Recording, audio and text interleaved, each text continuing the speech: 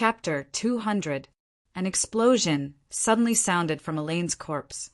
Elaine's body, which had been bleeding profusely, instantly split into pieces of flesh and blood. The violent impact, like a flash flood, shot in all directions in an instant. 2 broken bones and 3 arrows of blood shot straight at Han Shua's body, carrying with them a terrifying force. In the time it took for sparks to fly off a flint, Han Shua quickly recited the incantation for the bone shield. A pile of pure white bones formed a square bone shield 1 meter wide and 1.5 meters long, floating in front of Han Shua.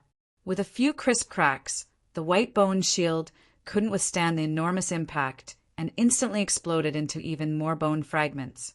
The white bones broke and flew in all directions, like a beautiful ball of fireworks blooming. If it had been anyone else, perhaps they wouldn't have been able to sense the danger from Elaine's corpse and would have been caught off guard by such an attack. However, Han Shua's keen senses suddenly leaped into his mind. He immediately sensed an inexplicable power lurking in Elaine's corpse and reacted in time to retreat. Due to the cruel training that Han Shua had undergone in the true demon realm, the speed at which he condensed and released his mental strength far exceeded that of a normal mage. This was why he was able to chant the white bone shield at a miraculous speed in the time it took for a spark to fly off a flint. Retreating a dozen or so meters, the white bone shield shattered into chunks of broken bone amidst the bright white light. Han Shua had miraculously avoided this obviously premeditated ambush. Looking at Elaine's corpse again, there was nothing but blood and minced flesh on the ground. A strong smell of blood suddenly spread into the air. Han Shua suddenly felt the suffocating feeling. Han Shua, who had been panting, immediately knew that something was wrong. At this moment, Han Shua didn't have time to think. The magical yuan circulating in his limbs and bones had already started to circulate automatically. The magical yuan flowed through his limbs and bones like a trickle, washing away the parts of his body that had been affected by the smell of blood that Han Shua had just breathed in. Han Shua, who had been a bit weak in his limbs, could feel the strength in his body again. A vicious plan, a cunning enemy. As the scene played out in Han Shua's mind, Han Shua was certain that the drop of blood he'd sealed in Belinda's neck had been tampered with and transferred to Elaine's body. The enemy had then killed Elaine and used her body as bait to set up 2 traps against him. First was a spell similar to the corpse explosion spell.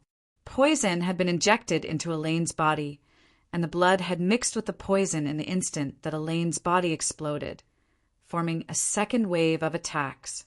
Only those fanatical cultists of the Calamity Church, who viewed human life as nothing more than grass, would be able to come up with such a cruel and vicious plan that used the corpse of a dead person. Belinda must have been rescued. Otherwise, she wouldn't have been able to awaken from the shackles of a drop of blood essence on her own. With these thoughts in mind, Han Shua decided to leave immediately.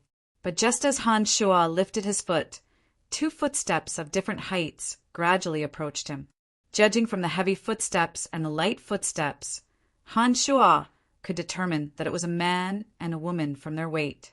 His thoughts raced as Han Shua's mind worked furiously, searching for the most suitable method and the best time to deal with the 2. However, the best time to make a move often had to be created by oneself. When Han Shua looked left and right, he discovered that there wasn't a very good location and that it was difficult to find the perfect time. He couldn't help but sigh inwardly. Han Shua, who had been standing ramrod straight, suddenly slumped down. When Han Shua's sharp eyes were covered by his eyelids, Han Shua's heartbeat and breathing became abnormally steady, as if he was unconscious and unconscious. The 2 slowly approached from afar. Belinda wore her black veil as usual, her bright eyes fixed on Han Shua without blinking. The other person was rather old. His hair and beard were grayish-brown, and his face was densely covered with wrinkles that looked like ravines. He wore a thick gray cotton coat and held a crooked walking stick in his left hand. His grayish-white eyes looked listless. He walked over slowly while sizing up the surroundings. He wasn't just looking at Han Shoa. Belinda, wait. The old man suddenly spoke when Belinda was 10 meters away from Han Shoa. His voice was hoarse and deep. Belinda, who had been staring fixedly at Han Shoa, immediately stopped when she heard his shout. She turned to look at the old man in confusion and asked, "Lord Edwin, what is it?" The old man of the Calamity Church, called Edwin's originally grayish-white, listless eyes circled the scene once more before finally focusing on Han Shoa. He said in a hoarse voice, "There's no blood on his body and no signs of injury. He likely didn't suffer any injuries from the explosion of that woman's corpse. Judging from the distance, he may have been drugged and fainted. But we still need to be a bit more cautious." "Then what do you think we should do?" Belinda didn't continue to approach Han Shoa after hearing his words, and even took a few steps back, finally standing shoulder to shoulder with Edwin. "Shoot an arrow at his body. With the strength of my potion, he won't feel anything at all if he's really been drugged and fainted," Edwin said. Han Shoa cursed inwardly and thought to himself that this old fart was indeed sinister and ruthless to think of such a malicious plan. This person gave Han Shoa a strong sense of danger, but Han Shoa understood from the condition of his body that he wasn't an expert swordsman or knight. He must be an expert mage with a weak body, but with a wondrous technique. Otherwise, he wouldn't have been so afraid to approach Han Shoa. Belinda laughed lightly and readily agreed when she heard Edwin's instructions. She'd already taken out a bow and arrow and aimed it crookedly at Han Shoa from afar. It was obvious that Belinda wasn't an expert marksman. Her hands weren't steady at all, and even when she aimed at Han Shoa, the bow trembled. Because they were so close, Han Shoa could still feel Belinda's bow and arrow even with his eyes closed. Her arms made light sounds when they came into contact with her armpits. This made Han Shoa's heart flutter, and he quickly considered whether or not he should take the gamble.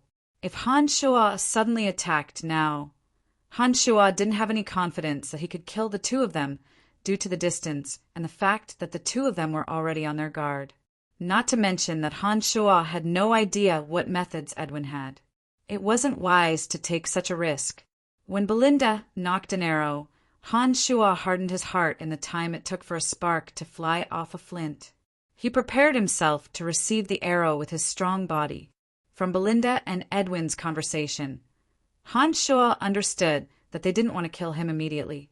It seemed that they had other plans for him. It was from this point that Han Shoa made up his mind. "Do it." Edwin's voice was low as he urged Belinda. "All right," Belinda replied. Then she drew her bow and shot out an arrow with a whoosh. As Han Shoa was on tenterhooks, the arrow landed on the snow on his left arm and didn't even touch his body.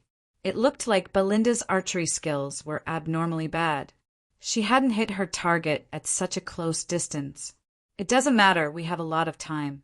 You'll get the hang of it if you shoot a few more arrows." There was no emotion in Edwin's voice as he spoke slowly. His eyes suddenly lit up as he spoke and focused on Han Shoa's body, as if he wanted to glean some clues from Han Shoa's body. "All right, I'll try a few more times." Belinda responded and shot out another 3 arrows. All 3 arrows missed their mark, and none landed on Han Shoa's body. Belinda was a bit annoyed as she snorted lightly and took out another arrow. She didn't take much aim this time and shot it directly at Han Shoa. However, the arrow was miraculously accurate even though she hadn't taken any aim at all. It flew straight for Han Shoa's calf. The arrow stabbed into Han Shoa's left calf with a thud. Bright red blood slowly seeped out along his trouser leg. This level of physical pain was no longer a challenge to Han Shoa. His heartbeat and breathing hadn't changed in the slightest as he'd endured the attack from start to finish. His expression was even more wooden, as if he'd truly sunk into a deep, unconscious state. There shouldn't be any problems now. Edwin nodded after a careful look and said lowly. Belinda and Edwin then let go of their guard against Han Shoa and moved closer to Han Shoa. Han Shoa calmed himself and focused his attention, prepared to explode and kill at any moment. He only needed to wait for the old man called Edwin to come close before making a move to kill him first. Although Belinda was also quite frightening, her golem was only a great threat in a group battle. Han Shuo didn't fear her at all in a place like this. Just as Han Shuo was preparing in secret, a few strange noises suddenly sounded from afar. The sounds were getting closer and closer. Han Shuo was inwardly surprised as he lay on the ground, feigning unconsciousness. He didn't know who else was coming. "Chief, that person is here." A loud shout suddenly sounded from afar as a group of more than 10 people quickly approached amidst the howling cold winds. "He dares leave the Valley of Sunshine. He must be tired of living." Florida's voice suddenly sounded in Han Shuo's ears, completely out of Han Shuo's expectations. "Chief Florida of the Rainbow Sickle Mercenary Band." Belinda suddenly cried out in surprise, appearing quite shocked. "I don't care who you two are. Hand that kid over to me immediately," Florida said as arrogantly as ever when he arrived. The eyes of the Calamity church member called Edwin had regained their calm as he glanced at Florida's group. He first cackled strangely and then said in a raspy voice full of hatred, "So you're Florida? It looks like I was right to come to the Valley of Sunshine this time." An enormous magical ripple suddenly emanated from Edwin's body as he spoke. The aura of dark magic suddenly spread into the surroundings, and 3 huge black palms appeared out of thin air in the direction of Florida and the others, pressing down on them with a ferocious force that seemed to be able to split the heavens and earth. All the trees and rocks in the area exploded in that moment. The towering trees first creaked and then collapsed as if they couldn't withstand the enormous force. The enormous, dark magic Hand of Death was released and 3 10-meter-wide Hands of Death actually appeared. As the terrifying force came crashing down, mercenaries from the Rainbow Sickle Mercenary Group couldn't dodge in time and were directly crushed into 4 pieces of bloody meat paste. "Didn't your grandfather Ferguson teach you that you should maintain the respect of an elderly person?" Edwin's voice was full of cruel laughter as he spoke to Florida. Edwin and Belinda of the Calamity Church were already leaning towards Han Shuo at this moment. If Han Shuo wanted to, he could suddenly make a move and harm Edwin right now. However, from the violent movements, Han Shuo could tell that Edwin seemed to hate Florida even more. He'd attacked and killed as soon as they'd met. His strength was much stronger than Emily's when she also trained in dark magic. On one side was the murderous star of the Calamity Church, and on the other side was the enemy of the Rainbow Sickle Mercenary Band. These 2 groups were both targets that Han Shuo needed to deal with. Their sudden fighting would only benefit Han Shuo and not harm him at all. Rather than making a move now, he might as well continue to pretend to be unconscious and watch them fight each other. "Just who are you?" Florida and the remaining experts of the Rainbow Sickle Mercenary Band hastily hid even further away before looking at Edwin in shock and exclaiming in shock, "Ha ha! You may not know me well, but I've been in contact with your grandfather for many years. Perhaps you've heard of the name Edwin." Edwin's voice was still as lukewarm as before as it faintly sounded out. "Calamity Church's dark, grand Magus Edwin. So it's you old, undying monster." Florida started and then swept his gaze over Han Shuo's body. He waved his hands and said, "Retreat." The experts of the Rainbow Sickle Mercenary Band obeyed Florida's words and swiftly retreated after his words. It was obvious that they were quite wary of Edwin. "You want to run? It won't be that easy." Edwin's voice sounded out once again. He quickly chanted a mysterious magic incantation, and 2 huge death god scythes appeared on his left and right sides. The gloomy and cold death god scythes were even larger than Death's hands.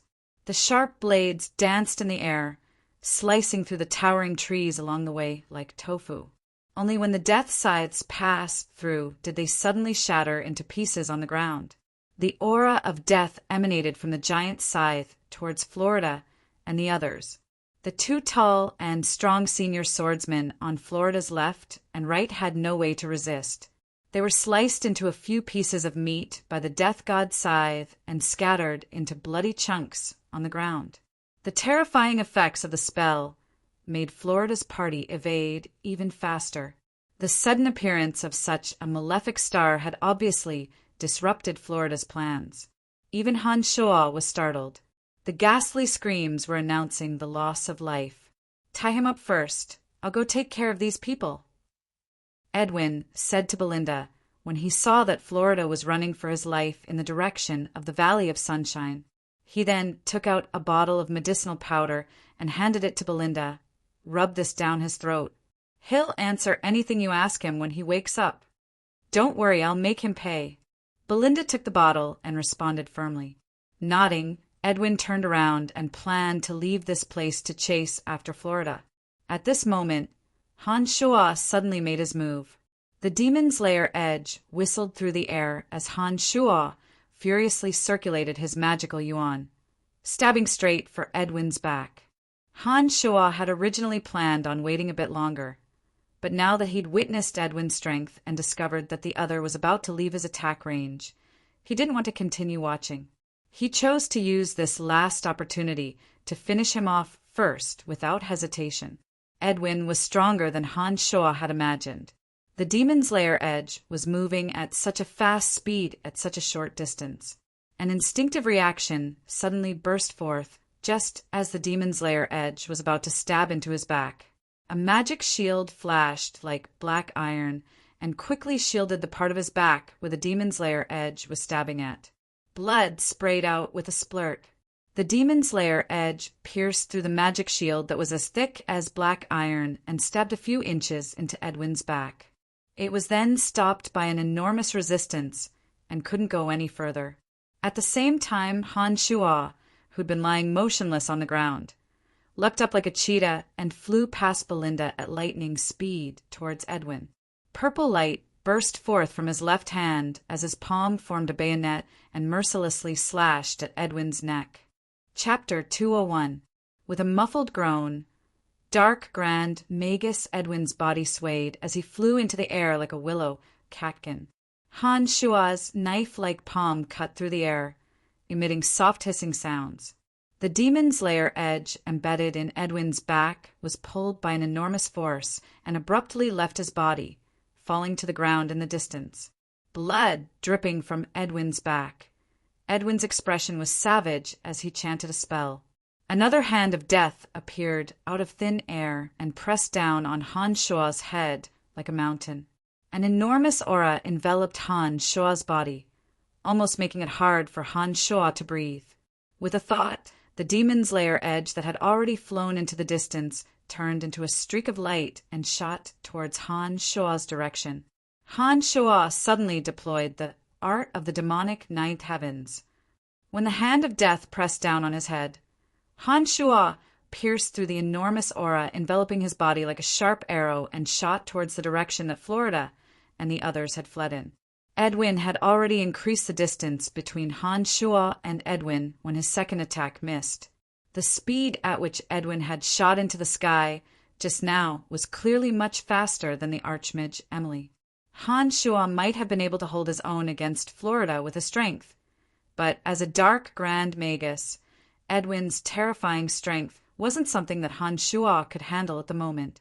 Therefore, he immediately retreated when he saw that the situation wasn't looking good. "Treacherous young man, you must die!" Edwin's voice was raspy as he called out from the air. He actually ignored Belinda and shot straight for Han Shuo. He couldn't beat Edwin in a fight, but the high speed and agility of the art of the demonic ninth heavens immediately displayed its advantage in running away. He gradually pulled away from Edwin. Suddenly, a group of 10 or so people appeared in front of him. Florida's long hair floated in the air as several experts of the Rainbow Sickle Mercenary Band dashed through the dense forest like lightning. The Rainbow Sickle Mercenary Band had left the Valley of Sunshine to target Han Shuo. Therefore, they'd only dispatched a few experts. How could he have known that his luck would be so bad, encountering the dark, great magical tutor Edwin, who who had a grudge against Florida's grandfather. That was why he ended up in such a miserable state. Fleeing in the same direction, Han Shua's speed was obviously faster than Florida's group. Being able to catch up with them halfway was within Han Shua's expectations. Chuckling coldly, Han Shua approached from behind and used the agility of the art of the demonic ninth heavens to leisurely hang on Florida and the others. As Han Shua chanted, bone spear after bone spear shot towards Florida like cold lightning. Damn it! Florida heard the whistling sound of bone spears piercing through the air as he turned his head to see 3 bone spears shooting towards his back. He then saw the sinister expression on Han Shua's face as he looked at him with a cold smile. He couldn't help but curse out loud. A ball of blinding light emanated from the staff in Florida's hand as the radiant sword slash appeared and shattered the 3 bone spears. But at this moment, the difference between the levitation spell and Han Shua's art of the demonic ninth heavens became apparent. Han Shua's speed wasn't affected in the slightest after chanting the same spell, but Florida's originally fast-flying speed was reduced by 1/3. Han Shua understood that Edwin was rapidly approaching as the strange sound of the wind drew near. A mocking smile played at the corner of his lips as Han Shua slowed down once again and continued to hang behind Florida like a vengeful spirit. He chanted the bone spear spell again and sent out another 3 bone spears. Florida wasn't afraid of Han Shua, but he was extremely afraid of Edwin. If Edwin hadn't been chasing after him, Florida would have stopped without hesitation and fought Han Shua with the force of a thunderbolt. However, he obviously didn't want to be caught up to by Edwin because of Han Shua. Therefore, he could only continue to defend helplessly as his flying speed decreased again and again. Chief, we'll help you hold him off. You should leave first. At this moment, one of the Rainbow Sickle mercenary band experts in front of Florida yelled out loudly and suddenly stopped where they were. They'd all witnessed Edwin's strength just now. If they stayed behind, they might be able to hold off Han Shua, but they would be hard-pressed to escape Edwin's murderous hands. It looked like they'd already made up their minds to die when they said these words at this moment. All right, I'll avenge you. Florida was indeed a vicious and merciless character. Although he couldn't bear to do so, he still decisively agreed to the others' suggestions. He glared viciously at Han Shua and continued to walk forward without stopping. 2 crossbows suddenly took aim at Han Shua. The 2 mercenaries' gazes were so sharp that Han Shua felt a bone-piercing sense of danger. 2 whooshing sounds rang out as the 2 crossbow bolts shot towards Han Shua with terrifying speed and accuracy that surpassed Han Shua's imagination. Han Shua, who'd been rushing forward, abruptly retreated, not daring to take another step forward. The divine archers knocked their arrows in this process and aimed them at Han Shua. There was a clear difference compared to Belinda's archery just now. Even though Han Shua was already in the air, he couldn't escape the threat below him and had no choice but to retreat once again. However, Edwin's figure was already approaching from the distance at this moment. It looked like he'd be here before long. Han Shua hesitated for a moment and decided to immediately change directions. It was at this moment that the Rainbow Sickle mercenaries below him suddenly began to panic. A ball of dazzling, milky white sword light exploded out from the middle of them. Trunks, riding on his manticore, swung his sword with a callous expression, forcing the Rainbow Sickle mercenaries to no longer have the energy to deal with Han Shua. Trunks. Han Shua was flabbergasted when he saw the abnormalities below him. He couldn't help but cry out in joy as he dived down. Continue to chase after Florida through the air. I'll be in charge of intercepting these traitors below who deserve to die 1,000 times over.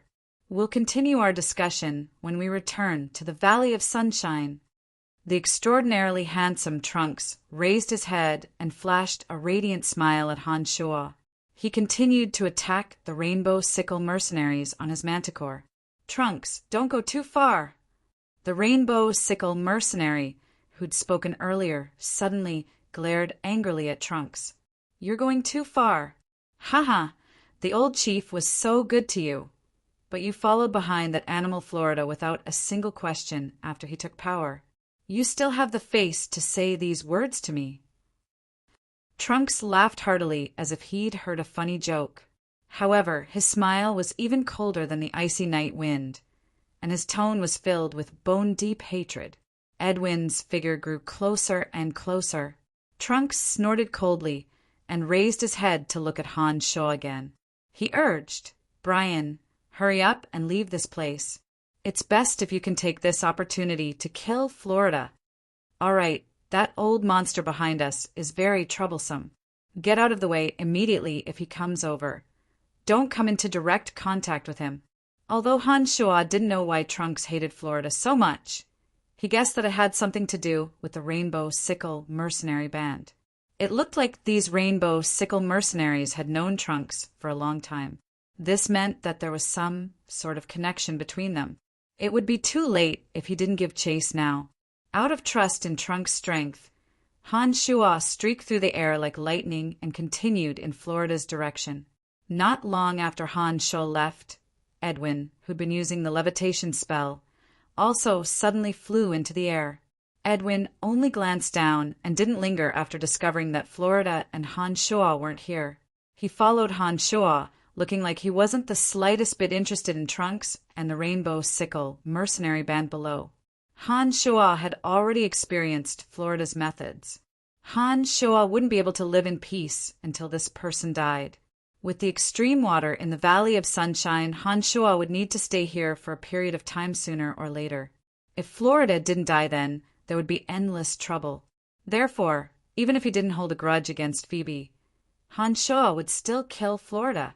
Although Han Sho's flying technique allowed him to linger for a bit, Han Sho still slowly caught up to Florida when he circulated his magical yuan to the limit. Florida spat out blood in anger when the bone spear whistled again. He now obviously thought that Han Sho wanted to take him down with him and die in Edwin's hands. He was so aggrieved that he really wanted to stop and fight to the death with Han Sho. Just what he wanted. None of us will be able to escape when that old monster Edwin catches up. Florida's speed slowed down again after he'd used the radiant sword slash to block Han Sho's bone spear. He then roared out in exasperation, "Haha, I'm happy to die with you today." Han Sho finally vented all of the pent-up anger he'd been holding back for the past 2 days.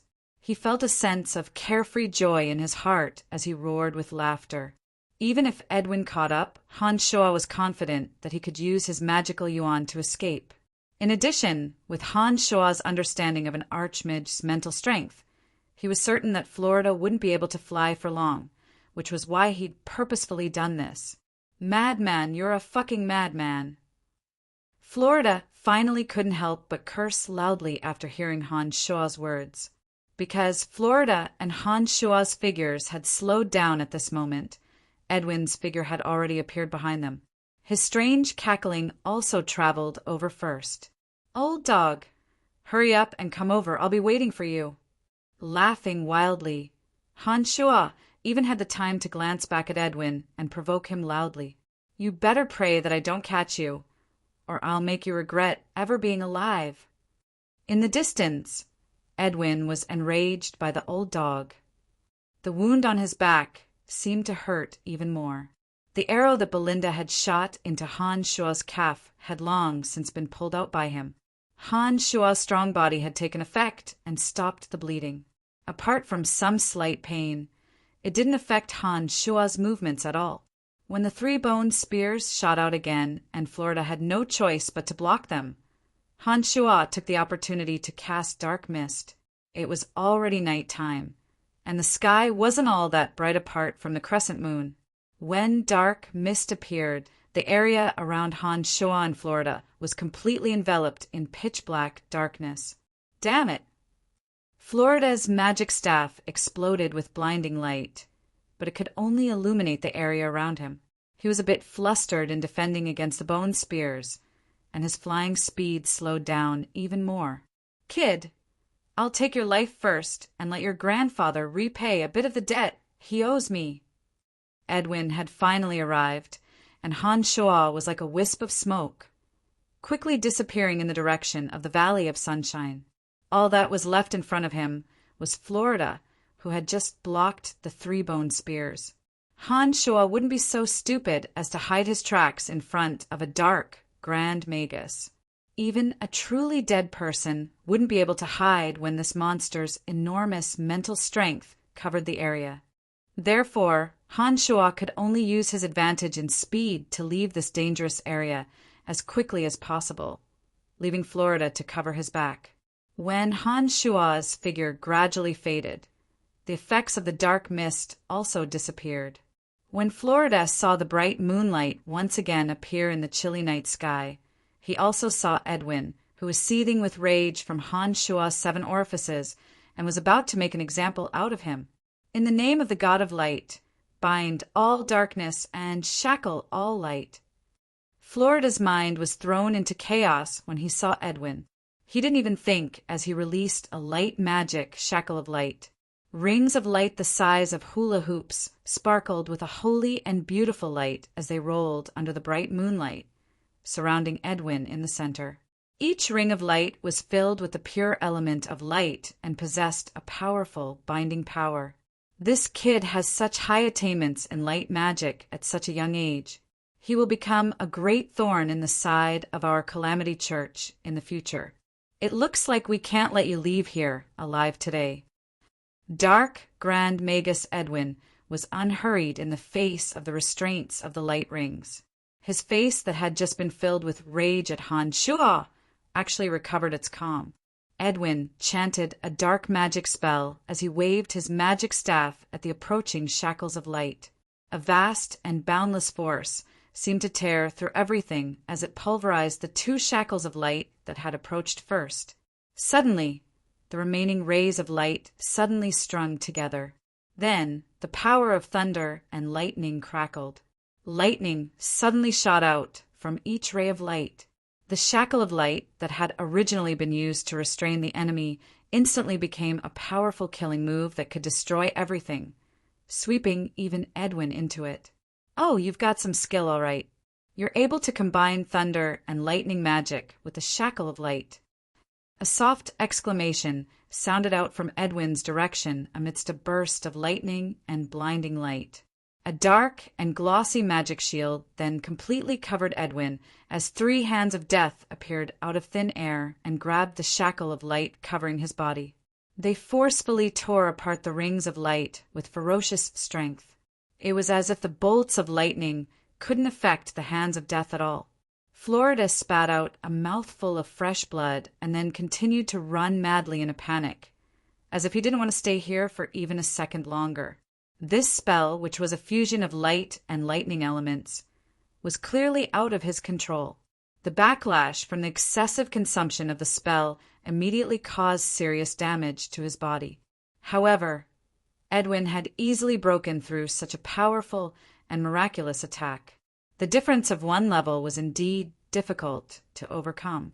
Florida knew that he would be hard-pressed to escape death if he stayed a moment longer. Although Edwin had broken through the spell that had consumed all of Florida's strength, it had also taken him a bit of time.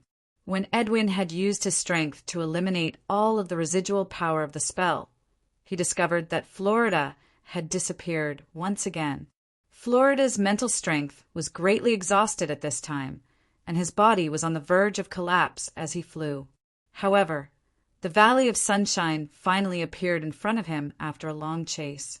He would be able to enter the Valley of Sunshine with just a bit more effort. No matter how much the Cairo mercenary band and Florida schemed against each other, the Cairo mercenary band had to abide by the iron rules of the Valley of Sunshine. Therefore, once Florida entered the Valley of Sunshine, anyone who dared to go on a killing spree in Tanai's territory would be attacked by all factions. Add to that the fact that most of the Rainbow Sickle mercenary band was in the Valley of Sunshine. Even Edwin wouldn't be able to do anything to Florida once he entered the Valley of Sunshine. Just as he saw the fences of the Valley of Sunshine, Han Shuo's figure also appeared in his line of sight with a cruel smile on his face. He just happened to block Florida's path, obviously not planning on letting him in alive. Chapter 202. If a person made it clear that he wanted to kill you as soon as possible, then if you wanted to live, then the best way was to kill him before he killed you. Han Shua and Florida had been at loggerheads from the start, and the matter of Phoebe had magnified this enmity. Not only had Florida made it clear that he had to kill Han Shua early on, but he'd also made an official move. Han Shua naturally wouldn't resign himself to his fate. It was now the latter half of the night after a day of pursuit. The bright moon hung high in the sky, looking down on everything below like a giant icy eye. Strong, frosty winds blew across the towering ancient trees, scattering the thick ice and snow on them in all directions. Rustling sounds rang out incessantly. Han Shua stood in the air with the demon's lair edge in his right hand. His expression was callous, and his gaze was resolute and emotionless. He was like a towering mountain, towering over Florida's path of hope. Florida only had hope of survival if he could get past Han Shua. If you step aside now, I promise that I won't make an enemy out of you in the future. Florida's mental strength had been greatly depleted as he'd fled due to the backlash of magic. His injuries were now quite severe, and his strength was much weaker than before. He looked at Han Shua with a bit of helplessness. Han Shua's laughter was as cold as an icy cavern as he looked deeply at Florida and shook his head. I'm sorry, I think that your promise will be more effective if you die. Florida knew that there was no way out after these words were spoken. His face hardened, and he said darkly, My grandfather is Grand Magus Ferguson of the Church of Light. There's no benefit in making an enemy out of me. Even if you can kill me today, my grandfather won't let you go in the future. Florida was obviously putting on a brave front when he said these words. With his strength, not only did he not frighten Han Shua by using his grandfather's name to threaten Han Shua, but it also confirmed that Han Shua's strength was indeed much weaker than before. Otherwise, Han Shua wouldn't have wasted time bickering with Han Shua. If I don't kill you today, I'll have to face both your grandfather and you. But if you die, I'll only have to face your grandfather. So you should just die. Han Shua said coldly, and immediately began to kill. A pile of pure white bones appeared under the bright moonlight as Han Shua chanted. They emitted a cold white light and quickly assembled to form a bone cage 3 meters wide and 4 meters tall, rapidly tightening around Florida. As soon as the bone prison was completed, the motionless Han Shua suddenly flew out and shot towards Florida like a bolt of lightning. Regardless of whether or not Florida's strength had been greatly reduced, he was still a light archmage after all, and he'd also trained in thunder magic. Han Shua had seen everything clearly from his hiding place when he'd fought Edwin earlier. He knew that this person's strength was indeed very frightening. Therefore, the wisest course of action for Han Shua, who had the advantage of magical yuan, was to close the distance between him and Florida. No matter how much strength Florida had left, Han Shua was confident that he could quickly kill him on the spot as long as the two of them closed the distance. A shock wave of light magic was suddenly released with Florida at the center. Blinding light with the pure and holy power of light took the form of sharp waves and crashed onto the bone cage in front of him. Light magic had always been a natural counter to necromancy magic. The pure and holy power of light blasted over in the form of a shock wave. The originally gleaming white bones seemed to have been corroded over 100 years. The sturdy defense suddenly became so fragile that it shattered with a single blow from Florida's magic staff.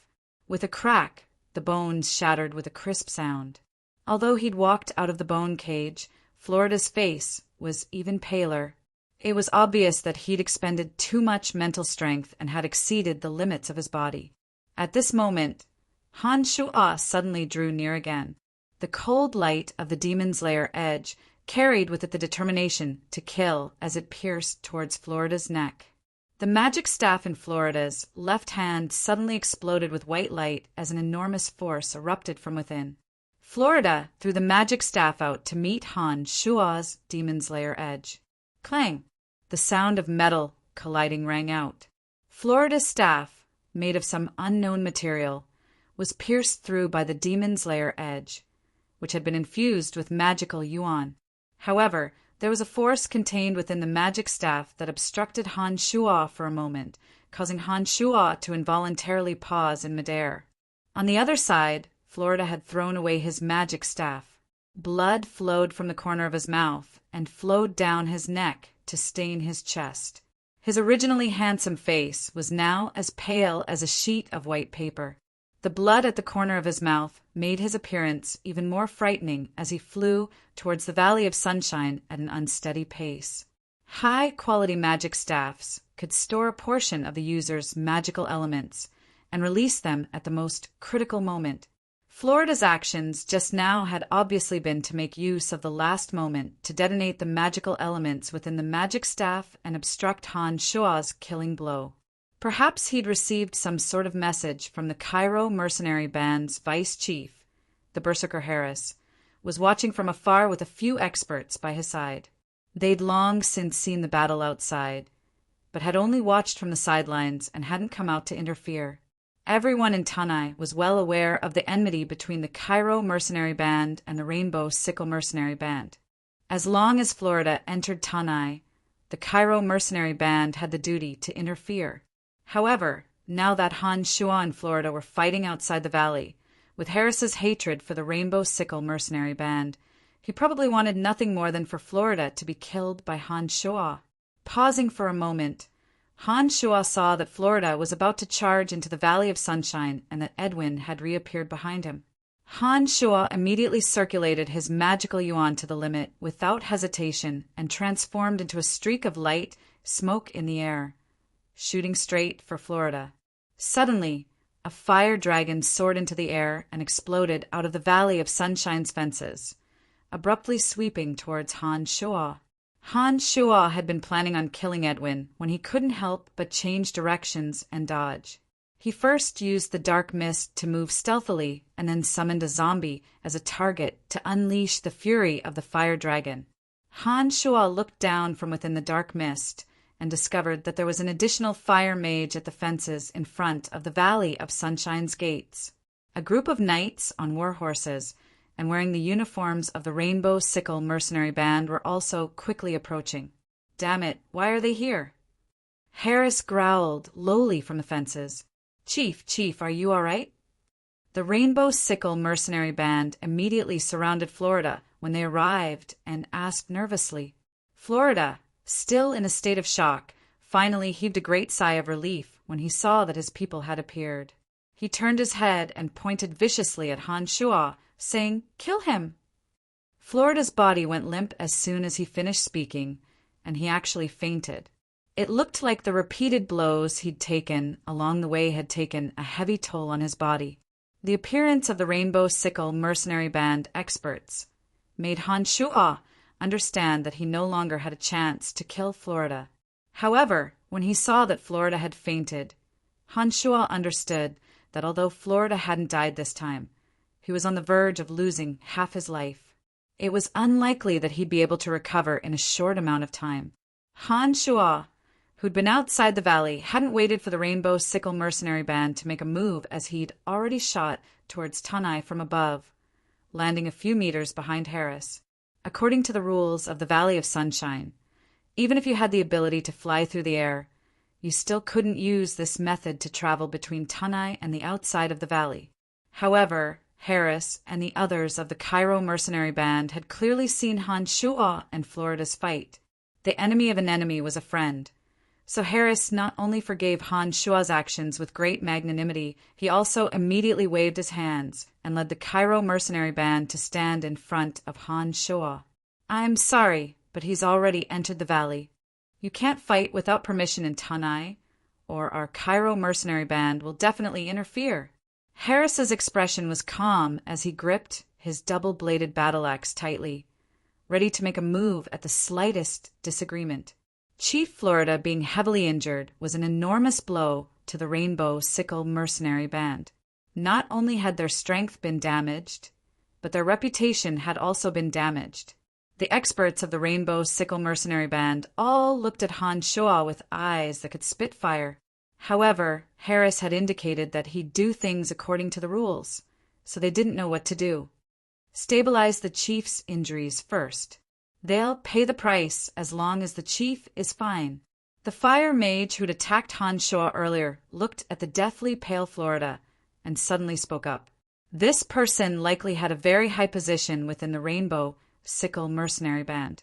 The others didn't say anything else after he'd made this suggestion. They all glared angrily at Han Shoa and quickly carried Florida away. Friend, you must be careful. Florida won't let you off when he wakes up. Although we have the Cairo mercenary band patrolling everywhere in Tanai, we still can't completely stop some people from causing trouble. I think you understand what I mean.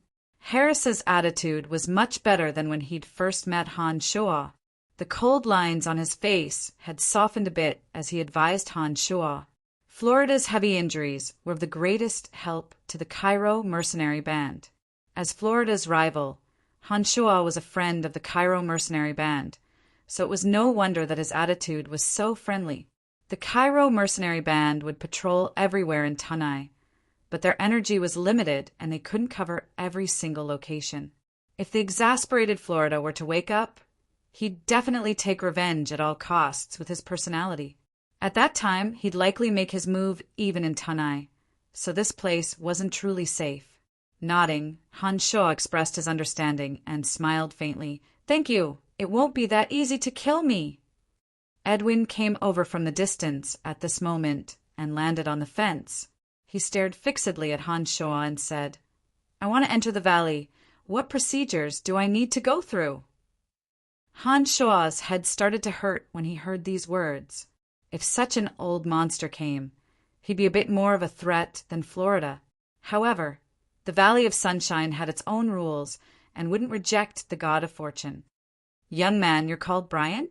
After so many years, there are fewer and fewer people who can harm me. I'll remember you. Edwin rubbed his back in pain as he processed the procedures and flashed a deathly pale smile at Han Shoa. The wrinkles on his face piled up, making him look quite fierce. Forget me. I don't want to see you again. Han Shoa responded with a wry smile and walked towards Tanai with a headache, thinking of a countermeasure. Edwin came from the Calamity Church and was a dark, grand magus. He was a respected expert, even in the entirety of the profound continent. If such a character hadn't been killed immediately, the troubles that would follow would be unimaginable. Han Shoa was currently having a terrible headache and wanted to immediately leave the Valley of Sunshine and use the transportation matrix to return to the Cemetery of Death. The night had unknowingly come to an end. When Han Shoa arrived at the Dark Mantle Stronghold, Emily was still drowsy. When she saw Han Shoa appear in front of her, her somewhat dazed eyes gradually cleared up and she said joyfully, It's good that you're all right. Did you see Trunks? Nodding, Han Shoa said in surprise, How did you know Trunks was coming? The Dark Mantle still has some eyes and ears in Tanai. Trunks entered the valley alone not long after you left. When I learned that he entered the valley and understood that the two of you were very close, I discussed your matters with him. When he learned that Florida wanted to deal with you, he immediately left without another word and flew in the direction of Valen City. Because I needed to stay here and wait for news from above, I didn't go with him. Emily explained. Elaine's dead and I was almost killed. Han Shoa sighed and said to Emily after sitting down. Hearing that Elaine had died, Emily's beautiful face suddenly revealed a hurt expression. She became completely silent and only sighed after a while, saying softly, Although Sister Elaine doesn't know martial arts, she's very good at doing things. She's opened a small inn in Valen City and provided the organization with a lot of valuable information. I've helped her a lot, but we've caused her death this time. If Han Shoa and Emily hadn't appeared, and if they hadn't been in a hurry to leave Belinda to Elaine's care, Elaine wouldn't have been killed. However, Han Shoa didn't have a deep relationship with Elaine, so he didn't feel too much grief. When he saw the hurt expression on Emily's face, he went over and patted Emily's shoulder, speaking some words of comfort. Emily's mood improved under Han Shoa's low words of comfort. She then remembered the matter at hand and said to Han Shuo just what happened.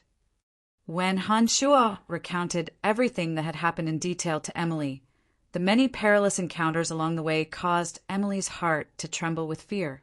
She was happy for Han Shuo's escape, but worried for the danger that he was in. Emily was still a bit shaken even after Han Shuo had finished.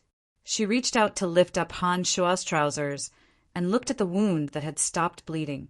She said with heartache, "Don't take such risks in the future. If Belinda's arrow hadn't been in this direction, then wouldn't you have been in great danger? Don't worry, if the direction wasn't right, I naturally wouldn't have waited for death. I would have immediately turned around and fled as far as I could." His previous actions had been effective. Although the wound on Edwin's back wasn't as serious as Florida's, it would still cause him pain for a period of time. We're really in trouble now. Florida was already very difficult to deal with, and now Edwin has joined the fray. His status in the Calamity Church is very high, and he's even more vicious and cruel. You've even injured him. I really don't know if I should be proud of you or worried for you. Emily's brow furrowed as she sighed. Don't worry, we can return to the cemetery of death if we really can't handle it. As long as there's a place where no one can discover us and a transportation matrix can be set up, we'll be able to attack and retreat as we please. Han Shuo was quite open-minded and comforted Emily with a smile. The old man came over at this moment and knocked on the door, saying softly, "Madam Emily, Chief Loriton of the Cairo Mercenary Band requests that you and Madam Brian make a trip to their band." "Understood, Grandpa Canby," Emily responded softly and then looked at Han Shuo. "It looks like we might have an ally." Chapter 203. The sky was already completely bright and the air had become increasingly cool. The millstone-sized sun was slowly rising.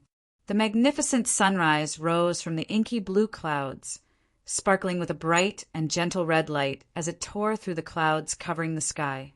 On the streets in the early morning, Tanai's glorious sunrise was in groups of 2s and 3s, yawning with sleepy expressions as they walked out of the brothels in the shadows of the streets.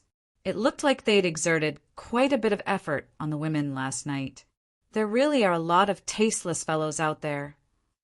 Emily wasn't in a good mood as she coldly glanced at the disheveled man walking out of the alleyway and said with a face full of disgust, Han Shuo didn't feel tired at all after a night of chasing.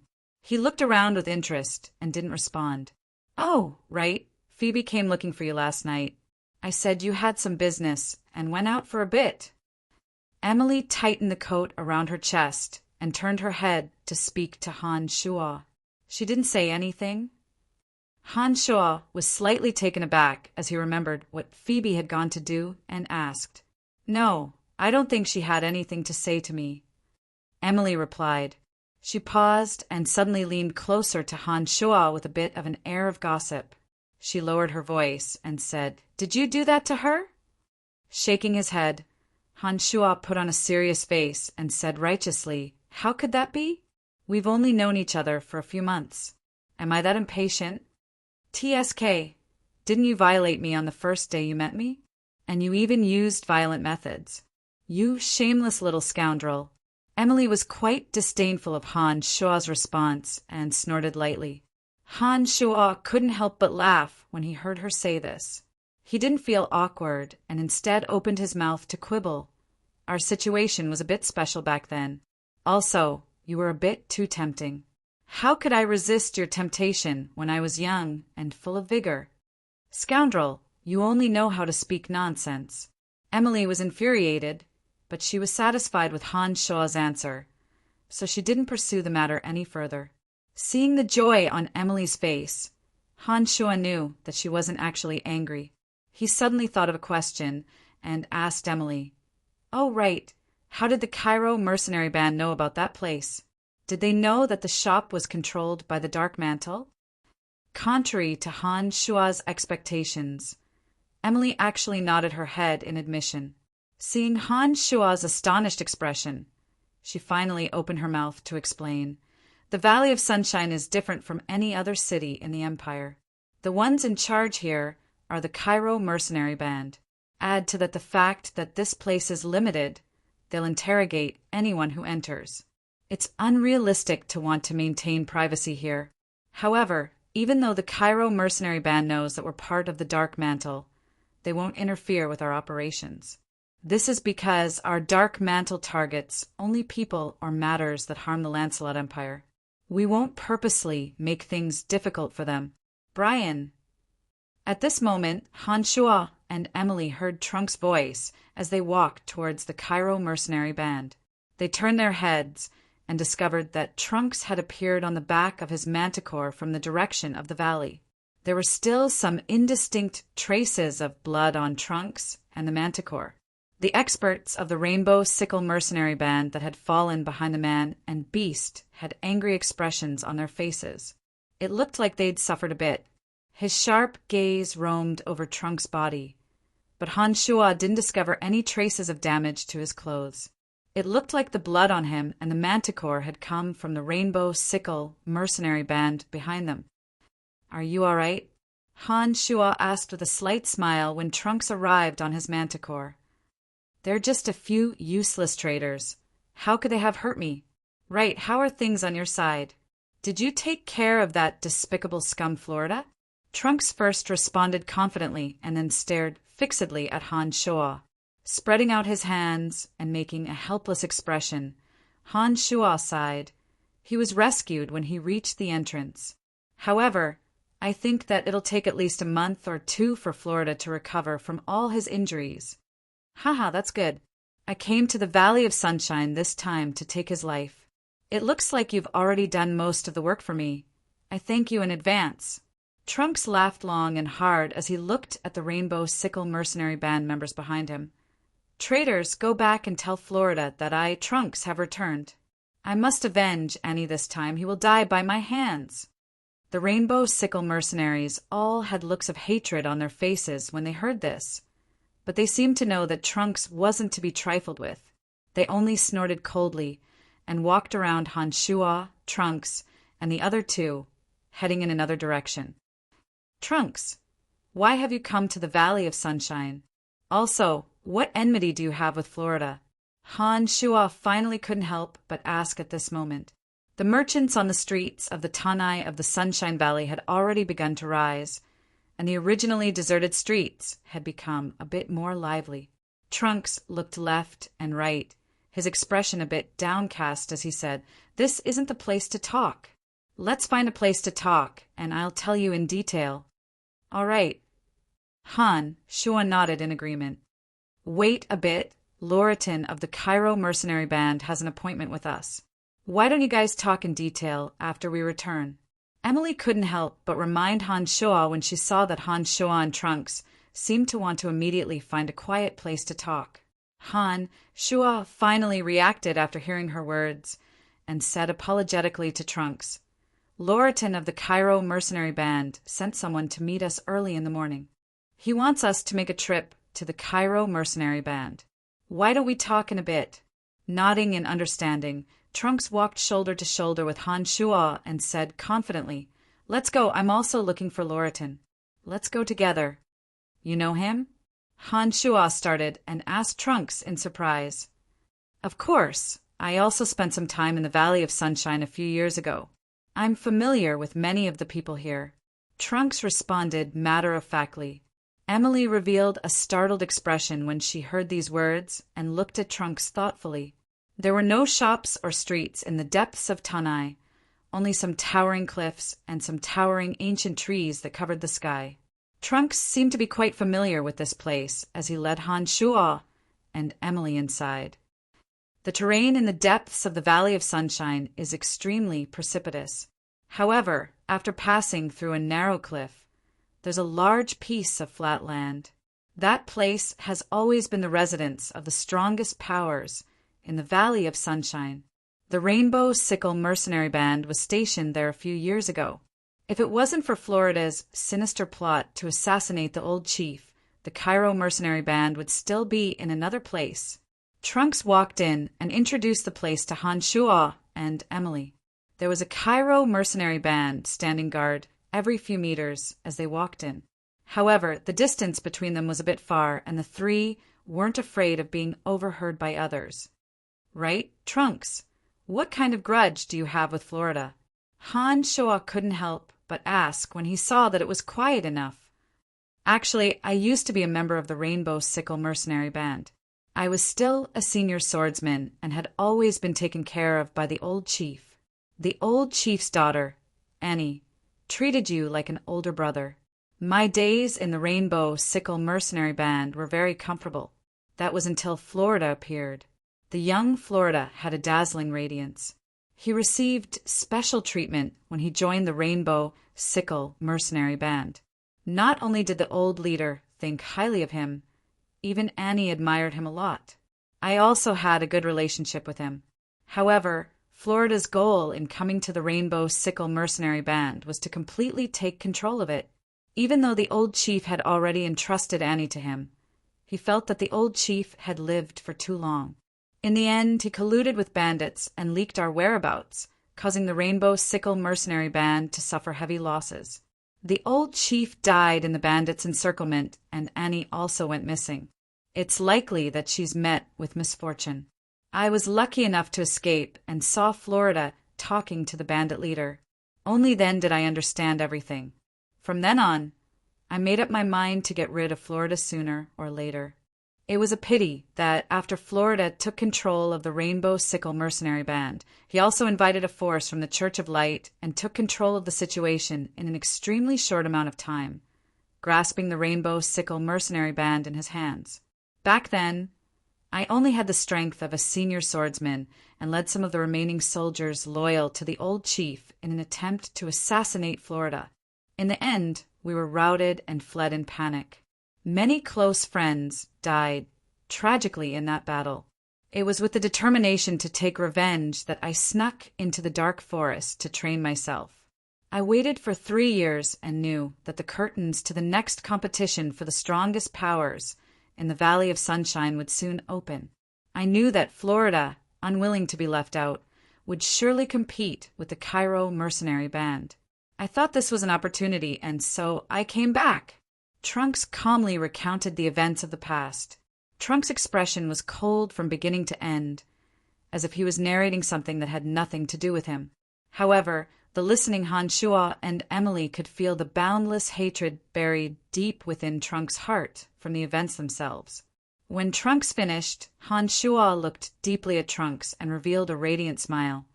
It looks like we can join forces again. I think Florida will die, without a doubt this time. Of course he will, Trunks said confidently, and then looked at Emily with interest, then looked at Han Shua. He asked with a strange expression, "What's going on with you two?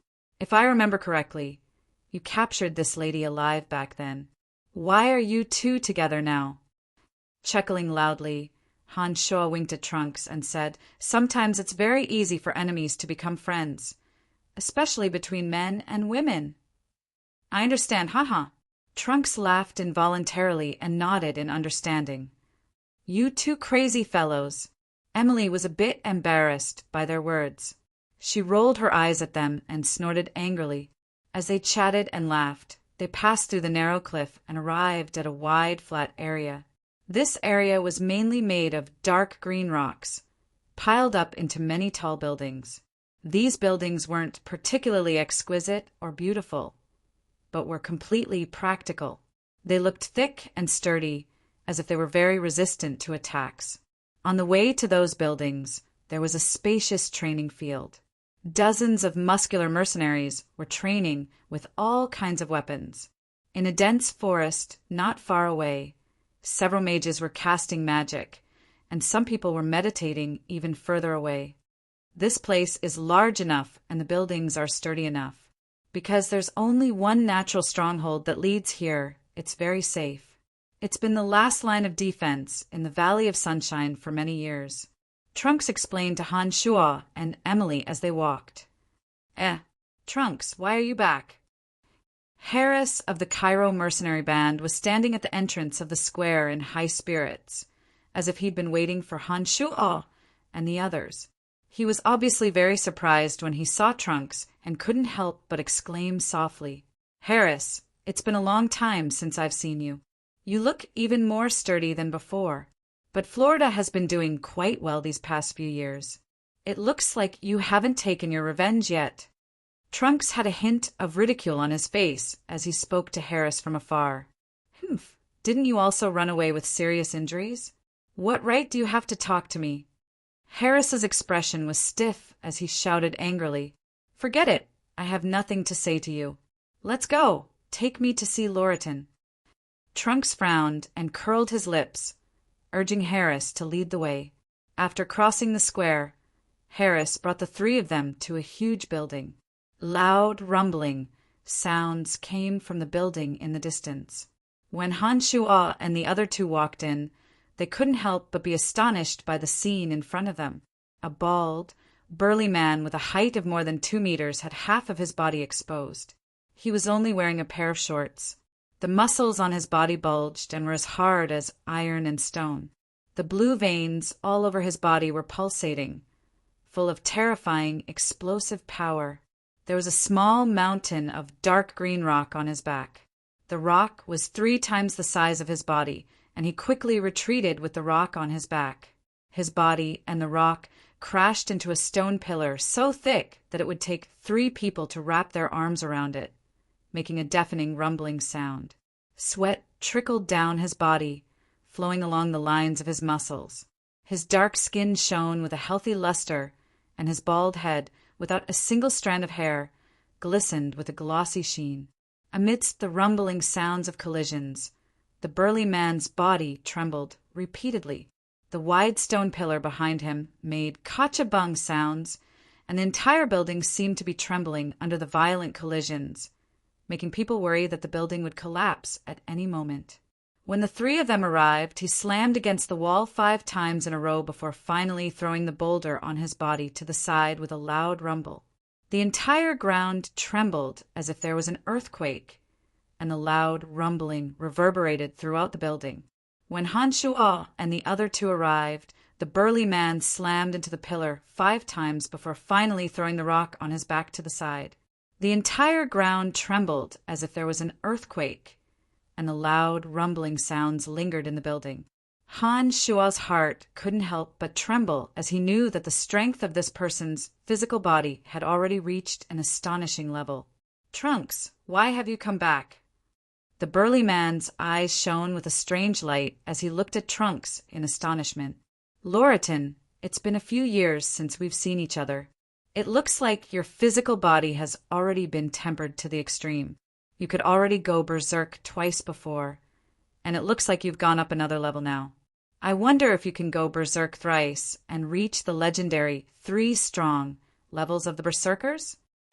Trunks revealed an expression of interest as he stared at Lauriton. Revealing a strange smile, Lauriton didn't respond to Trunks' question and focused his attention on Han Shuo, saying, "You're the one who almost killed Florida?" Nodding, Han Shuo said with a smile, "Indeed. What instructions do you have for me, Chief Lauriton?"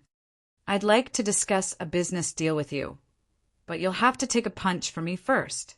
Let me measure your strength and see if you're worth it for me to hand over that shop to you." Lauriton laughed loudly as his fan-sized fist smashed towards Han Shuo's head with a forceful, domineering aura. Han Shuo was slightly startled, and then discovered that the punch had already arrived in front of him. The berserk power contained within made Han Shuo pale with fright. What surprised Han Shuo even more was that this surge of power sealed off all of Han Shuo's paths of retreat, giving him no chance of dodging at all. Han Shuo's face was aghast as he immediately focused all of his attention and circulated his magical yuan to the limit, planning on taking this punch head-on. Chapter 204. The iron fist that could split mountains and split rocks came crashing down, the ferocious force causing the air to crackle. The boundless dominance that was like a torrential river made all the pores on Han Shuo's skin stand on end. Han Shuo took a deep breath and circulated his magical yuan to his right hand. When he activated his magical yuan to the limit, Han Shuo's right hand actually turned the color of black jade. Pure white bones were embedded in his jade-like right hand, sparkling with a faint light. A cloud of purple magical energy curled around the center of his right palm, giving off the appearance of a raging flame. Trunks and Emily, who'd been shocked out of their wits and about to intervene, froze in place and shut their mouths when they saw Han Shua's right hand suddenly change. When Han Shua's right hand changed, Han Shua, who'd been in a defensive position, suddenly darted out with lightning speed. He then pulled his right hand back, and a bolt of purple lightning suddenly appeared, violently striking Loreton's fist. An ear-splitting boom rang out, even louder than when Loreton had struck the pillar with the boulder. The entire hall reverberated with this enormous sound. A force that could topple mountains and overturn the seas suddenly surged madly from his right hand into Han Shua's body.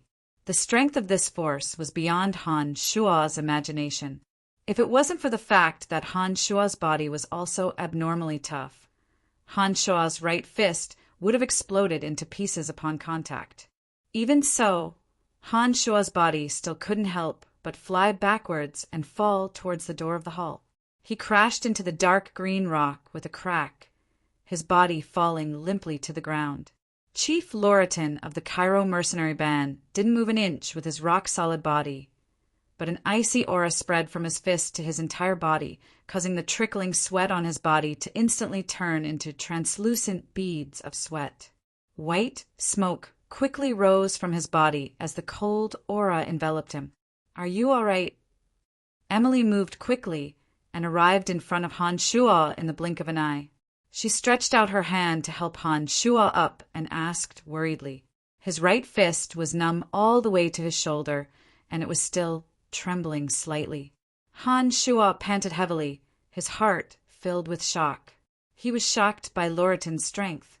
"Loreton, it looks like your strength has definitely improved.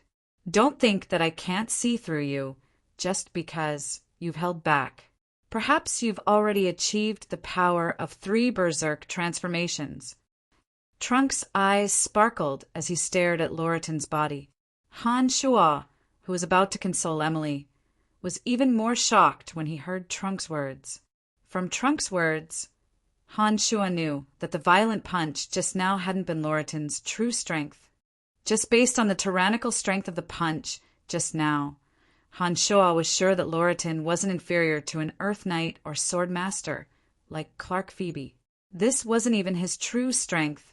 If Loreton had exploded with his full strength, it would have been even more shocking. No wonder he was able to take the position of chief of the Cairo mercenary band and control the Order of the Valley of Sunshine. Crunching sounds rang out from Loreton's frozen body. The sweat that had been frozen into beads of ice rolled off his body and onto the ground like sparkling pearls, shattering into ice shards when they collided with the stone floor. He couldn't help but shiver as he sneezed loudly. He then put on a fur cloak and wrapped it around his sturdy body. Only then did he look at Han Shua in astonishment. "What technique is this? I can't feel any fighting aura or magic, so why does it have the same power as a combination of fighting aura and magic? I also can't feel any undulations of fighting aura or magic on your body. But your strength isn't inferior to a sword master who's trained in fighting aura. There's nothing to be surprised about." Han Shua shrugged and responded with a smile. "Us berserkers have a special training method that focuses on the physical body. You're not a berserker, so how can you be like this? This is very strange." Loreton shook his head in puzzlement and responded, "All right, I don't think you've called us over to interrogate us about these things, right?" Han Shua calmly walked forward and sat down on a stone chair not far from Loreton. He even called Trunks and Emily over. After experiencing the exchange just now, Han Shua understood that Loreton's strength was likely stronger than his. However, the Cairo mercenary band's current enemy was the Rainbow Sickle mercenary band that was most likely to threaten their position. Loreton definitely wouldn't harm them if he called them over, so Han Shua was quite relaxed. Emily and Trunks also walked casually to Han Shua's side when they saw that Han Shua was so relaxed. They pulled over a stone chair and sat down. "Harris, How's Florida's condition after returning to the Rainbow Sickle Mercenary Band? Loriton actually revealed a look of praise when he saw Han Shua and the other's casualness. He turned his head to look at Harris and asked, "After entering the valley this morning, Florida suddenly fainted in front of Tanai's door and was then brought back to the Rainbow Sickle Mercenary Band. According to our observations, Florida hasn't woken up yet, so we don't know what his current condition is." Harris displayed the proper respect when facing Loriton and quickly responded to Loriton's question. Nodding, Loriton rubbed his shiny bald head, seeming to ponder something. After a while, Loriton looked at Han Shua and said in a loud voice, "Your strength isn't bad. I'd originally hoped that you'd consider joining our Cairo mercenary band, but since you know Trunks, you probably won't be willing to join us. I'm well aware of Florida's strength. I tested you just now, and I think it's impossible for you to heavily injure him with your strength alone. Not to mention that he has some experts from the Rainbow Sickle Mercenary Band with him. Can you tell me what's going on?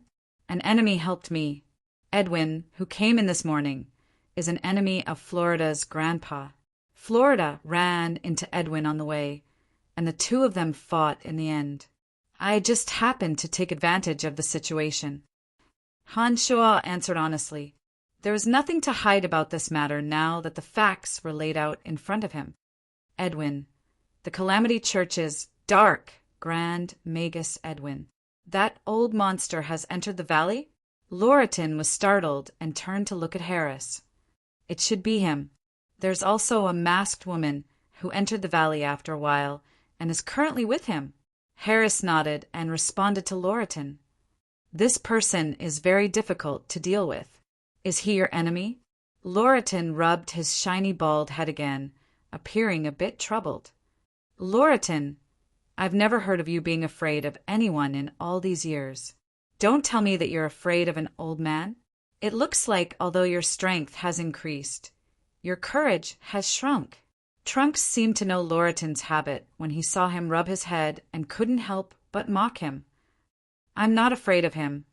I'm just afraid of the Calamity Church behind him. This is the strongest evil cult on the profound continent. They never follow the rules or reason when they do things, and their power is enormous. Once provoked, it'll be a battle to the death. I'm afraid that any country on the continent would be very wary of them, not to mention our Valley of Sunshine. Loriton rubbed his head and said in annoyance.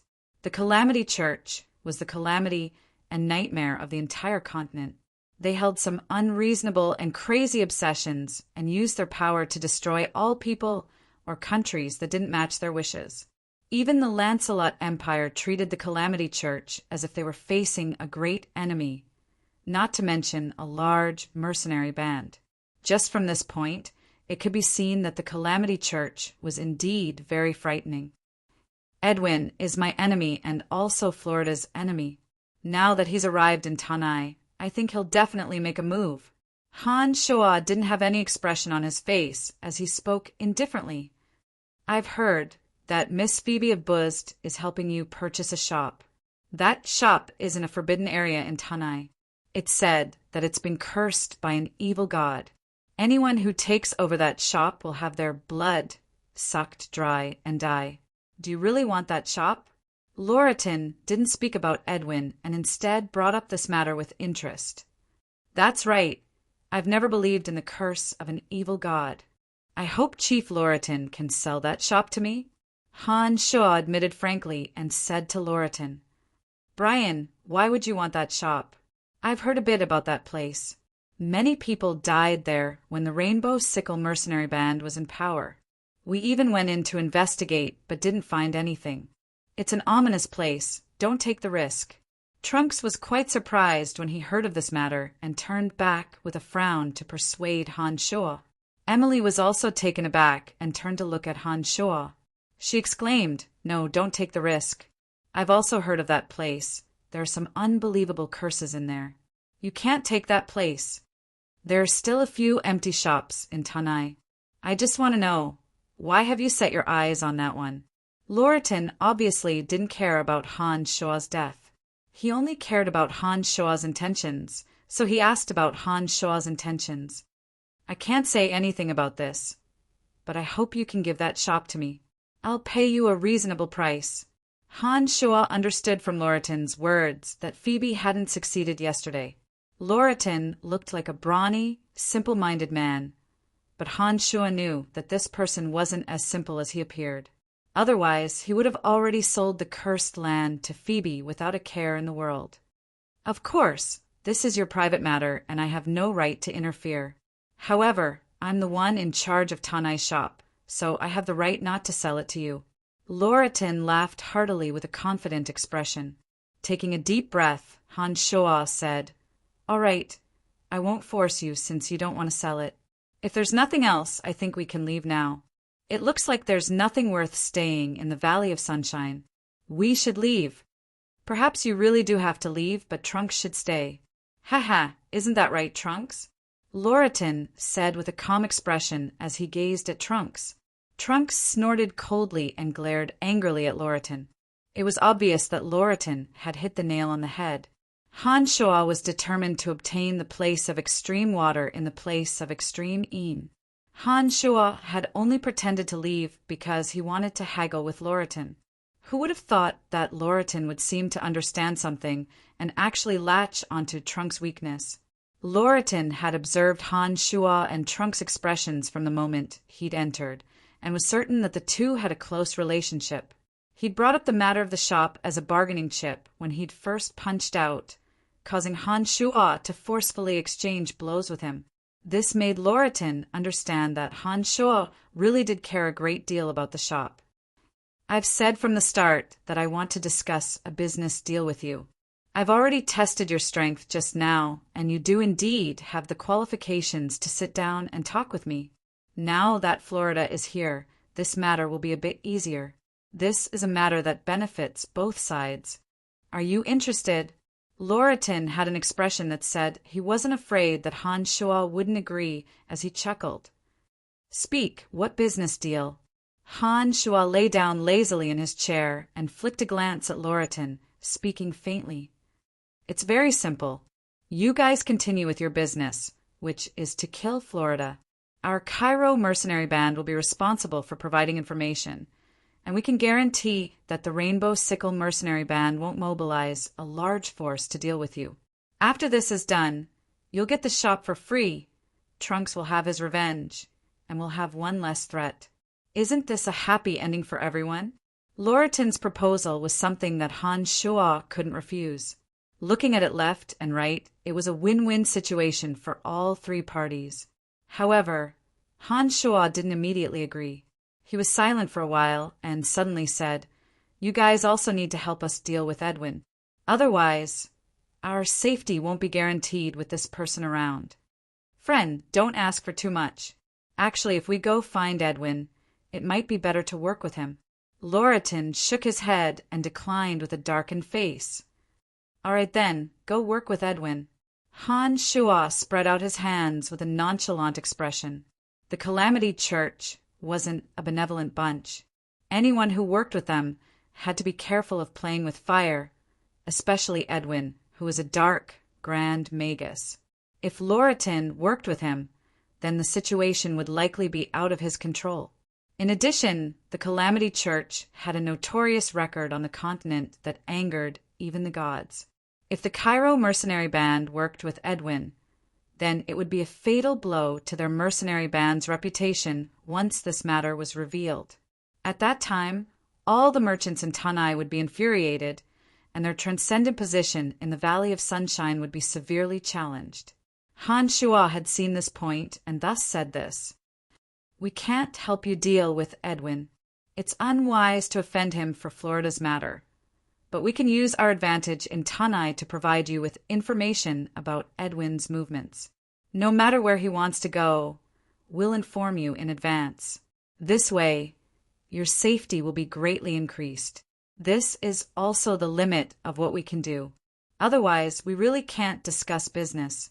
Lauritan's face was dark as he spoke slowly.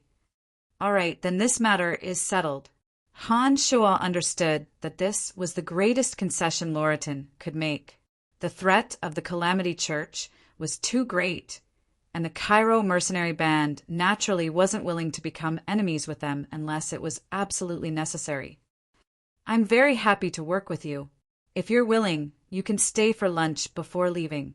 Loreton seemed to be in a good mood when he saw that the matter had been settled and suggested with a hearty laugh, "No, we still have matters to discuss." Han Shua declined politely and then walked out with Emily, Trunks, and the other two. "Brian, are you very familiar with Miss Phoebe of the Buzzed Merchant Guild?" Trunks' expression was a bit odd on the way back as he suddenly stopped in a secluded area and looked at Han Shua. Nodding, Han Shua said, "That's right, we're very close. She's my girlfriend. What about it?" A strange luster appeared on Trunks' handsome face under the sunlight as he looked deeply at Han Shua. "Brian, you see, the Valley of Sunshine is a wondrous place. As long as you have the ability, you can establish your own power. If we can develop with the Valley of Sunshine as the center, we'll be able to have our own power. You have Miss Phoebe as a friend and will be able to obtain enough gold coins. I have some experienced mercenaries in my hands right now. We can completely use these resources to form our own mercenary band and establish a power that is in our own hands. As long as we have great power in our hands, we'll be able to obtain even more things and won't have to constantly be restrained by others." Actually, with Loreton's own strength, he wasn't afraid of that old monster Edwin at all. Add on Tanai and the Cairo mercenary band, it wouldn't be too difficult for Loreton to kill Edwin. He was only afraid of the Calamity Church behind Edwin. He was so wary of Florida, not only because of Florida's own strength, but also because of the Rainbow Sickle mercenary band in his hands. After all, one person's strength is unable to contend against a large power. As long as we work hard and combine our current advantages, along with a special place like the Valley of Sunshine, we can completely establish our own power. This way, no matter where we go in the future, our words will have different weight when we have this power in our hands. These words were filled with hot-bloodedness as they bombarded Han Shua's mind like a bucket of wisdom. In that instant, Han Shua suddenly understood something. A demonic heart that wasn't willing to be ordinary to begin with suddenly beat more and more violently. "You're saying that the two of us should work hard and establish our own power?" Han Shua's voice sounded a bit agitated, greatly different from his usual indifference. Nodding his head heavily, Trunks continued, "That's right. A group of brothers from the Rainbow Sickle mercenary band have received my message and are currently stationed in the mountain ranges around the Valley of Sunshine. However, although my brothers have extraordinary strength, they've been a bit down because they've lost the Rainbow Sickle mercenary band as their home. However, their strength and quality are undeniably good. I've hunted down all kinds of magical beast cores in the dark forest these past few years and greedily plundered some wealth. I've accumulated a bit, but it's still a bit difficult to maintain the operations of a large mercenary band. Since you have a close relationship with Miss Phoebe, I can use my current connections to form a mercenary band if I can obtain a sum of gold coins. When the mercenary band reaches a certain scale and has its own reputation, not only will we not need to invest additional gold coins, but we can also obtain large amounts of gold coins through various missions and methods to slowly strengthen our power. If our mercenary band can be like the Cairo mercenary band and maintain order in the Valley of Sunshine, we can obtain hundreds of thousands of gold coins and taxes every year by protecting the interests of merchants. With such a power in our hands, our status will be completely different in front of any person or country. Brian, Trunk's suggestion isn't bad. The organization won't care about your other identity. The stronger your other identity is, the more useful you'll be to the organization. Then, your speed of advancement will be even faster. This is mutually reinforcing. If you make it to a certain scale, perhaps the higher-ups will send people to help you and give you even more privileges. Emily was also a woman full of ambition. Her expression was joyful when she heard this, and her voice was also a bit excited as she spoke to Han Shua. "Come, let's go back and discuss this properly." Han Shua had already made up his mind and spoke lowly with a strange smile on his face. Chapter 205. In the hotel that Han Shua and Phoebe had booked in the Valley of Sunshine, Han Shua, Phoebe, Emily, and Trunks sat down in the middle of Han Shua's room with excited expressions. All of them were a bit excited. After a short conversation, Han Shua knew that Trunks had gathered a few dozen mercenaries from the Rainbow Sickle mercenary band to deal with Florida. They hadn't entered the valley immediately, but were instead waiting in a cave outside the valley, waiting for Trunks' orders. Trunks had been a member of the Rainbow Sickle mercenary band before and had a wealth of experience as a mercenary. He understood all the processes of a mercenary band's operations, and what he lacked now was the funds to register the mercenary guild and maintain the band's normal operations. Phoebe was in charge of the Buzzed Merchant Guild, and the guild alone could provide many lucrative jobs. In addition, the guild was rich and imposing and could temporarily take care of the lack of funds. Emily had a strong information network in the Dark Mantle, and with her position and identity in the Dark Mantle, she could absolutely provide Han Shua and Trunks with a lot of valuable information. This was also very useful. Not only was Emily quite excited after the conversation, but even Phoebe was also quite interested. Han Shua was well aware of Trunks' skills and strength. Once this mercenary band was established and started operating, business would certainly not be too bad. Trunks, calculate how many gold coins you're still lacking. Han Shua looked at Trunks and asked. Up until now, both Han Shua and Phoebe had expressed strong interest. As the current owner of the Buzzed Merchant Guild, Phoebe's problem of funds shouldn't be too hard to solve. When Trunks heard Han Shua ask about the most important matter, he said with a bit of excitement, the mercenary guild will be registered and the price will be calculated according to the number of members. Each member's salary, equipment, weapons, and warhorses, as well as the mercenary band's location, will all require gold coins. Currently, only 50 to 60 people had come to the Valley of Sunshine. These people were the backbone of the former Rainbow Sickle mercenary band. They'd only need to invest 20,000 gold coins to form a new mercenary band. In the future, depending on the number of members and their strength, we may need to increase the cost. However, once our mercenary group's name is known and we have our own stable partners, not only will we not need to continue investing gold coins, but we can also continue to accumulate gold coins and slowly increase our strength. Glancing at Phoebe and then at Trunks, Han Shua smiled faintly. I've reaped great rewards from my last trip to the Dark Forest. I think that the wealth I gained from that trip is enough to establish this mercenary band. During his last trip to the underground world, Han Shua had obtained large amounts of gems and crystals from the Dark Elves and Lizard Men, adding on the jewels he'd obtained from the Forest Trolls' sacred ground. It was even more than what he'd given to Phoebe last time. Therefore, when Han Shua took out all the wealth he'd accumulated during this time from his space ring and placed them in the hall, whether it was Phoebe, Emily, or even Trunks, they were all dumbfounded and shocked to the core. Under the illumination of the lights, dazzling multicolored light shone from all kinds of gems and jade. The wealth piled up to the size of a small mountain. Even wealthy people like Emily and Phoebe, who were used to seeing such sights, were momentarily dazed. Oh my gosh, where did you get all these things from? Emily exclaimed, her beautiful face filled with shock as she stared at Han Shua. Last time was a pile of treasures, and this time it's even bigger. The wealth here is absolutely worth 50,000 gold coins if converted into gold coins. Where did you get all of this? Emily was also astonished and exclaimed in disbelief.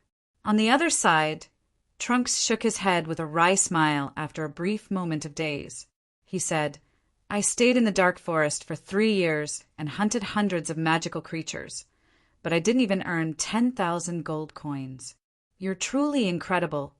Help me convert these things into gold coins, and then give 30,000 gold coins to Trunks as the initial investment for establishing the mercenary band. I'll leave the rest with you. Help me purchase the materials I need. Han Shua smiled faintly and said to Phoebe. Before Han Shua and Phoebe had confirmed their relationship, Han Shua had already placed a great deal of trust in her. Now that the two of them had been intimate with each other, he naturally had even less scruples. Phoebe also felt that Han Shua's trust was a matter of course. She nodded her head in agreement and smiled lightly. "Don't worry, I'll help you take care of everything. The Valley of Sunshine is the best place to do business. I'll help you convert these things into gold coins in the next 2 days." Emily was obviously a bit jealous when she saw that Han Shua had entrusted this enormous fortune to Phoebe without reservation. However, she also knew that as the owner of the Buzzed Merchant Guild, Phoebe was the most suitable person to do this sort of thing. So she didn't say much. Where did you get this bow from?" Just as Phoebe was putting these items away into her space ring, Trunks suddenly walked over with a face full of astonishment. He picked up a bow with an odd pattern on it and asked Han Shua. Han Shua suddenly remembered that this bow had come from a dark elf. A dark elf had once used up all of his life force to draw an arrow with this bow, causing heavy damage to Dark Dragon Gilbert. Afterwards, when Han Shua had obtained this bow, he hadn't discovered anything after studying it for a while. Add to that the fact that Han Shua wasn't willing to use his life to draw an arrow. He'd thrown it into his space ring and hadn't asked about it. "I obtained it from a dark elf family in the underground world. This bow is quite odd. It seems to be able to absorb a person's life force to shoot a terrifying arrow." Han Shua explained. "My gosh, this should be the bow that was cursed by Rose. Legend has it that the dark elves worshipped the evil goddess Rose and cursed this bow. It can absorb the user's life force and shoot a frighteningly powerful shot. Only perverted Avengers would use it without regard for their own life and death." Emily cried out in surprise. It looked like she'd heard of the legend of this bow. "Correct, it's this bow. However, I've heard that before this bow was cursed, it was a wondrous treasure that could amplify thunder magic. If a thunder mage took this bow and used it, they would be able to shoot an astonishing amount of lightning. It's extremely powerful." Trunks grabbed the bow and said to Han Shua, "Keep it. Maybe someone will be able to remove the curse in the future. If the curse is removed, then this bow will definitely be a treasure that thunder mages will fight over." Emily thought for a moment and said to Han Shua, "Even if this bow that could absorb life force was taken out to be sold, there probably wouldn't be many people who would dare buy it. As a demonic cultivator, as his strength increased, Han Shua could use his magical yuan to forge magical weapons with a matrix. Perhaps there would be a way to remove the curse on it in the future." Therefore, under Emily's persuasion, Han Shua nodded and put the bow away. He said, "That's a good idea. Perhaps we can use the altar to communicate with the evil god and remove the curse. We can try it in the future." After obtaining Clarendon's memories, Han Shua understood a few ways to communicate with the evil god. In principle, as long as you could provide the evil god with enough sacrifices, you would receive the evil god's corresponding favor. This was actually another form of business. After a while, all of the glowing jewels in the hall had been stored away by Phoebe into her space ring. Han Shua then thought for a moment and took out another batch of dwarf-forged weapons, handing a heavy battle axe to Trunks. Han Shua said with a smile, "What do you think of the quality?" Trunks' eyes had already lit up when Han Shua had taken out these weapons, and he picked up the battle axe without a trace of politeness. The sharp surface of the battle axe was as bright as a mirror, and when Trunks shook it in his hand, the whistling sound of the wind actually came from the axe. As the battle axe swayed in his hand, there was a chilling, killing intent to it. "Good stuff. Where did you get it?" Trunks was overjoyed as he looked at Han Shua. These weapons were all forged by the dwarves. Perhaps there are some things inside that will be suitable for our companions. Han Shua smiled faintly and responded, "Haha, I'm sure they'll like it. The dwarves are famed for their skill in forging weapons on the continent. When you took out these weapons just now, I knew they weren't ordinary items." Trunks didn't stand on ceremony and readily stored all of these weapons into his space ring. He was silent for a moment afterwards and looked casually at Han Shua, saying with a smile, "Captain, everything is ready now. We're just waiting for you to pick a resounding name."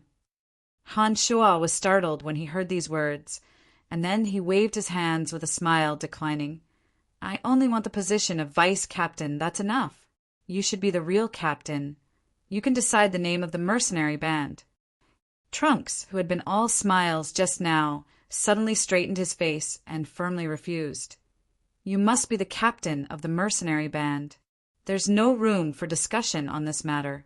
If you refuse, then I'd rather refuse your good intentions, and everything I've said before will be null and void. Emily and Phoebe had actually long since wanted to ask just who the master of the mercenary band was. However, it didn't seem very good to ask this out loud, so they held it back and decided to take some time to discuss it with Han Shua. To the two girls, if they were to put in any effort for the mercenary band, it would only be if it was Han Shua's.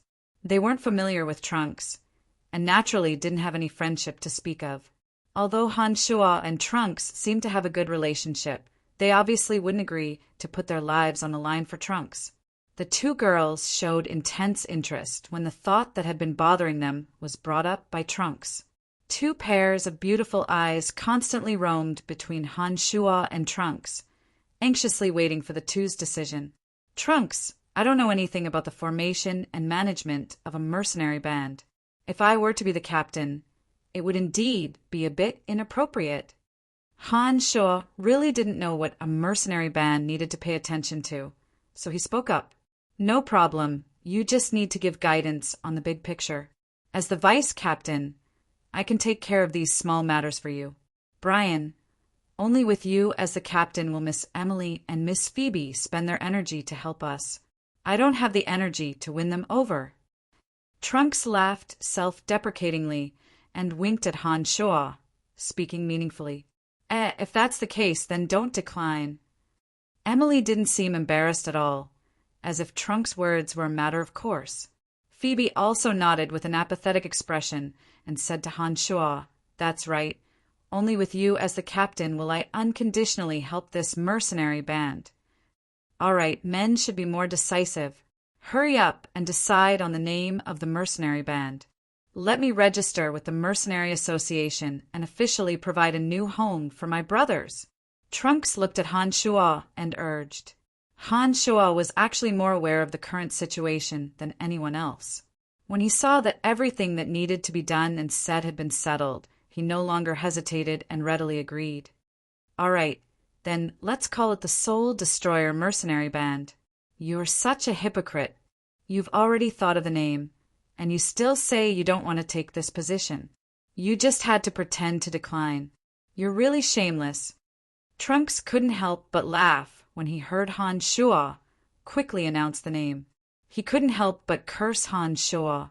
Emily and Phoebe also looked at Han Shua with astonishment, as if they hadn't expected that Han Shua would think of a name so quickly.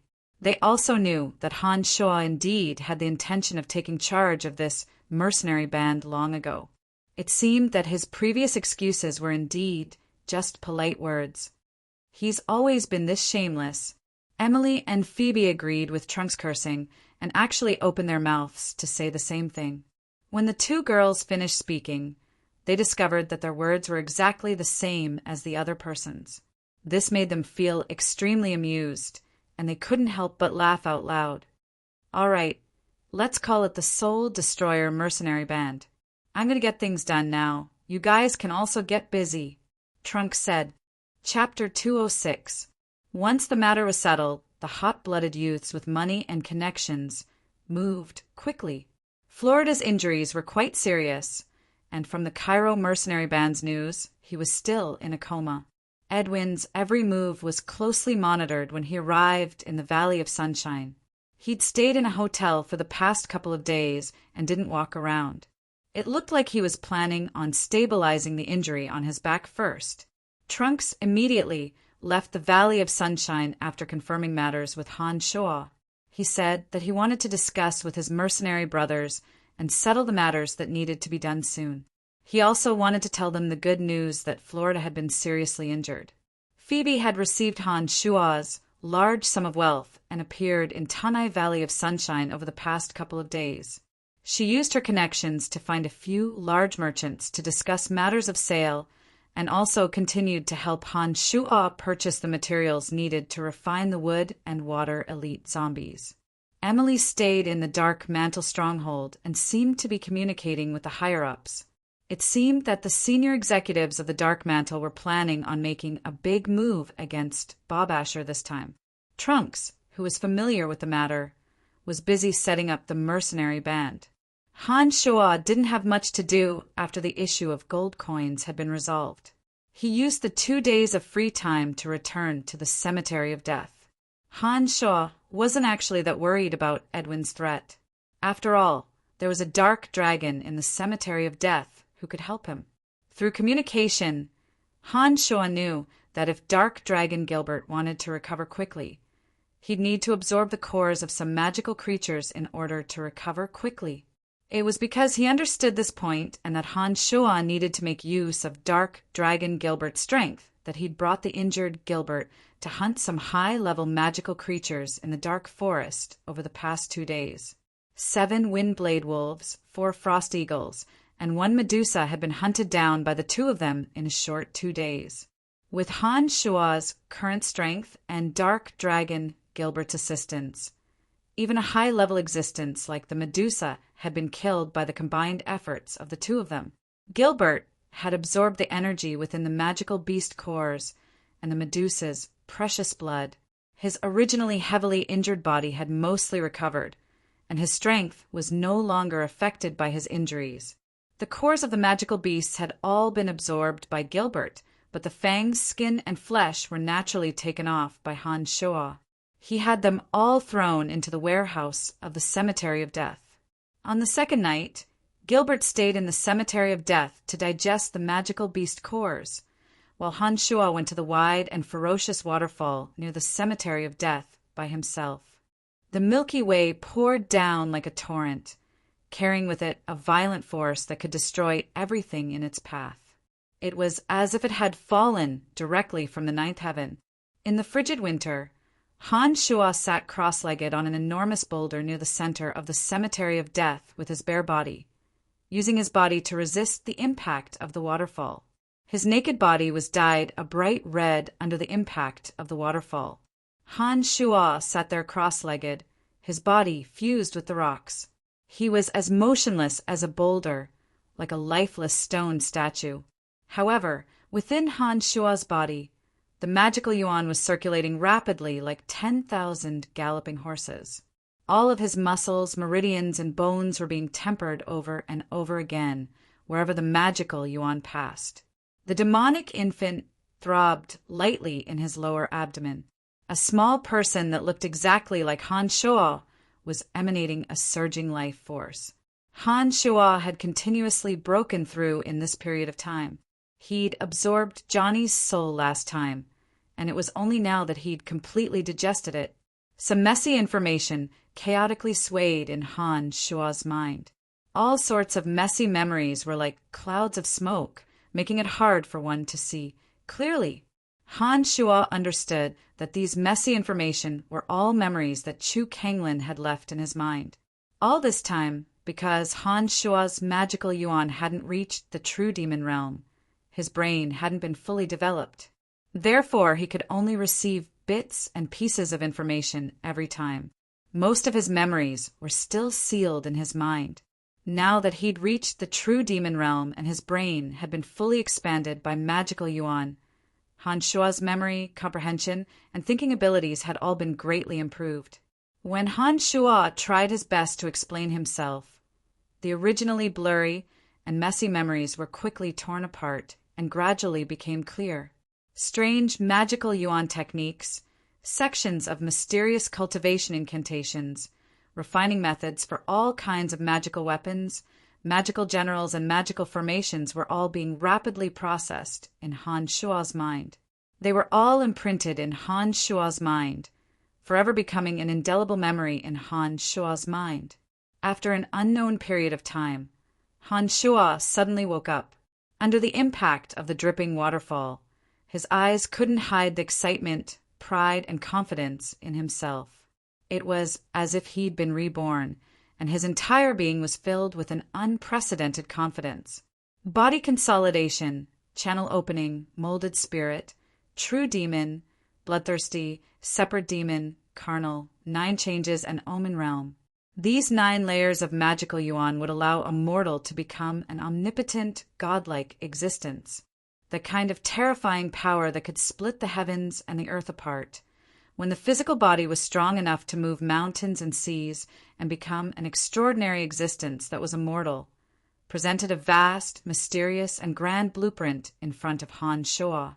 Now that this blueprint had been unlocked, Han Shuo was like a paintbrush that could draw out his vast and limitless future according to the path in his heart. The power to reconstruct the physical body, fly in the sky, become immortal, surpass the cycle of reincarnation, and destroy the heavens and the earth really did exist. With a thought, the pores of all the muscles in his body expelled waves of murky gray air from his body. The murky air was the impurities of Johnny's soul. After Han Shuo's demon infant had absorbed the origin of the soul, it remained in his body. With a slight sway of his body, Han Shuo's boulder-like body suddenly flew through the air and landed steadily on a large tree. He put on a dark green warrior's robe and flew straight towards the cemetery of death. Master, you seem to be a bit different than usual. Gilbert looked at Han Shuo in surprise as soon as he entered the cemetery of death and couldn't help but exclaim, "Oh, what's different?" Han Shuo looked at Gilbert and smiled faintly. Shaking his head, Gilbert said, "I can't describe it. His eyes seem to be a bit more mysterious, and his aura is a bit different. He seems to have become more confident, as if he has the confidence of victory in his grasp after grasping the situation." Han Shuo understood that after obtaining all of Chu Tsangming's memories, he now knew many of the demonic arts like the back of his hand. Even if he didn't rely on Gilbert now, Han Shuo still had a way to deal with Edwin. It was just that it would be a bit more troublesome because he wasn't strong enough. "Since your injuries have healed, let's leave this place together." "That's great. Are you going to take me to do some sneaky things again this time?" "Don't waste my breath. Do what I tell you to do." "Master, after you left today, I seem to have seen the soil in that area loosen for a bit." Gilbert first complained in an aggrieved manner and then suddenly remembered something. He pointed at the place of extreme earth where the Earth Elite zombie had been refined and said to Han Shuo. Han Shuo started and turned his head to look at that area. He suddenly discovered that the center had indeed sunken. The Earth Yuan Qi that had been lingering there had completely disappeared without a trace. Overjoyed, Han Shuo laughed heartily and said, "Very good. It looks like he's already absorbed all of the Earth Qi. He'll be able to break out of the ground in a few more days." "Humph, it's just a zombie. What's so great about it?" Gilbert cast a disdainful glance at the area and said unhappily. However, as soon as Gilbert finished speaking, the place where he was standing suddenly collapsed. After a wave of earth quaking and mountains shaking, an enormous gully appeared out of thin air and forcibly clamped down on Gilbert, who was caught off guard. The ruptured gully seemed to be alive as it continued to clamp down. Gilbert's body was flattened and he cursed loudly. All right, let him go." Han Shuo could feel the Earth Elite zombies' discontent buried deep in the ground and knew that it must have been the Earth Elite zombies' doing. He opened his mouth to command. As Han Shuo's voice sounded, the gully that had been continuously shrinking suddenly parted like a door. Unable to move, Gilbert discovered that all of this earthquake and the collapse of the ground was caused by the Earth Elite zombie below. He couldn't help but have a face of shock and hastily crawled out when the gully loosened. He took form here, cultivated here, and absorbed the Earth origin energy. This place is his territory. As long as he is here, he can display several times his original strength. The earth will shake, the ground will shatter, or he can form a cage from the earth to trap you. He can even form an earth dragon to attack you. It's a piece of cake for him. Remember, don't go against him in his territory in the future. Buried deep underground, he's an invincible existence in this area. If he left this place, he might not be able to control everything as he pleases. But here, any piece of land can be transformed into his weapon. Han Shuo explained faintly as he looked at Gilbert, crawling out of the ravine with a supercilious smile.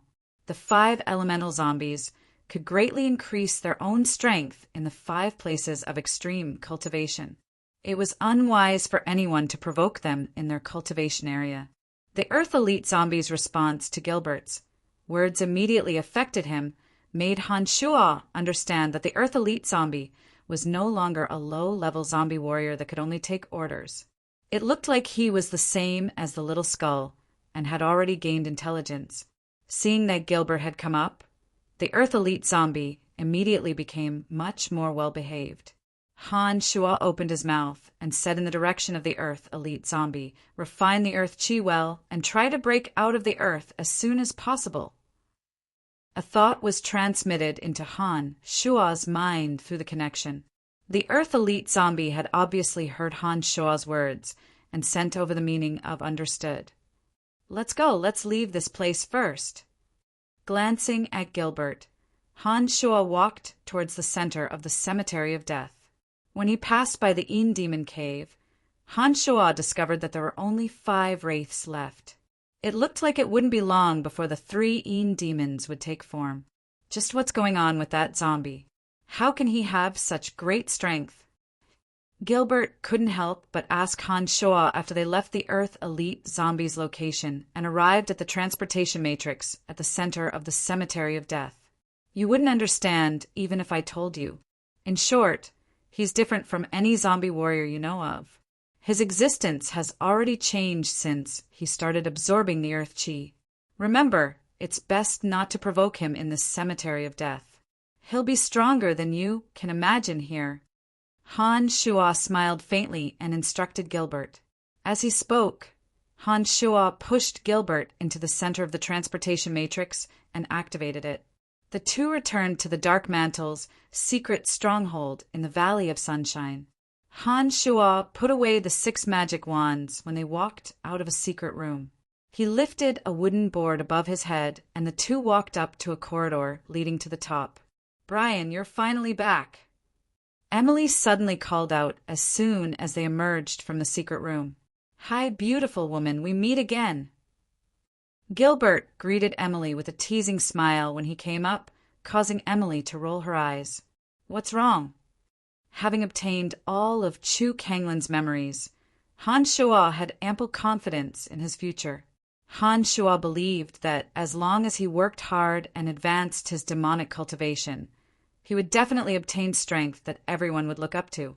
It was precisely because of this that Han Shuo didn't pay too much attention to the current difficulties and setbacks. He asked Emily casually, "Florida has woken up. The Cairo mercenary band has just sent news that Florida has called for a meeting as soon as he's awakened. They're planning on making a move against us at all costs and want us to be careful. Also, Edwin and Belinda seem to have made a trip to the Cairo mercenary band in the past 2 days. We received this information ourselves, and the Cairo mercenary band didn't tell us." Emily responded quickly, nodding to indicate that he understood. Han Shuo frowned slightly and thought for a moment, saying with a smile, "We'll deal with the situation as it comes. If Florida dares come to his death, I'll make sure he'll have to bear the consequences. Don't worry about Edwin for now. I think that no matter how stupid Loriton is, he wouldn't make things difficult for us at this time. We're also the bargaining chips he's using right now. If he wants to deal with us, he'll definitely choose to do so after Florida's death.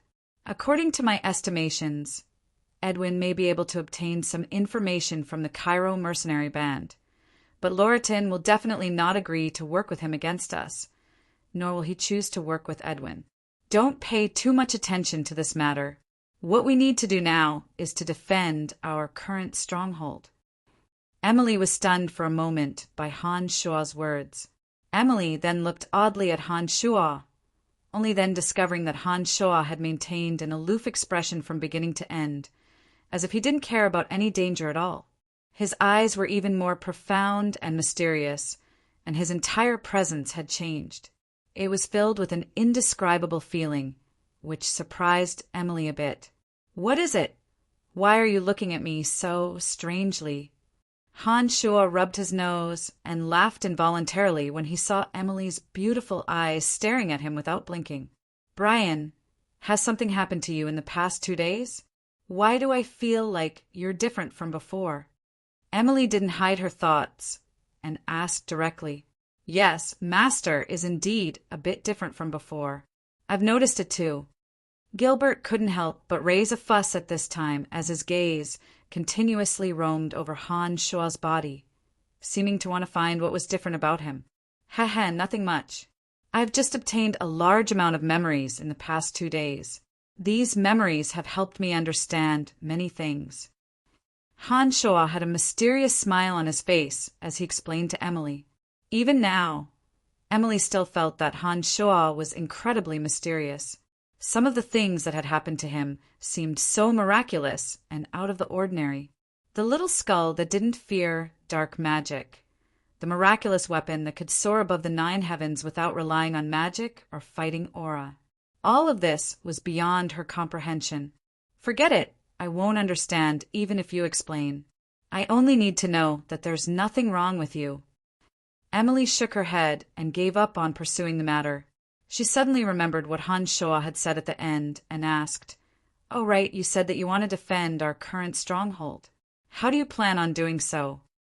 With a mysterious smile on his face, Han Shua mused for a moment and spat out 2 words that were completely foreign to Emily. "Set up the Matrix." Chapter 207. Using some special materials and following the mysterious rules of heaven and earth to set up a formation that could seize the fortune of heaven and earth was a secret technique that all demonic cultivators should grasp. After digesting all of Chu Kanglin's memories, Han Shua was no longer a passive person who would wait helplessly for death. Even if his current cultivation wasn't high enough, Han Shua could still take the initiative by using some demonic formations.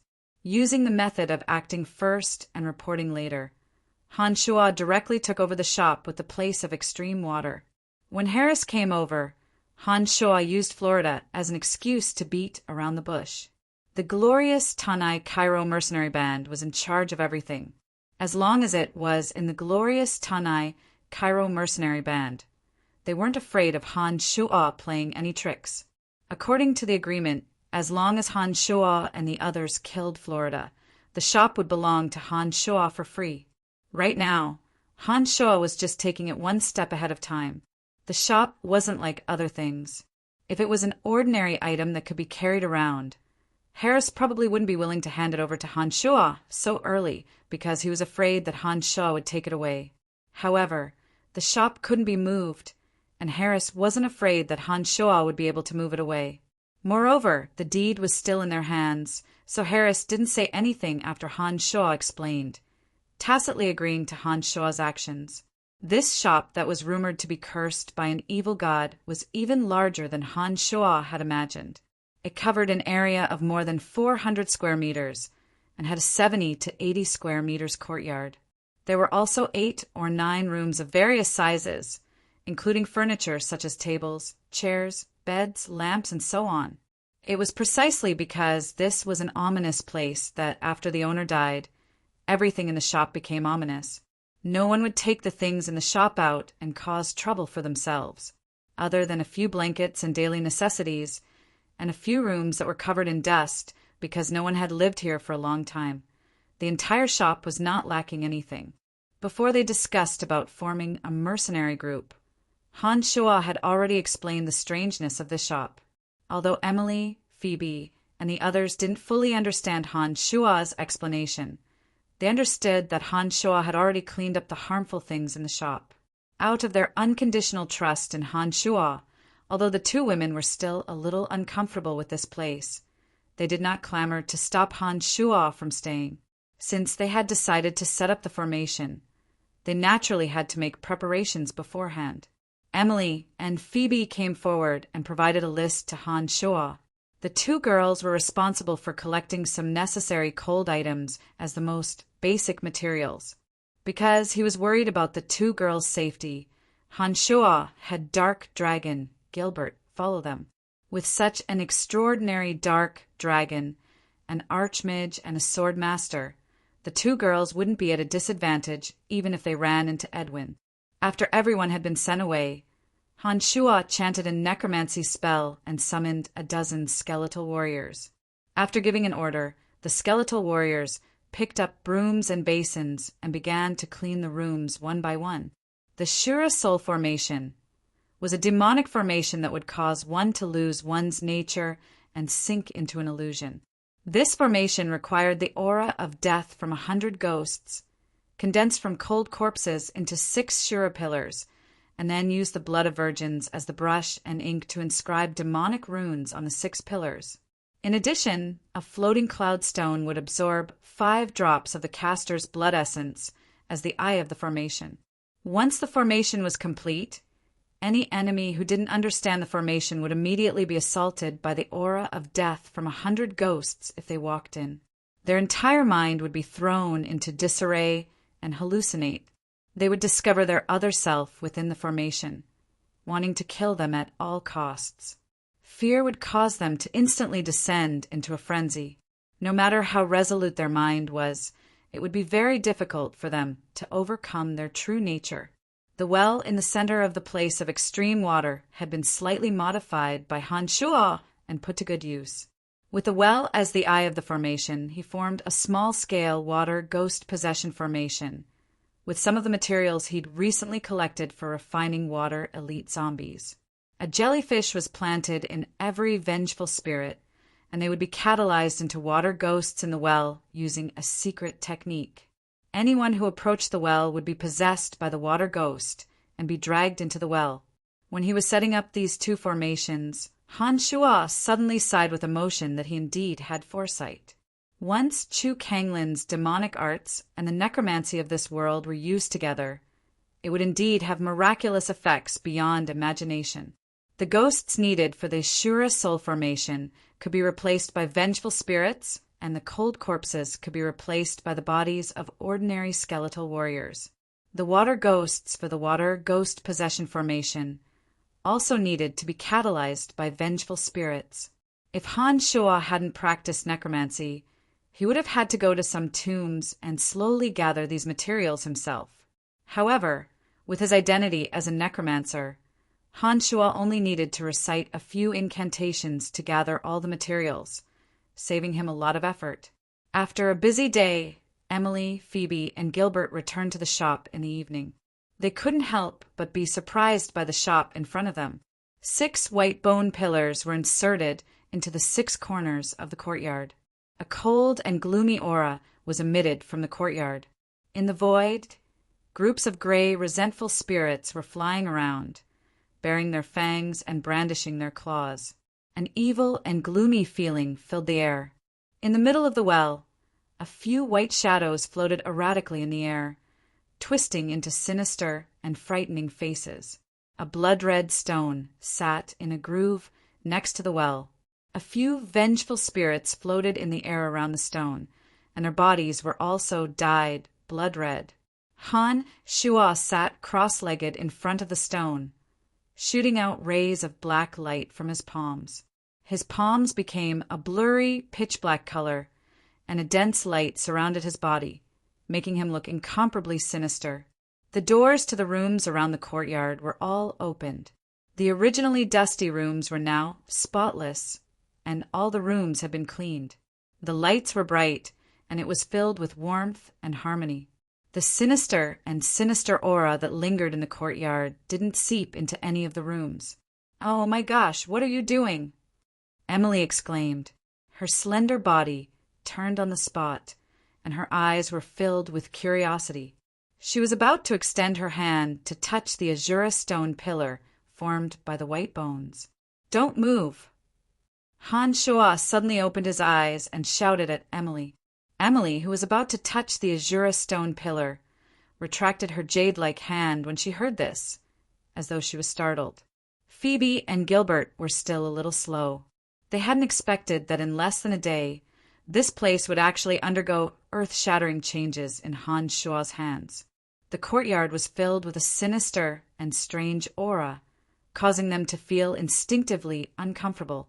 They had never seen some of the strange things and decorations, and they didn't know what they were used for. Their minds were filled with questions. With a faint smile, Han Shuo stood up from his cross-legged position and dripped a bewitching drop of blood from his right hand onto the stone in front of him. The courtyard, which was already filled with sinister gusts of wind, became even more sinister after this drop of blood was dripped into it. Vengeful spirits howled and danced in the air. A sinister and cold aura of death was incomparably dense, causing one's heart to tremble. "Did you get what I asked you to buy?" Han Shuo asked with a faint smile. "You should ask him. The most important things were all collected by him." Phoebe's face was flushed red as she pointed at Gilbert. "Evil master, why would you think of collecting the blood of virgins? You're too shameless and filthy." Gilbert cried out and looked at Han Shuo with a face full of disdain, appearing quite excited. "Cut the crap. Did you get what you wanted?" Han Shuo glared angrily at Gilbert. "Haha, I got it. There's nothing that can't be done with gold coins. I only spent 50 gold coins to walk around a few alleys in the Valley of Sunshine and got what you wanted from the owner," Gilbert said as he took out a palm-sized bottle and handed it to Han Shuo. Emily and Phoebe both snorted coldly when they saw him take out the bottle of virginine blood, turning their heads and walking towards the rooms in the courtyard. "What did I do? I didn't do it willingly. It was all Master's orders." "Do you think I did it willingly? Those stinky women in the alleys all looked at me as if I was a pervert with a special hobby. If I hadn't taken out the gold coins, I'm afraid I would have drowned in their spittle."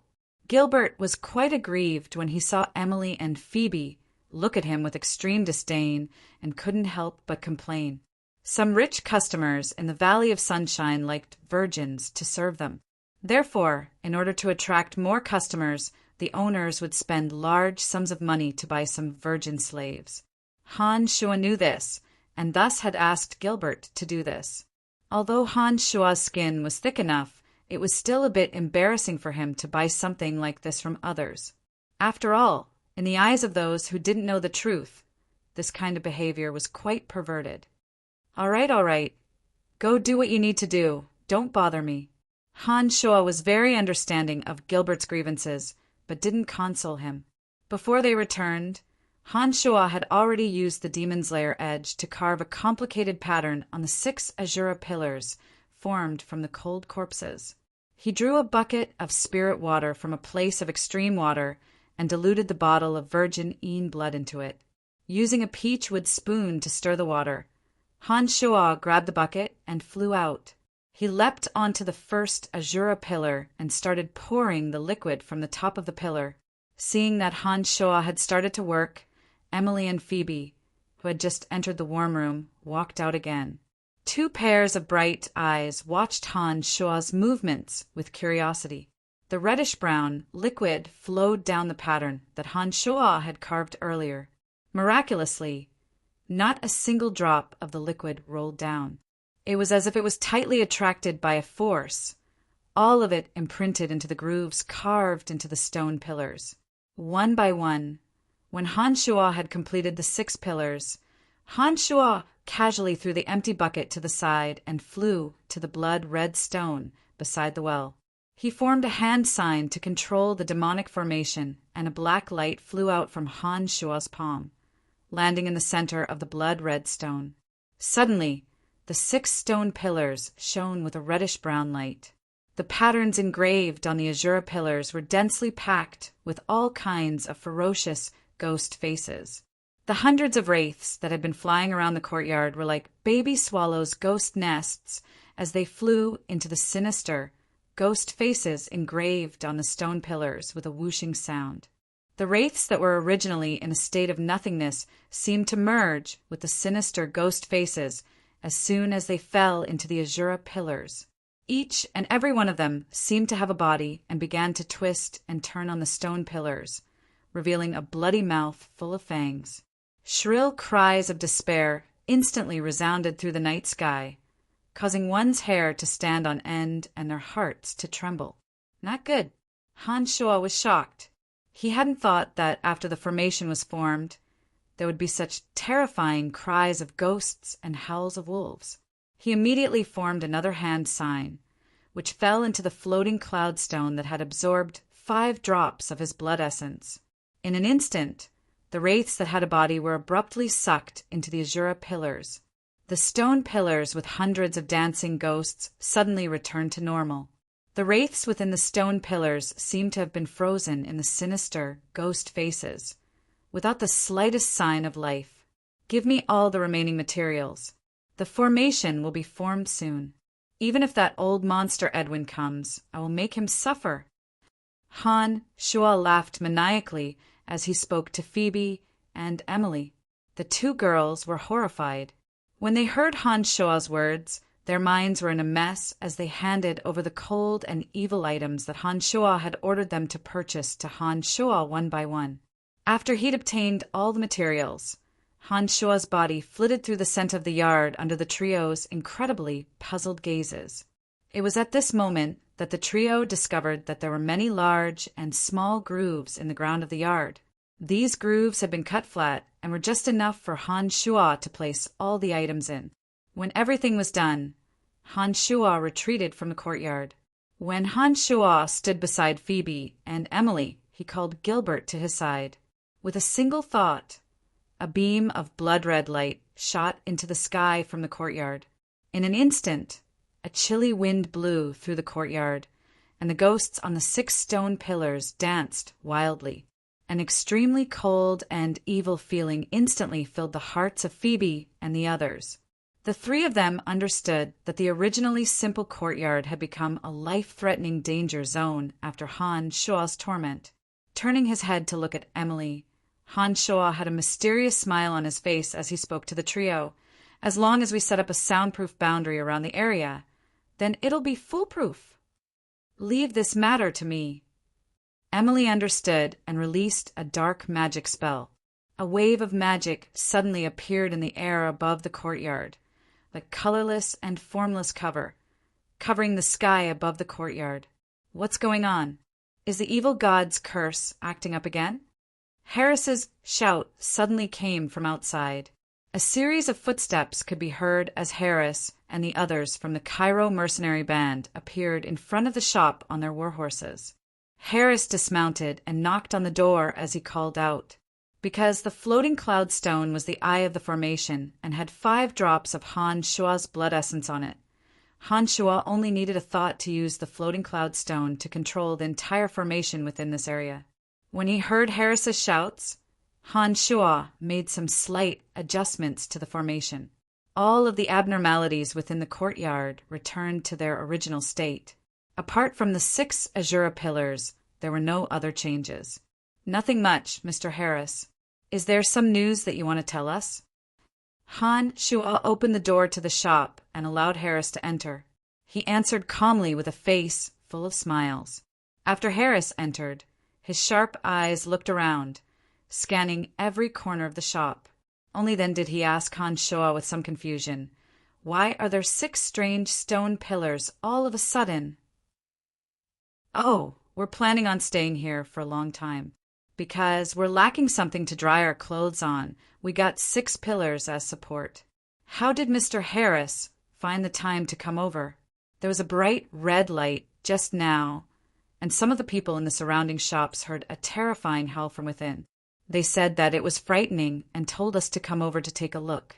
I was worried that something would happen to you, so I came over to take a look." Laughing lightly, Han Shua said jokingly, "Those people are always so ignorant. We were just practicing magic just now. With the few of us here, even if the curse came true, we wouldn't be afraid. Don't worry. Is this pervert who collects the Een blood of virgins also your friend?" Harris nodded and didn't say much. He was about to leave when he suddenly discovered Gilbert and couldn't help but ask Han Shua. I guess so." Han Shua was a bit embarrassed and turned to glare at Gilbert, who was about to explode, to indicate for him to shut up. He then explained to Harris, "Why do you have a friend like this? He's so disgusting." Harris looked at Gilbert with extreme disdain and didn't want to stay here any longer. He hurriedly left with the others, as if he was trying to hide. God damn it, it's all Master's orders. What does it have to do with me? After Harris left, Gilbert finally couldn't take it anymore and roared angrily, seething with anger. Chapter 208. After Han Shua's torment, the shop had truly become a place of great danger. Without Han Shua's guidance, anyone who tried to enter would be attacked by the demonic formation. Those with insufficient willpower would lose their minds and seek their own deaths. After the shop had been completely remodeled, Phoebe, Emily, and Gilbert all took up residence. The three of them were on tenterhooks the entire night when they saw the strangeness of the yard, deathly afraid that something would happen to them while they slept soundly. The night passed peacefully, and Trunks returned at noon the next day after having been gone for a few days. As soon as Trunks entered the Valley of Sunshine, he learned from Harris of the Cairo mercenary band that Han Shua's group had moved to the cursed shop. When Trunks arrived, he found that there were suddenly 6 white stone pillars in the yard. He was quite flabbergasted and didn't know what was going on. When I came over, I heard from Harris that something strange happened here last night. Did you guys run into something? Trunks asked when he sat down in the living room of the shop. Smiling faintly, Han Shua explained, "We did indeed run into something, but it wasn't some evil god's curse. I created it myself. You don't need to worry about anything. There are quite a few rooms here. I've already reserved one for you. Forget it. It's safer for me to change places. I've seen many owners of this shop die mysteriously in Tanai of Sunshine a few years ago. Although you said that the danger has been resolved, I'm still a bit worried." Trunks was obviously traumatized and immediately waved his hands with a wry smile. "Who is this kid? He dares not believe in Master." Dark Dragon Gilbert was in a bad mood after being called a perverted pervert. He couldn't help but yell when he heard Trunks waffle and refused to stay. "And who are you?" Trunks started and suddenly looked at Gilbert. The manticore that Trunks had been riding had already displayed abnormalities when he'd entered. The originally fearless manticore was instinctively on guard against Gilbert. It tried not to get too close to Gilbert. As a magical beast with intelligence, the manticore could naturally sense the powerful presence of the super-rank dark dragon. Even though Gilbert had transformed into his human form, the manticore still did not dare to approach Gilbert. This was a fear brought about by the difference in rank. As the manticore's master, Gilbert had been with the manticore for a few years and was very familiar with its temperament. Seeing that the manticore was behaving so strangely, Gilbert, who had noticed it from the start, couldn't help but ask, "I am the mighty Black Dragon clan, the future most outstanding king, Gilbert." Gilbert had an arrogant look on his face as he shouted in a booming voice, "Just like your manticore. He's my magical pet, a lecherous little dark dragon." Han Shua flicked a glance at Gilbert and explained to Trunks. Trunks was very shocked when he heard that Gilbert was a dark dragon. He then couldn't help but sigh. "You're really something. I thought taming a manticore was already something to be proud of, but you actually have a dark dragon. It looks like you're a bit stronger than me." "It's not my fault. I just happened to pick up a bargain. It was this dark dragon who shamelessly pestered me." Han Shua shrugged and said modestly. He then paused and changed his tone, asking Trunks, "Right, you didn't run into any danger when you left the valley this time, did you? How did things go?" Trunks' face grew serious when he saw that Han Shua was talking about serious matters. He said, lowly, "Don't worry, I'm more familiar with the geography of the Valley of Sunshine than Laurelton and Florida. It won't be easy for anyone to harm me in the Valley of Sunshine. I've met with some of my old friends, and they've expressed great interest in forming a mercenary band. I've already arranged for people to apply for the title of Soul Destroyer. We'll be able to officially have our own title before long." Nodding, Han Shua said, "That's good. This will be our base of operations now. With Florida's power, he'll surely be able to find our current location. We don't need to be in a hurry. We just need to wait for him to attack us." With the existence of the magical formation, Han Shuo wanted to test it out on Florida's men. He wanted to see if the magical formation was as wondrous as Chu Kanglin's memories had described. Unexpectedly, neither Florida's men nor Edwin came looking for trouble after another 2 days. Han Shuo's group stayed here for the past 2 days, only wandering around the busy merchant streets for a bit during the day. All the materials needed to refine the wood elite zombie had finally been gathered. Phoebe used these days to discuss a few deals with a few merchants, exchanging 2/3 of the jewels and crystals that Han Shuo had given her for 40,000 gold coins. These 40,000 gold coins were handed over to Trunks with great trust by Han Shuo, allowing him to use them reasonably to form the Soul Destroyer mercenary band. Han Shuo silently practiced his magical arts in his room, not taking a single step out of the shop in the past 2 days. After a low incantation, the courtyard that was illuminated by the sun was suddenly covered by dark green clouds, plunging the entire courtyard into darkness. The sinister, greenish-black clouds engulfed the entire radiance of the sun. A strong, deathly aura spread rapidly, filling the courtyard in an instant. The vengeful spirits sealed in the stone pillars sensed this wonderful aura and seemed to be eager to make a move. The canopy of necromancy spell could cause the aura of death to spread out. Dark creatures within the range of the canopy of necromancy would greatly increase their attack power. Once an enemy fell within the range of the canopy of necromancy, their fighting strength would be weakened by the spell. Not only had Han Shuo grasped all of the spells that adept mages should be able to grasp now, but he could also skillfully use them. If he returned to the Babylon Academy of Magic and Force with his current strength, Han Shuo was confident that he could easily advance to Adept Mage. According to his agreement with Fanny, as long as Han Shuo advanced to Adept Mage, he would have the right to interact with her.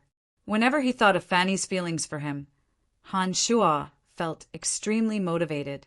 Although he now possessed the hearts of 2 beauties, Emily and Phoebe, his feelings for Fanny were irreplaceable by the 2 women.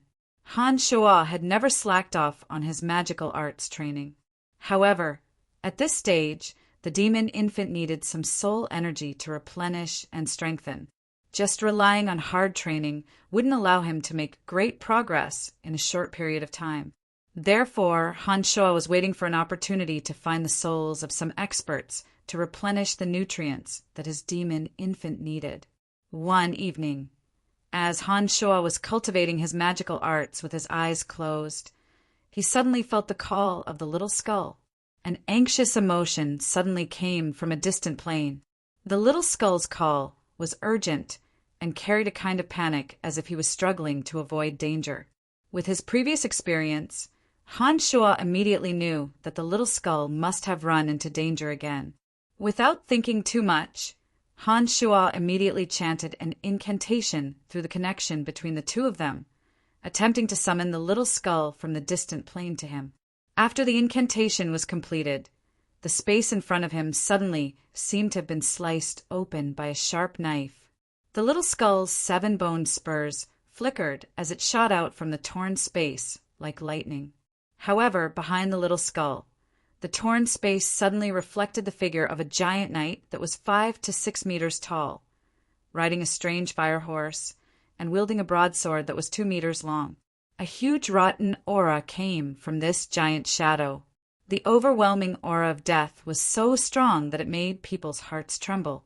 This dark creature from another world was restricted by the laws of space, and it could only reveal a huge shadow. Then, when the little skull landed in front of Han Shuo, the torn space suddenly returned to normal, and the huge aura disappeared without a trace. The astonished little skull held his bone knife in his left hand and the eye patch in his right hand. After losing the eye patch in his left eye, the purple demon eye that the little skull obtained from the Dadera demon statue blinked and shone with a purple light as he stared blankly at Han Shuo. Suddenly, a huge force burst out from the purple demon eye in the left eye of the little skull. This force instantly burst out, and with the purple demon eye as the center, it tried to invade the bodies of the little skull and Han Shuo intending to take control of the bodies of the little skull and Han Shoa. Just like the situation in the holy land of Forest Troll, this force came from the purple demon eye. It was filled with a violent desire to plunder everything, and it would suddenly attack after the eye patch was taken off, as if the demon Dadera demon had really left a part of her divine sense in the purple demon eye. Put on the eye patch, hurry up! Han Shua's entire body trembled from the pain, as if several sharp knives were violently stirring in his mind. He suddenly yelled out, his body trembling with pain. The little skull was also suffering. He fell to the ground and kept rolling. After receiving the order from Han Shua, he finally put on the eye patch with trembling hands. Miraculously, the force that invaded the bodies of the two disappeared without a trace as the eye patch was put on. However, just as Han Shua heaved a sigh of relief and turned to look at the little skeleton, he saw purple light shoot out of the little skeleton's left eye. The eye patch that he'd been using to cover his purple demon eye seemed to be incinerated by a raging fire, turning into sparks and disappearing in the wind. Chapter 209. After the eye patch that sealed the purple demon eye was incinerated into ashes, the purple demon eye embedded in the little skull's left eye socket once again emitted a blinding purple light. In an instant, the heart-wrenching pain once again invaded Han Shua and the little skull's bodies. The unforgettable pain caused both Han Shua and the little skull to tremble uncontrollably. In the room, Han Shua couldn't help but let out a low growl. The little skull's white mouth was also smacking its lips.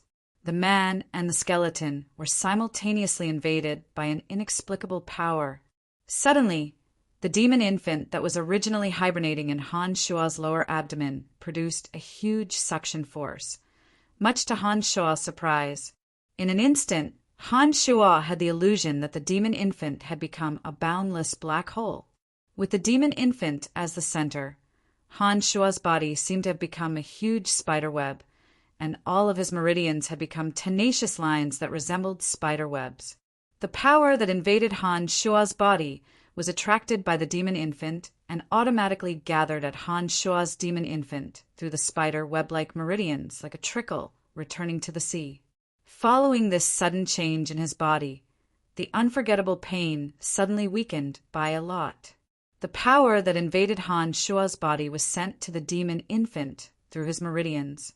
Just like how Johnny's soul energy was digested and absorbed, it furiously nourished the demon infant's growth. After the pain in his body gradually came under control, Han Shua saw that the little skull was still rolling on the ground. With a thought, Han Shua suddenly struggled to come to the little skull's side. He opened his left hand and aimed his palm at the left eye socket of the little skull where the purple demon eye was stored. He took the initiative to release the demonic art of assimilation. His left hand suddenly shone with a dense demonic light. Rays of faint purple light flowed from Han Shua's arm into Han Shua's body. Just like the power in Han Shua's body, it was sent to the demon infant through his meridians. At this time, Han Shua was sure that the power from the purple demon eye was also soul energy. It seemed to have a close relationship with the protector of the forest troll, the demon Dadera. Perhaps it really was a wisp of soul energy left behind by the demon Dadera in this plane. Compared to Johnny's soul energy, the soul energy that came from the purple demon eye was much larger and purer. It was filled with a violent and plundering aura and wasn't rejected by the demon infant at all. Once it fell into the demon infant would frantically circulate it and slowly convert and purify the enormous power. Looking inside the demon infant, Han Shua could see that the demon infant was like a sun burning with black demonic fire, bursting with blazing demonic light. Han Shua's body also shone brightly at this time. Waves of violent, chaotic, evil demonic energy curled around Han Shua's body. From afar, it looked like Han Shua suddenly had countless black arms dancing around his body. After an unknown amount of time, Han Shua suddenly let go. There was a crisp crack, and the purple demon eye in the little skull's left eye socket seemed to have shattered. The purple demon eye suddenly became dim, and a cloud of dense purple smoke overflowed from his left eye socket. The demon infant was still circulating frantically. The soul energy that it had just obtained from the purple demon eye was much stronger than what it had obtained from Johnny a few days ago. When Han Shuo sensed that all the power had been absorbed by the demon infant, he gave an order to the little skull to protect himself. He sat cross-legged and entered a state of bitter cultivation and digestion. The power of the purple demon eye was completely absorbed by Han Shuo's demon infant. The little skull, who was in excruciating pain like Han Shuo, sat on the ground in a daze for a long time. After the strange power of the purple demon eye disappeared, it was embedded in the little skull's left eye socket. As it rolled around, it gave the little skull a more lively look. What's going on? When Emily and Gilbert sensed the black, demonic aura bursting out from Han Shuo's room, they couldn't help but come to investigate. When the little skull, who was sitting on the ground, heard the noise outside, it straightened its legs and stood up. The purple demon eye blinked a few times, and it walked to the door to open it. When Emily and Gilbert saw the door open, and a short, pure white little skull suddenly appeared in front of them. The little skull had a purple eyeball in its left eye socket, and it was rolling around. They were shocked and couldn't help but take a few steps back. It pointed at Han Shuo with its left hand. The little skull's left eye rolled around, and it looked at Emily and Gilbert. It put its hand on its mouth and made a shushing gesture, which meant he needs silence. Don't disturb him. Emily and Gilbert stared at the little skull that was asking them to keep quiet. For a moment, they felt that the scene in front of them was too challenging. A dark creature making such a humanoid gesture in front of them, especially with its left eye socket and its eyeball moving around. All of this was so unimaginable. It was a good thing that this wasn't Emily's first day knowing Han Shuo. When she had first fought with Han Shuo, she had already suffered at the hands of this little skull. Therefore, when she carefully looked at the little skull and discovered the 7 bone spurs on its back, she immediately understood that although the color of the bones had changed, this little skull was still the mysterious little skull that was immune to most dark magic, the one that had chased her for days and left her helpless. I think your master must have made some miraculous progress again. Let's not disturb him. Taking a deep breath, Emily shook her head at Gilbert, indicating for Gilbert to retreat with her. Last time in the Cemetery of Death, the Earth Elite Zombie's sudden outburst had already made Gilbert realize that the dark creatures his master had summoned were absolutely different from the ones he knew. A zombie could form an enormous ravine in the ground and attack him because of a single sentence. Then, this little skull, with humanoid gestures, wasn't that hard to understand. I think it'll be very interesting in the future to follow a master like this. Gilbert looked at the little skeleton with great curiosity and waved goodbye. He closed the door and said to Emily, "It's fine, but it's fine." "I think so too, but you need to continuously improve yourself. Otherwise, you might discover one day that you can't even beat a dark creature your master has summoned." Emily had heard from Han Shuo that the dark creatures he'd refined had limitless potential to evolve on their own. She hadn't quite believed it at first, but now that she'd seen the little skull's performance, she was convinced without a doubt. Han Shuo didn't feel anything when Emily and Gilbert entered. The enormous power from the purple demon eye allowed Han Shuo to focus his attention to the extreme, completely unaffected by the various disturbances of the outside world.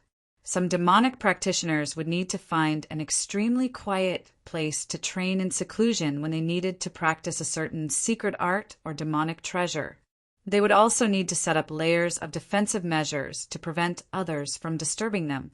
The reason why they were so cautious was because that state was when the demonic practitioner would be least prepared. They couldn't be disturbed in the slightest when refining demonic treasures or practicing demonic arts. Otherwise, it was very likely that they would suffer chi deviation and waste all their previous efforts. Another 2 days and 2 nights passed after Han Shuo's preparations. Han Shuo didn't take a single step out of his room during these 2 days and 2 nights. Phoebe, Emily, and Trunks didn't slack off during these 2 days. They were either busy with the matters of establishing the mercenary band or continuing to discuss business to help Han Shuo sell the jewels and items. On this day, in the middle of the night, a few people were in the shop discussing how to make better use of the gold coins and manage the mercenary group's affairs. Suddenly, a mercenary from the Cairo mercenary group knocked on the door and said that a group of people were on their way. The mercenary from the Cairo mercenary group immediately left after reporting this information. He said that he needed to report this information to the leader or vice leader of the Cairo mercenary group. He told Emily and the others to be careful and that their people would arrive within half an hour. It looks like the Rainbow Sickle mercenary band has arrived. Brian can't be disturbed at the moment, and we don't know when he'll wake up either. This is a bit troublesome, Emily said with a slight frown after the mercenary left. Who cares who they are? If they dare trespass here, we'll make them suffer the consequences. Dark Dragon Gilbert obviously didn't take this matter to heart as he spoke carelessly. It won't be that easy to deal with. Florida's Rainbow Sickle mercenary band is full of experts, and the Church of Light has also sent some experts to him. You may not be able to win even if you transform into your dragon form. Trunk's brow was also deeply furrowed as he spoke lowly. Brian can't be disturbed right now. There's that dark creature protecting him inside, and he shouldn't be able to leave. We must protect him if he's here. As long as we hold them off for a while and wait for the Cairo mercenary band to arrive, then there won't be any problems. Phoebe thought for a moment and responded. The hoofbeats of the war horses resounded in the silent night sky. From the volume of the sound, one could tell that the hooves of the war horses were covered by something soft, like cotton cloth. Be careful, protect Brian's room first. Emily called out lightly and instructed the others. Chapter 210. The enemy had come faster than they had imagined. The clattering of iron hooves had just sounded in the distance when strange noises came from the rooftops. Come, let's leave the room and go into the yard. Trunk's expression was calm as he hefted a long sword and led the way into the yard with the manticore. There was a wide yard in the center of the shop, surrounded by several large and small houses that surrounded the yard. If the enemy came to attack and the power of their attacks directly passed through the walls and into the houses, they would be forced into a passive position if they wanted to leave after adding fire magic to it. In addition, the yard had been meticulously decorated by Han Shuo. Han Shuo had once told them that the 6 pillars contained great danger, but if they stood in a special position next to the pillars, they would instead be unaffected by the formation. The formation hadn't been activated yet, but if the 6 pillars were fiercely attacked, the formation would automatically react even without Han Shuo's orders. We're not familiar with the things in the yard, so don't act rashly unless we have no other choice. But if we really can't withstand it, we'll attack the stone pillars and quickly hide in 6 safe places. Let's gamble. Emily walked into the yard and took out her staff as she spoke to the 3. The canopy of necromancy that Han Shuo had cast last time was no longer effective because it had been 2 days. Specks of starlight were embedded in the night sky like diamonds, adding a few scattered glimmers to the pitch-black night, allowing the people in the yard to roughly make out everything around them. Suddenly, a sharp whistle tore through the air as a small bone dagger, glittering with cold light, abruptly shuttled through the rooftops like a drifting ghost. The sharp whistle of the small bone dagger tore through the silence of the night. The dim light was extremely conspicuous and carried a cold, icy aura of death as it flew in an irregular, mysterious trajectory above the rooftops around the yard. A few soft poochy noises sounded in the dark corners where the little bone blade flew past. In those places where it was difficult to see, a hair-raising scream suddenly sounded. Then 3 pitch-black figures fell to the ground in a sorry manner, falling from the roof to the courtyard with 3 putong noises. When Trunks and the other 2 saw this, they immediately understood what had happened. When they saw the 3 people lying on the ground not far away, they didn't even think about it and went forward to stab them a few times. The three of them staggered as they tried to stand up, but under the two slashes of Trunks and Phoebe, their knees gave way and they fell down forever. With the three dead, Trunks and the other two looked at Han Shuo's room in shock. They saw that a corner of a window in the tightly shut room had been lifted open. The purple demon eye in the left eye of the little skull was spinning and flashing with a strange purple light. It was like a ball of purple willow, the wisp dancing behind the dark window. A white bone claw that was as white as jade leaned against the window, and the 5 white bones swayed continuously. The small bone dagger that was flying on the roof seemed to be controlled by the 5 bones of his hand, spinning in a random pattern. What a terrifying little skull! Trunks couldn't help but shake his head with a wry smile as he sighed. "Look over there," Gilbert suddenly yelled. Following Gilbert's direction, the three saw 3 gray balls of air float out from the heads of the 3 people who had just died. When the 3 gray balls of air left their bodies, they seemed to be drawn by some kind of power and were sucked into 2 stone pillars at the side. If I'm not wrong, those 3 gray balls of air should be the souls of the 3 people who just died. When an ordinary person dies, their soul will return to the earth. Without the use of magic, ordinary people can't see it at all. As a dark archmage, Emily was a bit more knowledgeable in this area than the others. She frowned as she explained to the other 3. "Then why can we see it, and why can the stone pillars absorb the 3 gray balls of air?" Phoebe asked in confusion. Shaking her head with a wry smile, Emily turned her head to look at the room Han Shuo was in and said, "How would I know what's going on? If you want to understand all of this, wait until he wakes up and ask him yourself. This yard is full of oddities anyways, and it's all his doing. I don't think I'd understand even if he explained." She and Emily found it equally difficult to understand the mysteries surrounding Han Shuo. When Emily said this, Phoebe could only shake her head with a wry smile. As the 4 spoke, the small bone dagger continued to whirl about on the roof. The 3 fellows who'd planned on ambushing had been caught off guard before they'd even gotten a clear look at the situation, and died a horrible death in an instant. It was truly an unjust injustice. However, these 3 were only scouts who'd come to investigate. Although they'd died, the enemies behind them hadn't been affected. Trunks and the others knew that the true battle was finally about to begin when the originally silent sounds of iron hooves suddenly died down. Suddenly, the whistling of the small bone dagger became even more intense. When the 4 looked over, the small bone dagger had already left the vicinity of the roof and was slicing through the night sky even further away. In the direction where the little bone dagger flew, 2 faint shadows gradually turned from blurry to clear. In the starry night sky, the 2 shadows were like 2 drifting clouds that were blown over by a light breeze. "It's 2 archmages. We need to be careful." Emily's heart jumped as she warned gravely. A scorching flame suddenly appeared in front of the small bone dagger as soon as Emily's words had sounded. The small bone dagger sparkled even more coldly under the illumination of the flames, and the surface of the bone dagger lit up with a blinding light. Suddenly, a few crossbow bolts tore through the air from below. 5 of the crossbow bolts missed, but only 1 accurately hit the small bone dagger, sending it flying into the distance. With a ding-dong sound, it landed on the street not far away.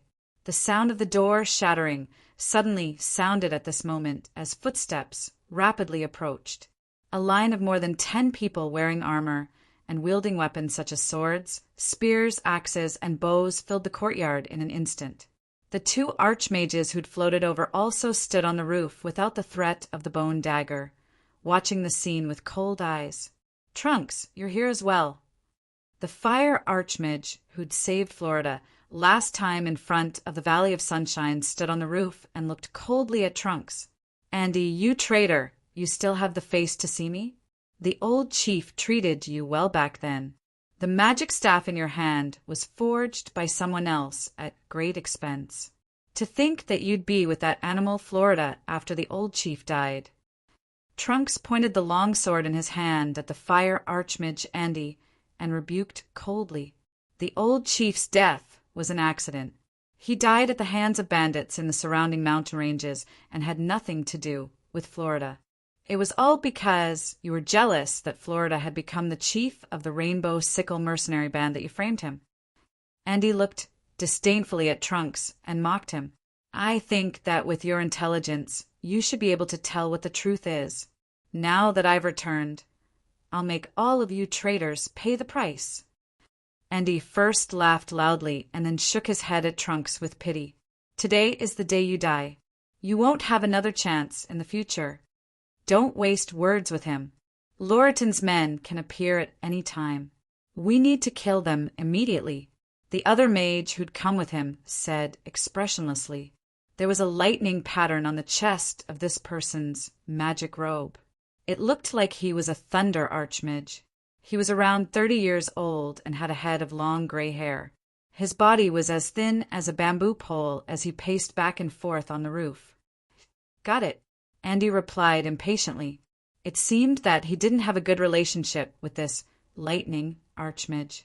He then looked down with a slightly strange gaze and said in a strange tone, "Do it!" There were more than 10 people in the courtyard, all of them made up of swordsmen, knights, and archers. The weakest among them were journeymen, swordsmen, and knights. There was also one person wrapped in a long green robe with a pointed hat up. His appearance couldn't be seen in the darkness, but there was a strong presence coming from his body. When Andy had spoken just now, he'd looked at this person indistinctly. His calm voice didn't sound like an order, but rather like he was seeking the opinion of an elder. The person's body suddenly moved as soon as Andy's words fell. An enormous silver sword light abruptly emanated from his body. The sharp sword light cut through the air as his body rose. The pointed hat on his head flew backwards, revealing a face that even Emily and Phoebe were familiar with. "Gabriel, it's you!" Emily couldn't help but exclaim in shock. Gabriel was Clark's master and had the extraordinary strength of a great swordmaster. He'd always been by Griffin Legion Commander Asher's side. Who would have thought that he'd appear here? Chapter 211. The long sword in Gabriel's hand moved, and a silver sword aura tore through the air, the sharp killing intent chilling to the bone. As Emily cried out in alarm, Trunks and Gilbert had already leapt forward to block Gabriel. Trunks, who was riding on the manticore, had a cold and serious expression on his face as he raised the great sword in his hand, forming a milky white circle of swords in front of him. Gilbert held a dark spear in his hand. Since he didn't practice any martial arts techniques, he purely used the tough body of his dragon race to viciously throw out a spear. The sound of metal clashing rang out as Trunks and the manticore dodged in panic with a muffled groan. Gilbert's spear had been broken into two, and his chest had been cut open by the sword aura, revealing a large piece of dark skin. Great Sword Master Gabriel's expression was cold and sinister, and he was calm and composed after that strike. He wasn't in a hurry to immediately attack, but instead cast his gaze towards the room where Han Shu-ah and Little Skull were. The howl of the bone dagger suddenly sounded at this moment as a small, dark bone dagger suddenly shot out from the direction Gabriel was looking at. The little skeleton's left eye, glowing with purple light, focused on Gabriel as the 5 white bone claws on its left hand waved continuously. Trunks, who was still panting, and Gilbert, who was drenched in cold sweat, were both shocked by Gabriel's terrifying strength. It was just a simple strike, but Trunks had been attacked with the force of an avalanche and could only dodge. As for the powerful Gilbert, because he didn't know how to use martial arts techniques, his spear had been cut in two by the silver fighting aura. If he hadn't dodged in time, his chest would have been injured by the fighting aura. However, just as the two were having a headache over how to deal with Gabriel, Little Skull's assistants arrived just in time. A dark bone blade forced Gabriel to treat it with caution. The spell to control a demonic treasure was a secret technique unique to demonic arts practitioners. Gabriel had obviously been stunned by this miraculous attack, which was why he had given up on pursuing Gilbert and Trunks. and instead focused all his attention on dealing with Little Skull's bone dagger. The silver sword gleam was dazzling, and under the starry sky, it was like fireworks exploding in the night sky. It formed a tight defense around Gabriel. The small bone daggers revolved around Gabriel's body, emitting sharp whistles as they danced around, attempting to deal a fatal blow to Gabriel. "What are you guys standing there looking at? Attack immediately!" Andy suddenly shouted at this time. The group of armored mercenaries who'd been dumbfounded by the little bone dagger's miraculous attacks were finally roused from their stupor by this shout. They either raised their bows and took aim, or raised their swords to circle around Gabriel and charge at Trunks and the others. Andy and the Thunder Archmage on the rooftop saw the swordsmen and knights make their move and didn't remain idle either. They coordinated with these people and started attacking Emily and the others with magic. In an instant, 3 blazing fireballs the size of millstones fell from the roof towards where Emily and the others were standing with violent, raging flames. A few bolts of lightning tore through the sky, accompanied by a crackling sound, and struck that space. Not good. Emily cried out in alarm as she released a dark magic spell that she'd already prepared. It was like a giant, oily green net that appeared above everyone's heads as Emily chanted. As soon as the giant net formed, it first stalled the 3 fireballs. However, the lightning attacks passed through the gaps in the giant net and continued smashing towards them.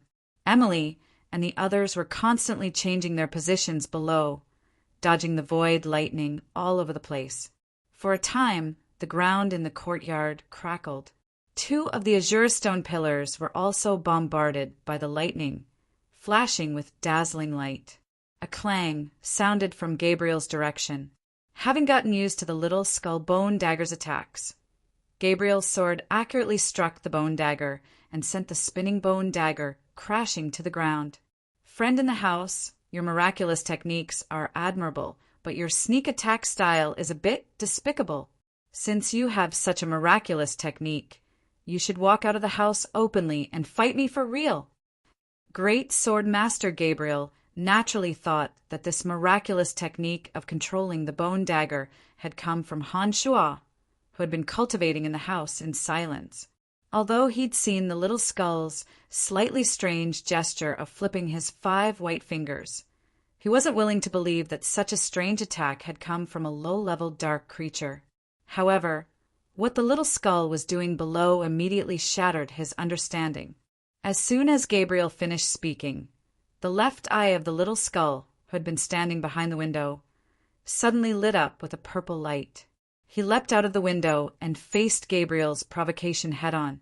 The 5 white bones on his right hand hooked, and the bone dagger on the ground suddenly flew up with a whoosh and landed in his bony claw like lightning. Gabriel couldn't react for a moment. He stared at the Little Skull in disbelief and was momentarily stunned. At this moment, something even more shocking happened. He saw the Little Skull bend his body, and the 7 bone spurs on his back suddenly flew out and shot towards him like 7 bolts of lightning. "Oh my God!" A cry of surprise that only Gabriel could hear came from his mouth. Gabriel then once again became a passive defender. He condensed his silver fighting aura on his long sword and formed a tight defense around him, bitterly resisting the 7 bone spurs' flying attacks. The Little Skull, wielding the bone dagger, danced as he dashed into the attacking mercenaries. The miraculous Little Skull revealed his cruel side.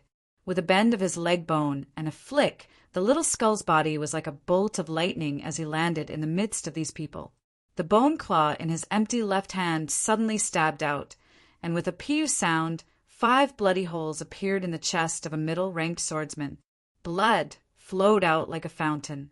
With a swing of the bone dagger in his right hand, the head of a nearby mercenary flew high up from his neck.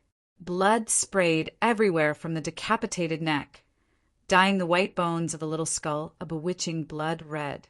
2 arrows whizzed through the air and hit the bones of the Little Skull's back and chest with a dang-dang sound. The 2 arrows fell to the ground with a clatter sound, but there were only 2 white scratch marks on the bones of the Little Skull's chest and back. The 2 arrows didn't seem to have harmed the little skeleton, but the little skeleton was affected as well. His body, which had been moving swiftly, couldn't help but stagger a bit when he was hit by 2 arrows from the front and 1 from the back. A few mercenaries nearby took advantage of this opportunity to greet him with their swords and spears. For a moment, dang dang sounds came from his white bones. This series of attacks seemed to have stunned the little skull. Even the miraculous manipulation of the 7 bone spurs had suddenly stopped. The 7 bone spurs that were originally flying around Gabriel and attacking him spun uncontrollably and hit an azure stone pillar to the side with a ding-dang-dang sound, as if they had triggered some sort of restriction. A cold wind suddenly blew in the courtyard, and a thick aura of death suddenly spread in all directions. The dark sky was covered by the aura of death, and not a single speck of starlight shone down.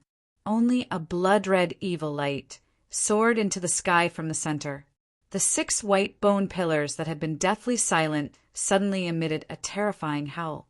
The sharp howl, like the wails of ghosts and the howls of wolves, made one's scalp go numb. It was as if a malicious ghost was lying next to one's ear and licking one's earlobe with its blood-red tongue. Some of the ghostly images on the stone pillars came to life in an instant, each of them baring their fangs and brandishing their claws. The 6 stone pillars seemed to have become 6 evil beasts with thousands of tentacles, constantly waving all kinds of ghostly claws and attacking all living things in the surroundings. "Hurry and hide!" Emily yelled when she saw that the demonic formation in the courtyard had been triggered. The few people who already knew what was going on had already started moving when Emily cried out in alarm. They hurriedly stood in the safe spots that Han Shuo had instructed them to. Footsteps sounded again from outside. Another dozen or so people from the Cairo mercenary band had been standing guard around the shop. They couldn't help but rush in when they saw that they hadn't taken care of the people inside after so long.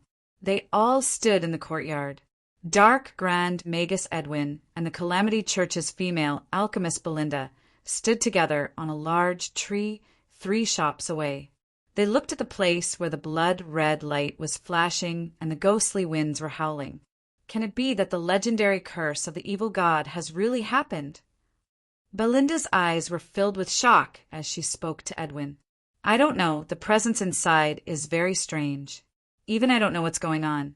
Let's not go near for now and see what's going on first." Edwin shook his head in confusion. Chapter 212. What's going on? What's going on? I can't see anything. Someone's attacking me. What's going on with this courtyard? Everyone be careful. This is the strangest place in the Valley of Sunshine. The evil god's curse must have flared up. Retreat. Everyone leave the courtyard. No one will be able to escape once the evil god's curse flares up. Panicked shouts rang out from the mouths of the Rainbow Sickle mercenary band members who'd entered the courtyard. These people had obviously heard of the legend of this shop, and when they saw the sudden change, they all tried to leave immediately, trembling with fear. However, the first illusory formation had already begun to take effect as soon as the formation had been activated. Apart from Emily and the others who'd chosen a safe spot to stand in, everyone else from the Rainbow Sickle mercenary band who'd rashly barged and couldn't see their surroundings clearly under the dense aura of death. Under these circumstances, a few white shadows suddenly shot out from the deep well in the center of the courtyard. The water ghost sensed the presence of living people and started attacking the mercenaries next to them without hesitation. In that instant, the 3 mercenaries felt a chill in their bodies, as if a liquid had invaded their bodies. In a trance, their minds were muddled, as if they'd been tempted by a voice. They couldn't help but jump into the deep well one after another, with 3 plopping sounds. The 3 of them jumped into the well of their own accord. When they sensed the cold well water, their muddled minds immediately regained clarity. When they wanted to climb out of the well without a care for anything else, their bodies were already completely out of their control. They couldn't move a single step in the well, and instead sank bit by bit. 3 despairing shouts suddenly rang out from the well. The voices were filled with boundless terror and despair, causing the scalps of the mercenaries in the courtyard to go numb. It was also at this moment that they finally realized that this courtyard was indeed filled with many unknown dangers.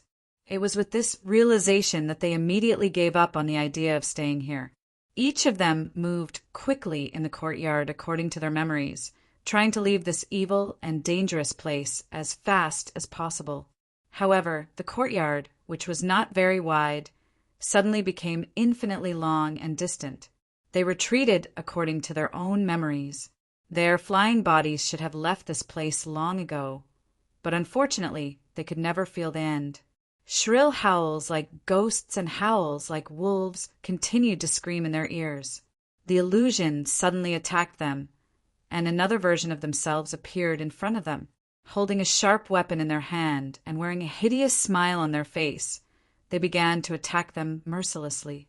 The fear brought about by this phenomenon instantly destroyed their willpower, causing their fighting spirit to completely collapse. Screaming in fear, crying helplessly, and waving the weapons in their hands indiscriminately. In an instant, all the mercenaries inside fell into a state of madness and irritation. Facing his other self's cruel attack, no matter how determined the mercenary was, he still found it hard to accept it. He was equally terrified and agitated as if he had gone mad. Just like that, all of the rainbow sickle mercenaries that had entered the courtyard went crazy in an instant and started to fight amongst themselves.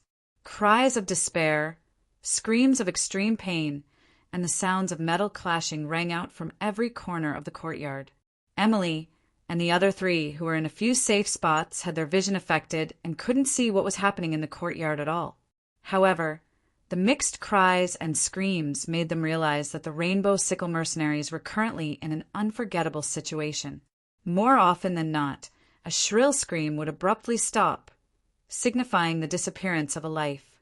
Afterwards, they could see a wisp of gray air being absorbed by the Shura pillars beside them. As the souls disappeared one by one, the Shura pillars that had absorbed these souls seemed to provide an even greater amount of evil energy to the formation in the courtyard, causing the chilly winds in the courtyard to grow stronger and the aura of death to spread faster and thicker. Andy and the Thunder Archmage could only watch helplessly as the strange changes occurred in the courtyard. The thick aura of death covered the sky above the courtyard, and apart from a beam of blood-red light shooting into the sky from the center, there was nothing else that they could see. Just like Emily and the others, the sounds of despair and helplessness continued to reverberate in their ears. Unlike Emily and the others, Andy and the other mage felt their scalps go numb and their hearts tremble. They didn't dare cast their fire and thunder magic recklessly because they couldn't distinguish their targets. They could only stand anxiously on the roof, scratching their ears and cheeks as they tried to find a suitable solution. While everyone's vision was affected, Little Skull, who had been standing in the center of the courtyard, had his purple left eye flash with a strong light. He was like a graceful gentleman strolling leisurely through a ball. Little Skull wielded the bone dagger in his hand and took a brisk pace as he walked unhurriedly through the mercenaries who had fallen into a state of frenzy and were waving their blades wildly.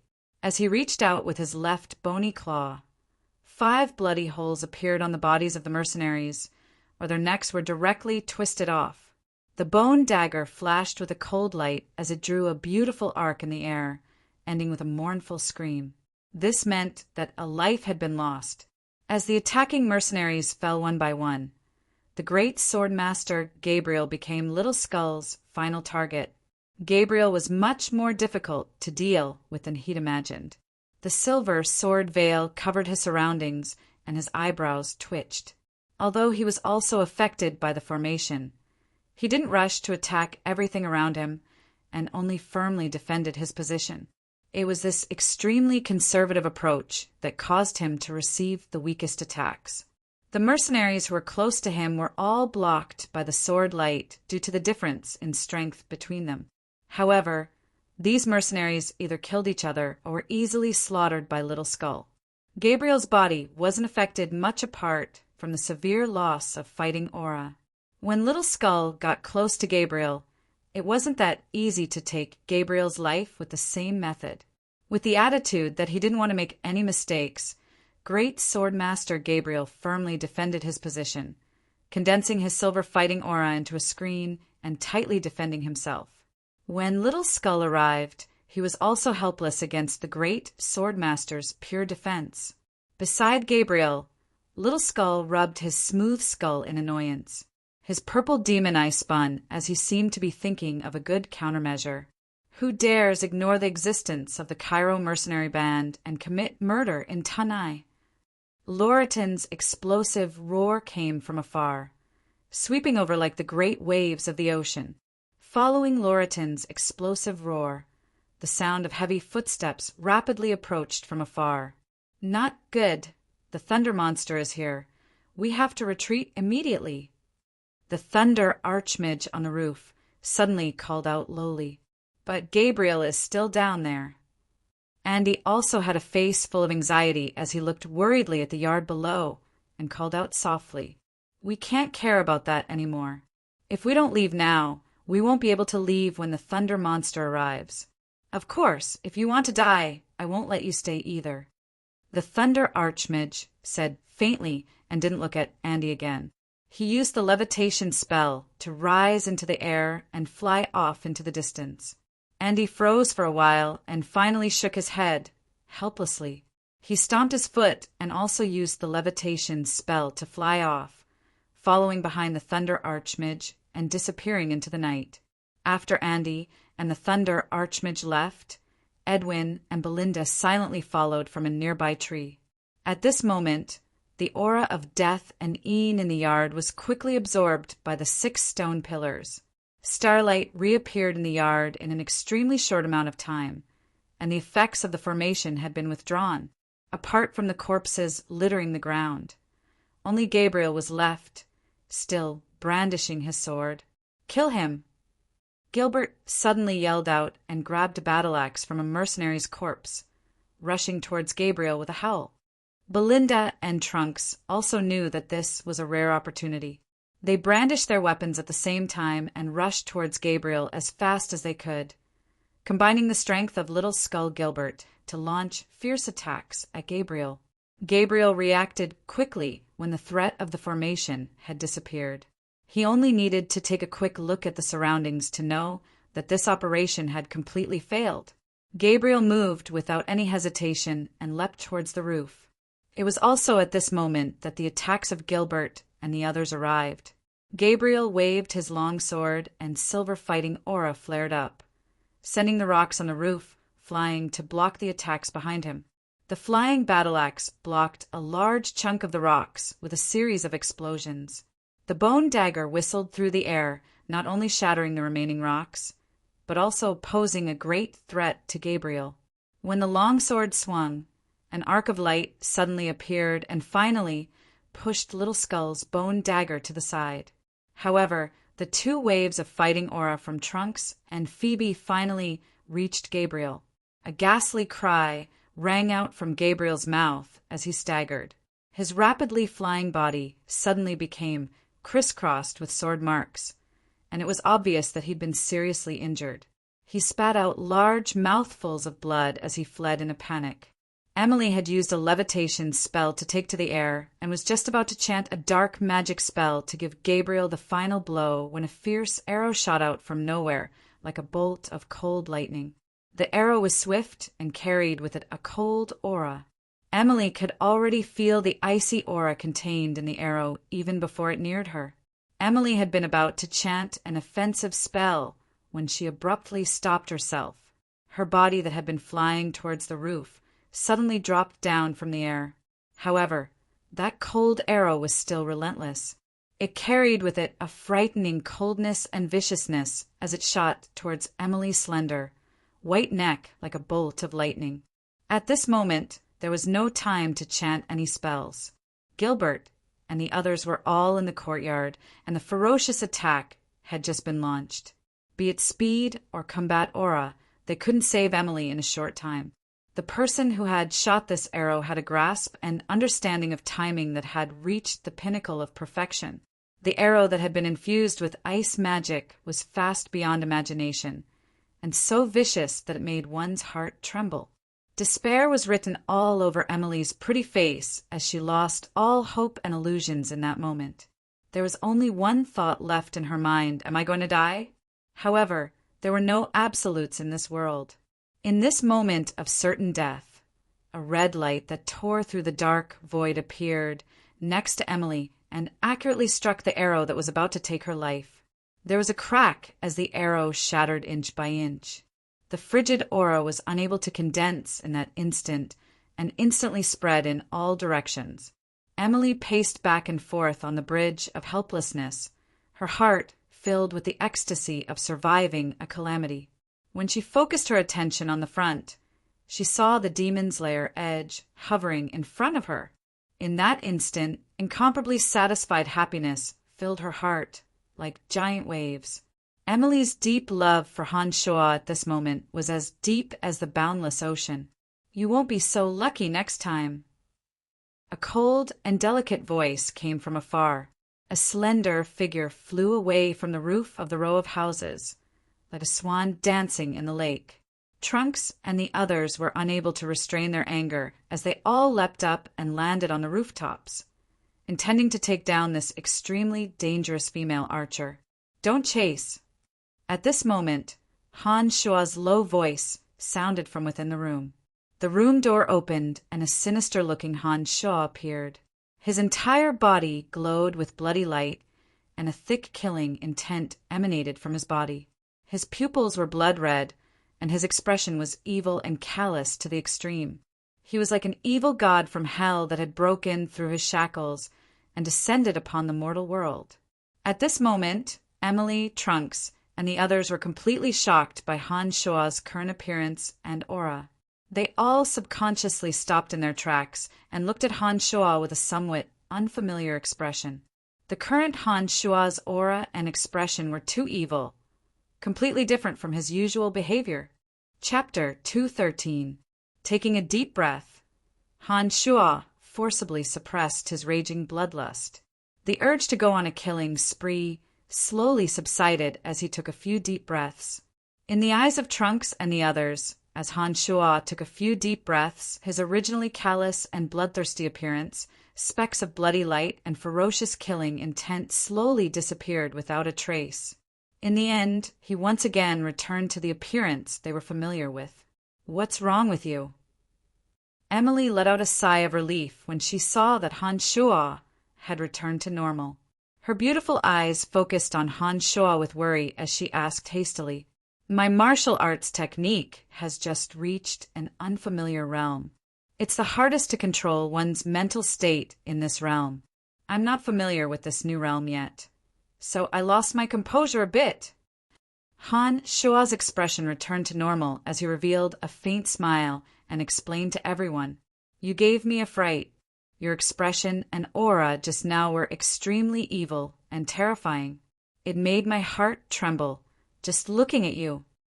Trunks looked deeply at Han Shuo and said with lingering fear, "The little skeleton was the only one who didn't show any signs of abnormality." When he saw Han Shuo appear, the little skeleton waved his arms and legs in joy, gesticulating something. From time to time, he would point at the corpses all over the ground, as if telling Han Shuo about his accomplishments. Chuckling in relief, Han Shuo could feel Little Skull's desire to show off, as if waiting for Han Shuo's praise. "Come here, stinking brat. Not bad." He waved his hand and waited for the little skeleton to obediently walk towards Han Shuo with the bone dagger in hand. Han Shuo reached out and rubbed the little skeleton's smooth, jade-like skull. The little skeleton's purple left eye swiveled about as he smacked his white jaw repeatedly. He appeared to be very satisfied. "Honored master, you're so biased. You've never treated me so kindly before." Gilbert complained when he saw Han Shuo spoiling Little Skull so much. Little Skull had been by Han Shuo's side ever since he was still an errand boy. In the beginning, he'd just been throwing away junk and helping Han Shuo with some trivial matters. As Little Skull grew stronger, he'd helped Han Shuo deal with a few crises. This kind of relationship wasn't something that Gilbert could compare to. Han Shuo glanced at Gilbert and was about to say something when he suddenly creased his brows and cast his gaze towards the door he'd come in from. Loriton of the Cairo mercenary band was like an iron tower as he walked through the door. Harris and a group of experts followed behind him. Loriton had a burly figure, and his weight was probably a bit heavier than a warhorse. His footsteps made dull thumps as he walked. "What's going on? Where are the Rainbow Sickle Mercenary Band?" Loriton yelled out in a voice as loud as a bell, pointing at the corpses all over the ground. Han Shuo smiled. "Aren't they all on the ground?" Loriton's brow furrowed when he heard these words and focused his attention on the ground. He opened his mouth to list the names one by one as if he was reciting his family's treasures. Angelo, Turidge, Gilia. His expression was replaced with astonishment when he heard Loriton's words. When he finally lifted his head to look at Han Shuo, his face was full of shock as he said, "You killed all of them? Perhaps the curse of the evil god may have helped us." Han Shuo smiled mysteriously and shrugged his shoulders as he replied carelessly, "These people are indeed from the Rainbow Sickle Mercenary Band, and some of them are even the core members of the band. I hadn't thought that you would be able to kill so many experts. You've truly helped us greatly." Harris couldn't conceal the excitement on his face when he walked in, and even his voice sounded a bit louder than usual. "Just what's going on?" Loriton was greatly puzzled by Han Shuo's answer and couldn't help but ask. "Loriton, you're late. You only arrived after the battle had ended. It looks like your Cairo mercenary band isn't as fast as we'd imagined." Trunks flicked a glance at Han Shuo and spoke on behalf of Han Shuo. "Trunks, you also know that every place in the Valley of Sunshine needs to be guarded. Our Cairo mercenary band couldn't possibly have stationed most of our men here just for this place," Loriton said, and then snorted coldly with an annoyed expression. "Florida is too arrogant. How dare he ignore our existence? Those who ambushed you didn't even bother to hide their faces. It's obvious that they don't care about us at all. Chief Loriton, I hope you'll be a bit more timely next time. The matters here have already concluded, and there's likely nothing else worth your attention." Han Shuo suddenly thought of something after saying this and looked at Loriton with a frown. "There's a great sword master called Gabriel amongst those who ambushed us this time. He's one of Asher's men, the chief of the Griffin Legion in nearby Valen City. I don't know if the Cairo mercenary band is connected to Asher. I hope you'll pay attention." "Great Sword Master Gabriel!" Loriton cried out in surprise. He obviously didn't know of this matter, and his expression was a bit grave. Nodding, Han Shuo said, "Correct, this person is the master of Asher's eldest son, Clark. He's always been by Asher's side. I hadn't thought that he'd leave Asher this time and mix with the Rainbow Sickle Mercenary Band. Don't worry, I'll investigate all of this. All right, if there's nothing else, we'll be leaving first." Loriton's face darkened, and he seemed to be thinking about something as he said, a bit anxiously, "Wait, I've left the Valley of Sunshine for too long and don't know much about Florida's strength. It's best if you can give us detailed information on the experts and strength of the Rainbow Sickle Mercenary Band." A Thunder Archmage and a female archer with amazing archery appeared today. One of our companions was almost injured by the female archer this time. We need detailed information on the Rainbow Sickle Mercenary Band. Trunks hastily spoke up when he saw that Loriton was about to leave. "Female archer," Loriton cried out once again and then said gravely, "Then it must be the female elf Maxine. She's a divine archer proficient in water, thunder, and wind magic. She can fuse all three elements into her archery and shoot arrows with terrifying power. This woman is very difficult to deal with. It's said that she's a fiancée that Florida's grandfather found for him. Her origins are very mysterious, and she doesn't seem to have a harmonious relationship with Florida. She hasn't spent much time in the Valley of Sunshine in the past few years, but she'll still lend a hand whenever the Rainbow Sickle Mercenary Band is in danger. It looks like she's back." "Who's that Thunder Archmage. It was Emily's turn to ask this time. He's called Asa and joined the Rainbow Sickle Mercenary Band half a year ago. I'm not too sure of his origins, but he's vicious and merciless. He gets along well with Florida. He's taken care of some of the Rainbow Sickle Mercenary Band's shady dealings in the past half a year. He's deeply trusted and thought highly of by Florida. Loreton seemed to be quite familiar with the experts of the Rainbow Sickle Mercenary Band. He didn't hesitate at all when faced with Trunks and Emily's questions and explained in great detail. Apart from these two, what other experts have joined the Rainbow Sickle Mercenary Band in the past few years? Trunks continued to ask. Loreton furrowed his brow and mused for a moment. He turned his head to look at Harris and said, "Give them a copy of the information we've gathered." Harris started and then nodded. He took out a scroll from his space ring and handed it to Trunks. "There's some information on the Rainbow Sickle Mercenary Band here. It should be more detailed than what Miss Emily knows." It looked like Harris and the others already knew Emily's identity. Tanai was the true ruler of the Valley of Sunshine, and the identities of some people couldn't be hidden from them. Trunks glanced at the scroll and nodded at Han Shua. He then smiled at Loreton. "It's very detailed. We'll help you take care of Florida before the Great War. If that's really the case, I'll be very grateful to you. Not only will I give this shop to you unconditionally, but Miss Phoebe's merchant guild will also be exempt from all taxes in Tanai." Loreton laughed heartily and turned to walk outside with large strides. Behind him, Harris looked at Trunks and reminded, "The back of the scroll is a map of the Rainbow Sickle Mercenary Band's residence. There are detailed notes on the hidden and open sentries. Destroy this scroll after you've seen it. Don't let it fall into the hands of others, lest it cause unnecessary trouble." Nodding in understanding, Trunks smiled coldly.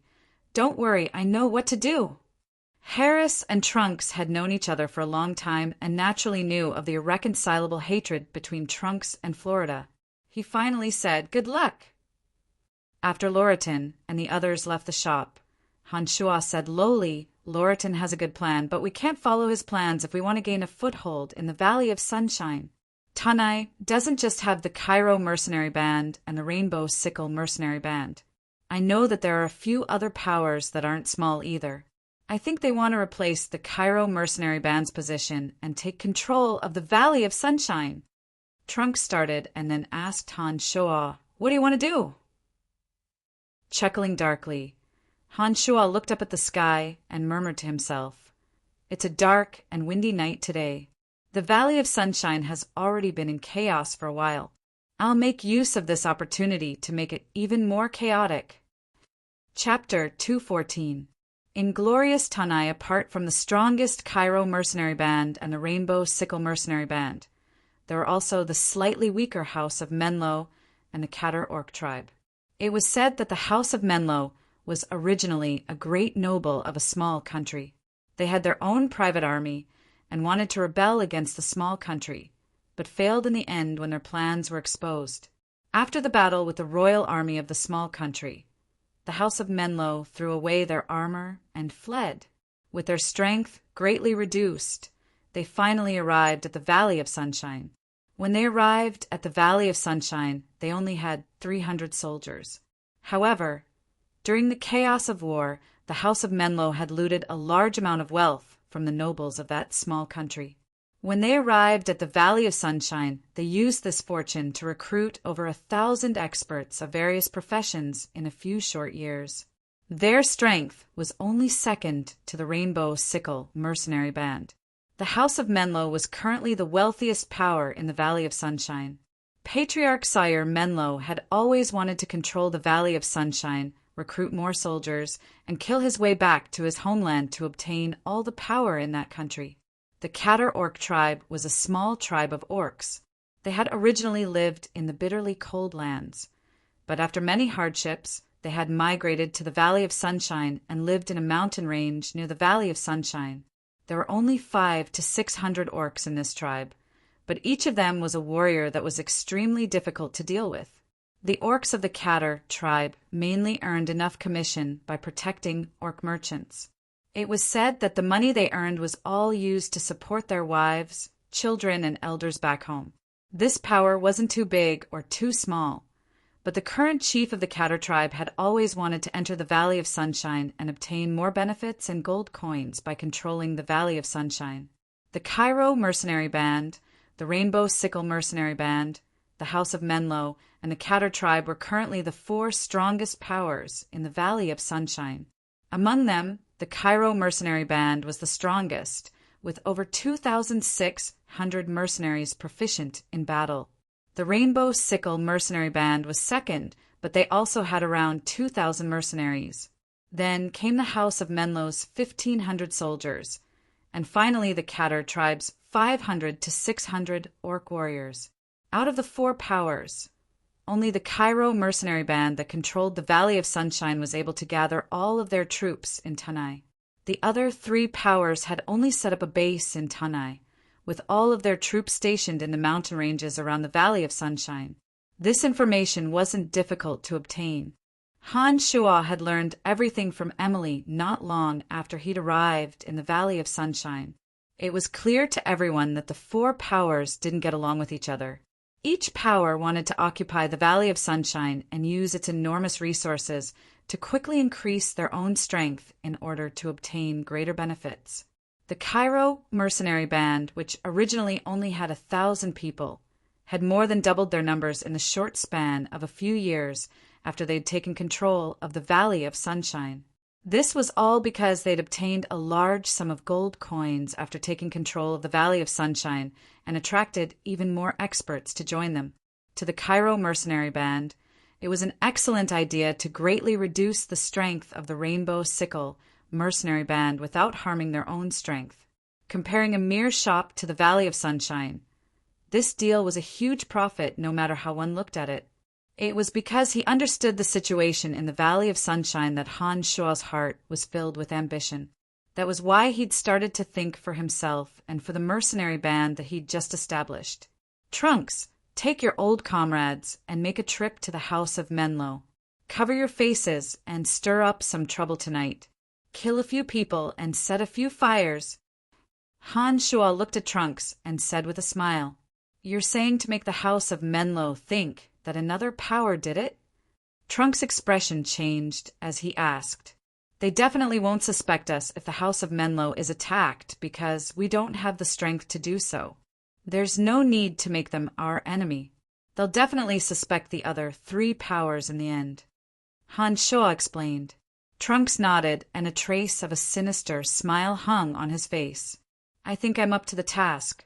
I've long since gotten used to the open and veiled struggles among these powers when I was in the Rainbow Sickle Mercenary Band. All right then, be careful. As long as you don't expose your identities, do your best to wreak havoc." Han Shua chuckled. Trunks didn't say anything else and hurriedly left under the cover of the night. It looked like he was planning on making a move tonight. After Trunks left, Han Shua said darkly to Emily and the others, "Since the Rainbow Sickle Mercenary Band has already made a move against us, we can't let them look down on us, can we? Come, let's take a stroll around as well. We'll go to the Rainbow Sickle Mercenary Band and kill a few people for fun." Now that Han Shua's group had a good relationship with the Cairo Mercenary Band, it was very convenient for them to enter and exit the Valley of Sunshine. However, Han Shua's group didn't leave through the main gates of the Valley of Sunshine this time. Instead, they used Gilbert's ability to fly after transforming into a dragon to fly out of a secluded area in the Valley of Sunshine. The Valley of Sunshine had its own rules. Under normal circumstances, even archmages who could fly couldn't use the levitation spell to enter and exit the Valley of Sunshine. If they were discovered by the Cairo Mercenary Band, they would be detained and interrogated. The moonlight was like water as it sprinkled down on the vast expanse of white. The accumulated snow hadn't melted yet, and the snow-covered mountains and towering ancient trees displayed a different kind of beauty under the moonlight. The Rainbow Sickle Mercenary Band was located in a small mountain valley to the east of the Valley of Sunshine. Han Shua and the others, who were riding on Gilbert, could see Tanai on the small mountain in the distance. There were rows of short houses built with red tiles. There was a medium-sized hot spring in the center of the small mountain valley. Steaming hot mist floated above the water, enveloping the small mountain valley in a white mist. There were many fresh flowers and plants planted around the hot spring. Because it was close to the hot spring, the surrounding plants weren't affected by the cold winter and actually bloomed with many beautiful flowers. Strong and sturdy mercenaries were scattered around the small valley, looking around cautiously. They were always on the lookout for an enemy invasion. On a cliff above the mountain valley, Han Shua had Gilbert stop. Han Shua smiled coldly as he looked at the small mountain valley below. Perhaps someone will make a move earlier this time. Phoebe and Emily both revealed puzzled expressions when they heard these words. They looked at Han Shua in confusion, and it was Phoebe who asked, "What's going on?" Dark, grand Magus Edwin and that female alchemist Belinda of the Calamity Church were watching from a distance when I was in the shop. Before I stopped my cultivation, I sensed their location. When Andy and his companion left, they chased after Andy. Edwin and Belinda followed behind Andy first, and then Gabriel and the female archer Maxine. Edwin and Belinda should be in the mountain valley below now. If they've come to kill Florida, then they've helped us greatly. Han Shua responded slowly as he looked at the mountain valley below. Then what should we do now? She didn't know when it had started, but with Han Shua around, Emily had gotten used to letting Han Shua decide everything. Lifting his head to look at the sky, Han Shua said, "Only half of the long night has passed.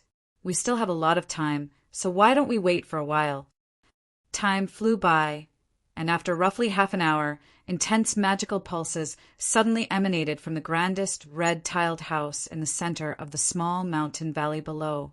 Under the cool moonlight, an armored puppet beast that looked like a three-eyed evil god suddenly appeared out of thin air.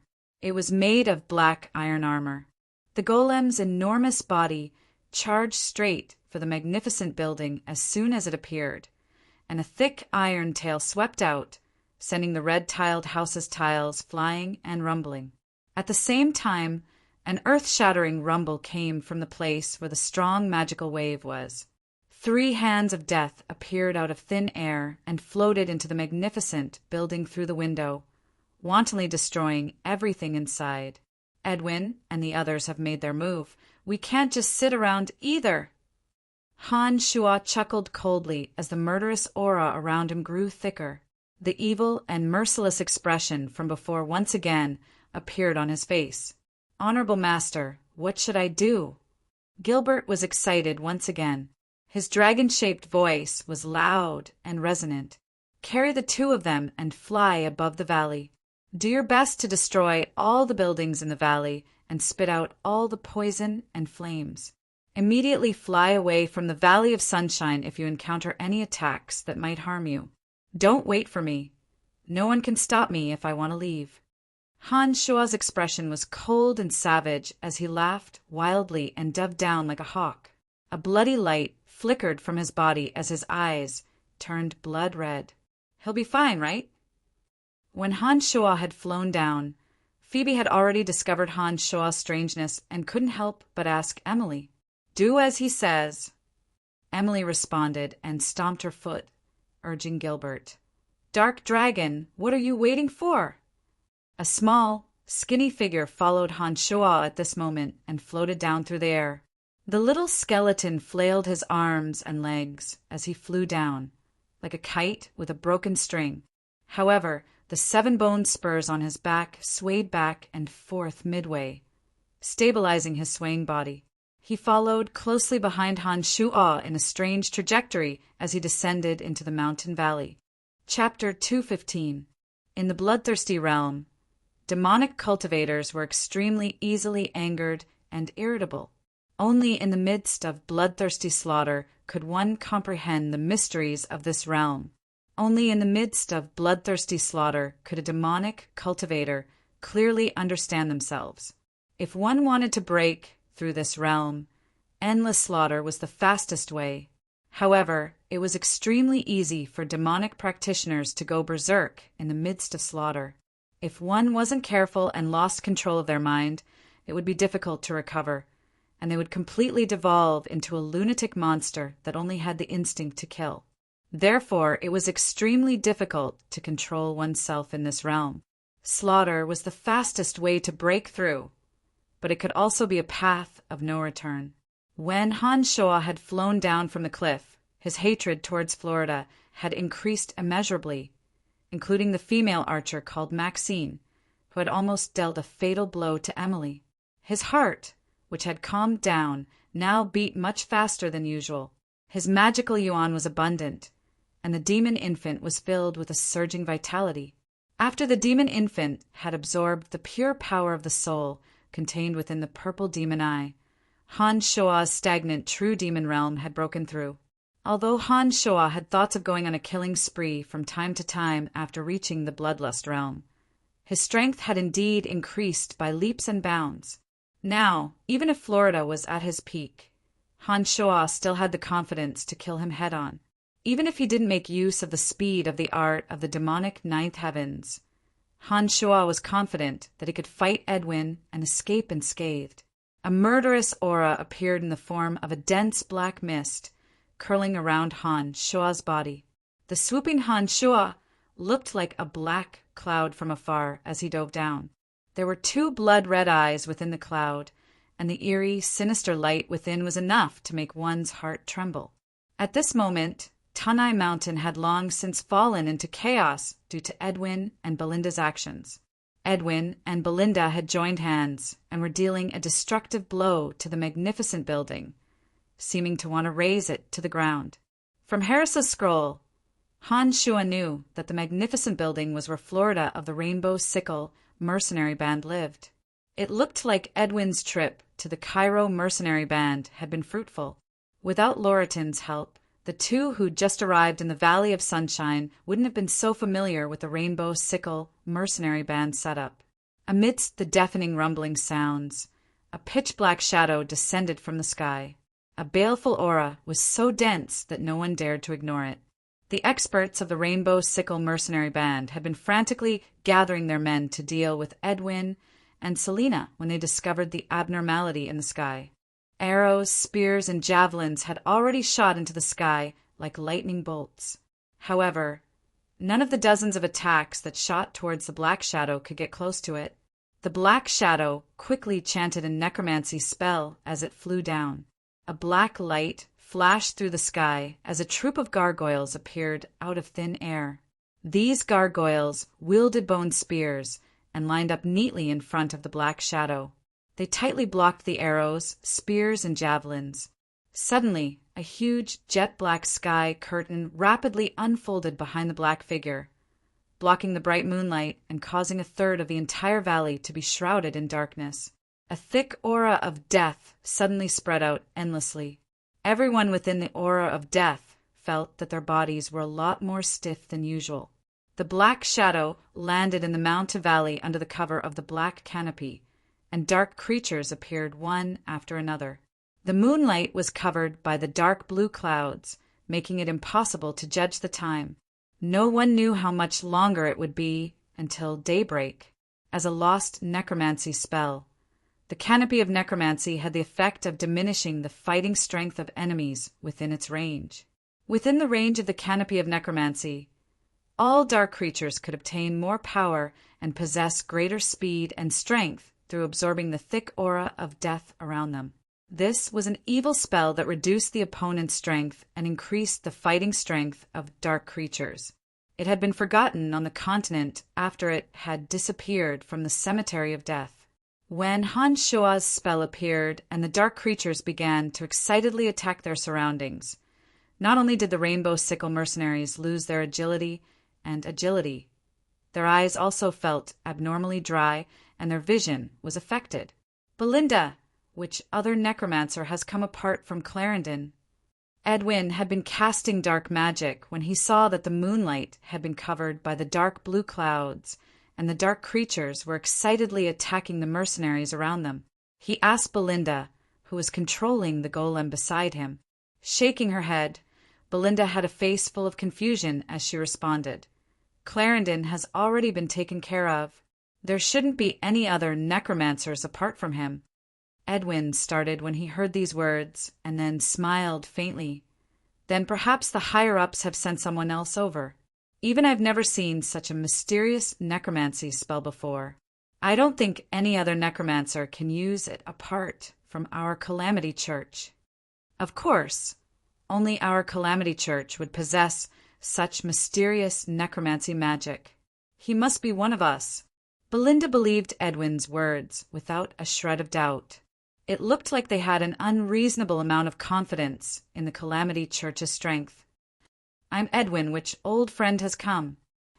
Edwin, who had been casting dark magic, couldn't help but call out in a friendly manner when he saw that some dark creatures were helping the two of them block the mercenaries around them because of Han Shua's appearance. A vast amount of mental strength had been mostly used up because of the canopy of necromancy and the summoning of 50 to 60 dark creatures of different levels. As the 50 to 60 dark creatures wantonly attacked everything within the range of the canopy of necromancy, Han Shua, who'd sunk into a berserk state of bloodlust, became a cruel shadow that wantonly vented his rage. A thirst for blood pushed Han Shua into the midst of endless slaughter like the unending river waters. The mercenaries who weren't strong enough were instantly cut in half by the sharp demon's lair edge wherever the dark shadow passed, fresh blood spurting out. Han Shua's eyes had turned blood red, and he couldn't control his desire to destroy everything. He killed all who stood in his way, like a machine reaping lives. All the mercenaries in the surroundings were met with terrifying attacks, one after another. Han Shua's body froze slightly when he heard Edwin's friendly words, but he ignored him.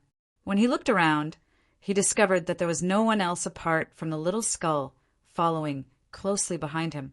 In the bloodlust realm, Han Shua's physical strength had reached the pinnacle. He could instinctively sense the dangers around him amidst the continuous slaughter. He could even clearly sense the fear and trembling of those far away. Every time Han Shua killed a person, the person's fear and resentment at death's door would form a ball of air that was hard to see with the naked eye and be absorbed by the killing intent around Han Shua. As more and more mercenaries were killed by Han Shua, the killing intent around Han Shua's body grew thicker and thicker, to the point that the thick scent of blood emanated from his pores. Han Shua's physical body and magical yuan seemed to be continuously refined in this process. Han Shua could feel that his strength was increasing bit by bit in this process. On the contrary, as his physical body and magical yuan rapidly increased, Han Shua's mind became more and more muddled.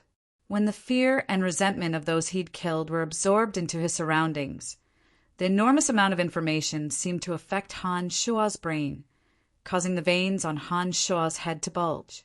He felt as if he was about to go berserk. Cursing inwardly, Han Shua immediately understood, after obtaining all of Chu Kanglin's memories, that in the bloodlust realm, if there were such muddled signs in one's mind, the desire to kill everyone and destroy everything in their surroundings would increase. This was a sign that one was about to go berserk. After experiencing hundreds of times of pain, Han Shua's indomitable willpower had long since been tempered into indomitable willpower. The demon's lair edge was forcibly put away into Han Shua's storage ring. Han Shua took advantage of the fact that he was still conscious to continuously calm his raging heart and immediately sat down cross-legged, ignoring the chaos in his surroundings. Little Skull, who had been following beside Han Shua and helping Han Shua reap lives, suddenly flashed his purple demon eye when he saw Han Shua suddenly sit down. He waved his hand at the dark creatures in the distance. Like a broken light bulb, the purple demon eye flickered and lit up with an evil purple light. It was as if a mysterious force was driving those dark creatures. When Little Skull waved his hand, the surrounding zombies and hate warriors all walked over in fear and trepidation, as if they were subordinates showing due respect to Little Skull. When facing Han Shua, because of the summoning incantation, they could only rigidly and instinctively follow Han Shua's orders. However, When Han Shuo sat down cross-legged and Little Skull summoned them, their expressions were filled with fear and reverence. Each and every one of them carefully surrounded Han Shuo, as if deeply afraid that Little Skull would be dissatisfied and blame them. They were like the most humble servants and slaves. This kind of behavior seemed to indicate that they had long since known of Little Skull, or had heard of Little Skull's tyrannical and miraculous abilities. Otherwise, how could an ordinary Little Skull warrior in this vast and boundless alternate dimension make them treat him with such fear? Perhaps, in another dimension infinitely far away, the Little Skull with 7 bone spurs on his back, a bone dagger in his hand, and a purple demon had already established a school of his own and become a famous character. Chapter 216. A third of the mountain valley was covered by the canopy of necromancy. Dark green clouds obscured all light as a thick aura of death wafted in all directions, giving the mercenaries within a strong sense of discomfort. In the center of the canopy of necromancy, Han Shuo, who'd experienced slaughter and found it hard to control his desires, couldn't stop his mind from sinking into a frenzy of slaughter due to the increasingly thick aura of violence in his body. However, his will, which had been tempered for a long time, was able to rein in at the most critical moment, forcefully stopping him from falling any further. Sitting down cross-legged, Han Shuo ignored the chaos around him and focused, slowly pacifying his deepest desires. 3 zombie warriors, 2 hate warriors, and 7 or 8 skeletal warriors stood around Han Shuo. Little Skull wielded a bone dagger as his purple demon eye glowed with purple light. He was like a general leading an army of thousands as he stood in front of Han Shuo with his head held high and chest puffed out, silently protecting Han Shuo. Under the combined efforts of Edwin and Belinda, the grandest building in the mountain valley finally collapsed with a boom. The earth-shattering sound shook the entire mountain valley. In that moment, the mercenaries of the Rainbow Sickle mercenary band stationed far away, meditating or tirelessly training their swordplay, all realized that their base was under attack and swarmed towards the mountain valley. In the far distance, a group of knights clad in shining silver armor was charging towards them from atop their silver-armored warhorses. They were holding 3-meter-long javelins in their hands. A slender blue figure nimbly stepped onto the treetops on the snow-covered treetops, belatedly flying over. She wore a loose blue dress with a few fluttering ribbons that covered her face as she moved quickly. Only 2 long pointed ears were visible, revealing her identity as an elf. In another direction, Andy and the Thunder Archmage used the levitation spell under the moonlight to come to the rescue as fast as lightning, unable to disguise the panic on their faces.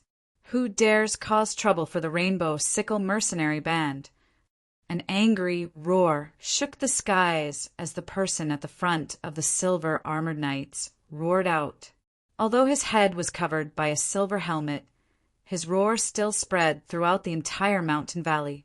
The Knights of Light are here. It looks like we should retreat. Belinda looked into the distance and spoke to Edwin beside her. Edwin nodded and was about to reply when he suddenly pointed at the sky in surprise. Who is that?" Belinda couldn't help but look up in the direction of Edwin's finger. Although the canopy of necromancy was concealing them, the 2 of them still managed to make out an enormous black figure through the surging flames. "It's that person's magical pet, a young black dragon. I didn't think that they'd come here as well." Belinda seemed to recall the humiliation she'd suffered earlier, and her voice was slightly gloomy as she replied. That's great. We don't have to leave immediately. If it hadn't been for Gilbert's group, then all of the Rainbow Sickle mercenary band's attacks would have been aimed at them. Now that they had Gilbert to divert attention, the 2 of them naturally didn't have to bear all the pressure.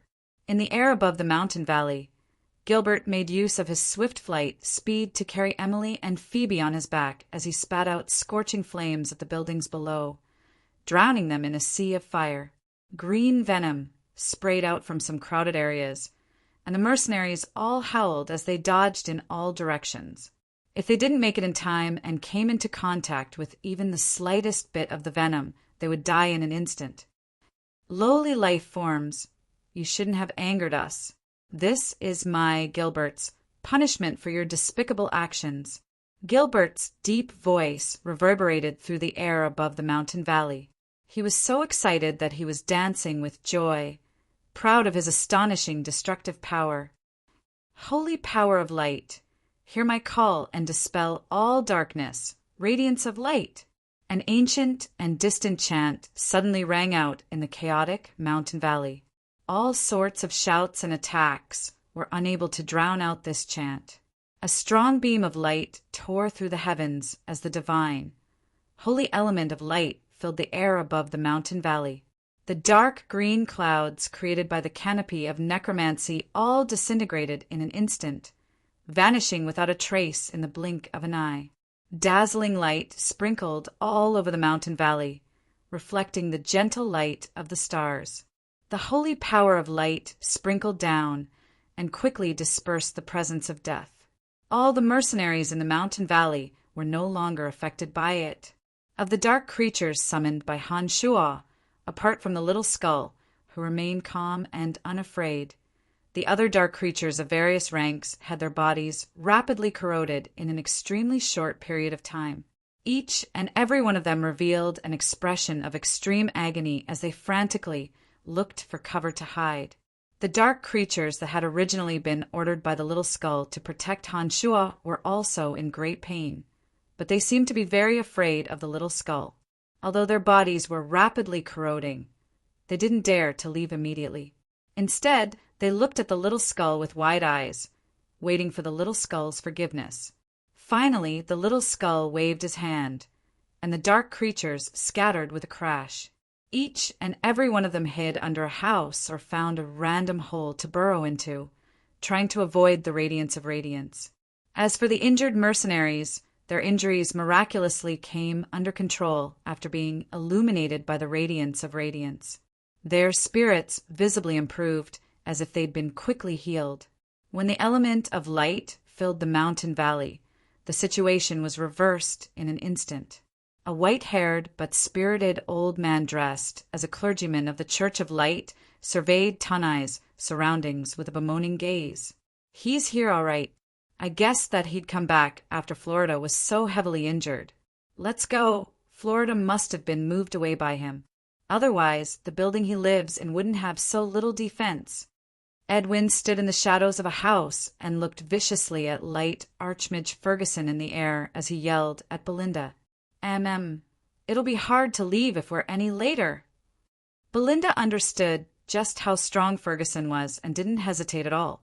The golem had already turned into a streak of white light as soon as she'd finished speaking, disappearing into her scroll. On the other side, Dark Dragon Gilbert, who had just been shouting loudly, didn't utter a single word when he saw that the old man had turned the situation around with a powerful spell of light the moment he appeared. He quickly flew up into the sky without saying a word. Ferguson frowned at Gilbert's departure and chanted the simplest spell, Radiant Sword Slash. The enormous amount of light surrounding the mountain valley suddenly coalesced into 3 swords of light, shooting towards Gilbert with great speed. He turned around and spat out a stream of flames, stopping the 2 swords of light in their tracks.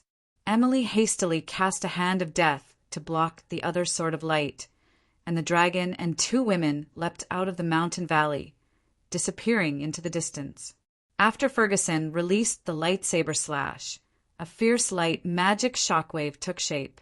This magic shockwave took the form of a ring-shaped wave. Wherever it passed, the air would crackle and the ground would crack, leaving deep scratches on it. A building that occupied an area of 50 square meters was instantly crushed into rubble under the bombardment of this shockwave. Stone fragments flew everywhere. "Old friend Edwin, I could smell that disgusting scent on you from far away. Come out." Ferguson called out softly in the direction of the attack after casting the blast of light magic. It looked like Gilbert wasn't Ferguson's main target, otherwise he wouldn't have been able to leave so easily. Edwin, who was of the same level and was quite familiar with each other, should be Ferguson's main target. "Ha ha, I'm so happy to see you, but this place isn't suitable for me. Goodbye." Edwin's sinister laughter rang out from within the ruins. A black figure gradually faded away after his voice faded, disappearing from the ruins. "I'll find you." Ferguson's face was calm, and he didn't look happy or sad. His voice was also indifferent, devoid of anger or anger. "There's another one down there. There's someone who's not afraid of death." Thunder Archmage Asa looked down in surprise and exclaimed. In the middle of a mountain valley filled with rubble, a figure glowing with a bloody light sat there indifferently. He was as steady as a boulder, as if he didn't care about everything that was happening around him. A short little skull with a purple left eye, wielding a bone dagger, 7 spikes on his back, and wielding a bone dagger stood unwaveringly by his side, as if protecting him from danger. "It's him. This is the person who almost killed Florida in front of the Valley of Sunshine's fence." Fire Archmage Andy immediately cried out when he looked down. Everyone was shocked when they heard these words. All of them looked at Han Shuo in confusion. They couldn't understand why Han Shuo hadn't left at this time. Could it be that he thought he could take on all the experts of the Rainbow Sickle Mercenary Band by himself? Could it be that he didn't know that there was a light, grand magus in the Rainbow Sickle Mercenary Band? "Surround him, I want him alive." There was finally a trace of anger in Ferguson's voice. No one knew if he was angry at Han Shuo for heavily injuring Florida, or at Han Shuo for looking down on all of them. Understood. The Knights of Light immediately surged forward from all directions upon hearing Ferguson's order, surrounding Han Shuo in 3 layers.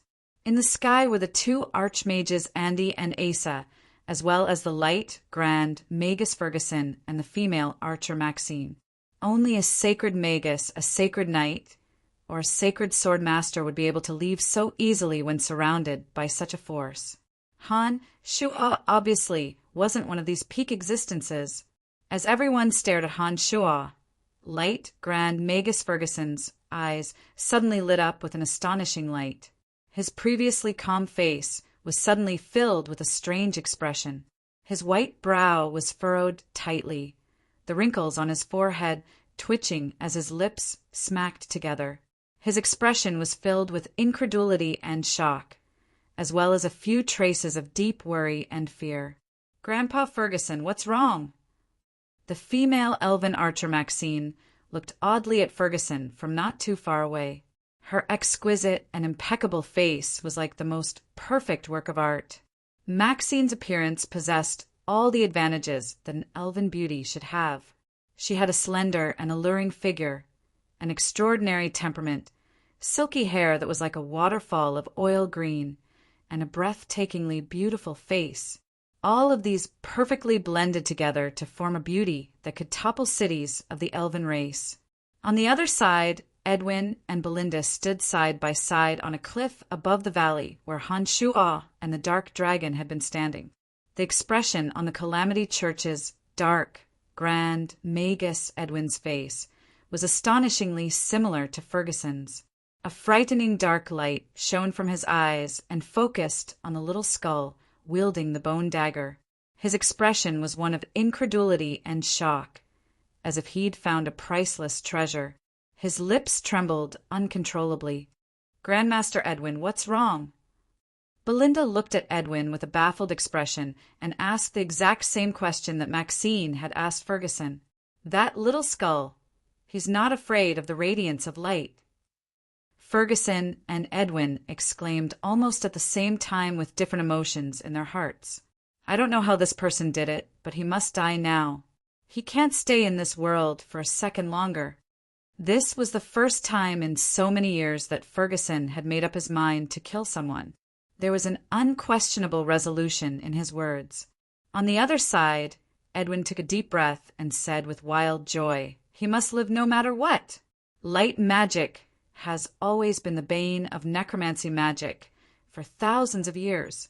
If the dark creatures of the necromancy magic can be unafraid of light magic, then the Calamity Church will completely reverse the situation. The Church of Light will find it difficult to stop our advance. Belinda immediately came to her senses when she heard these words. Her eyes were also filled with shock and joy.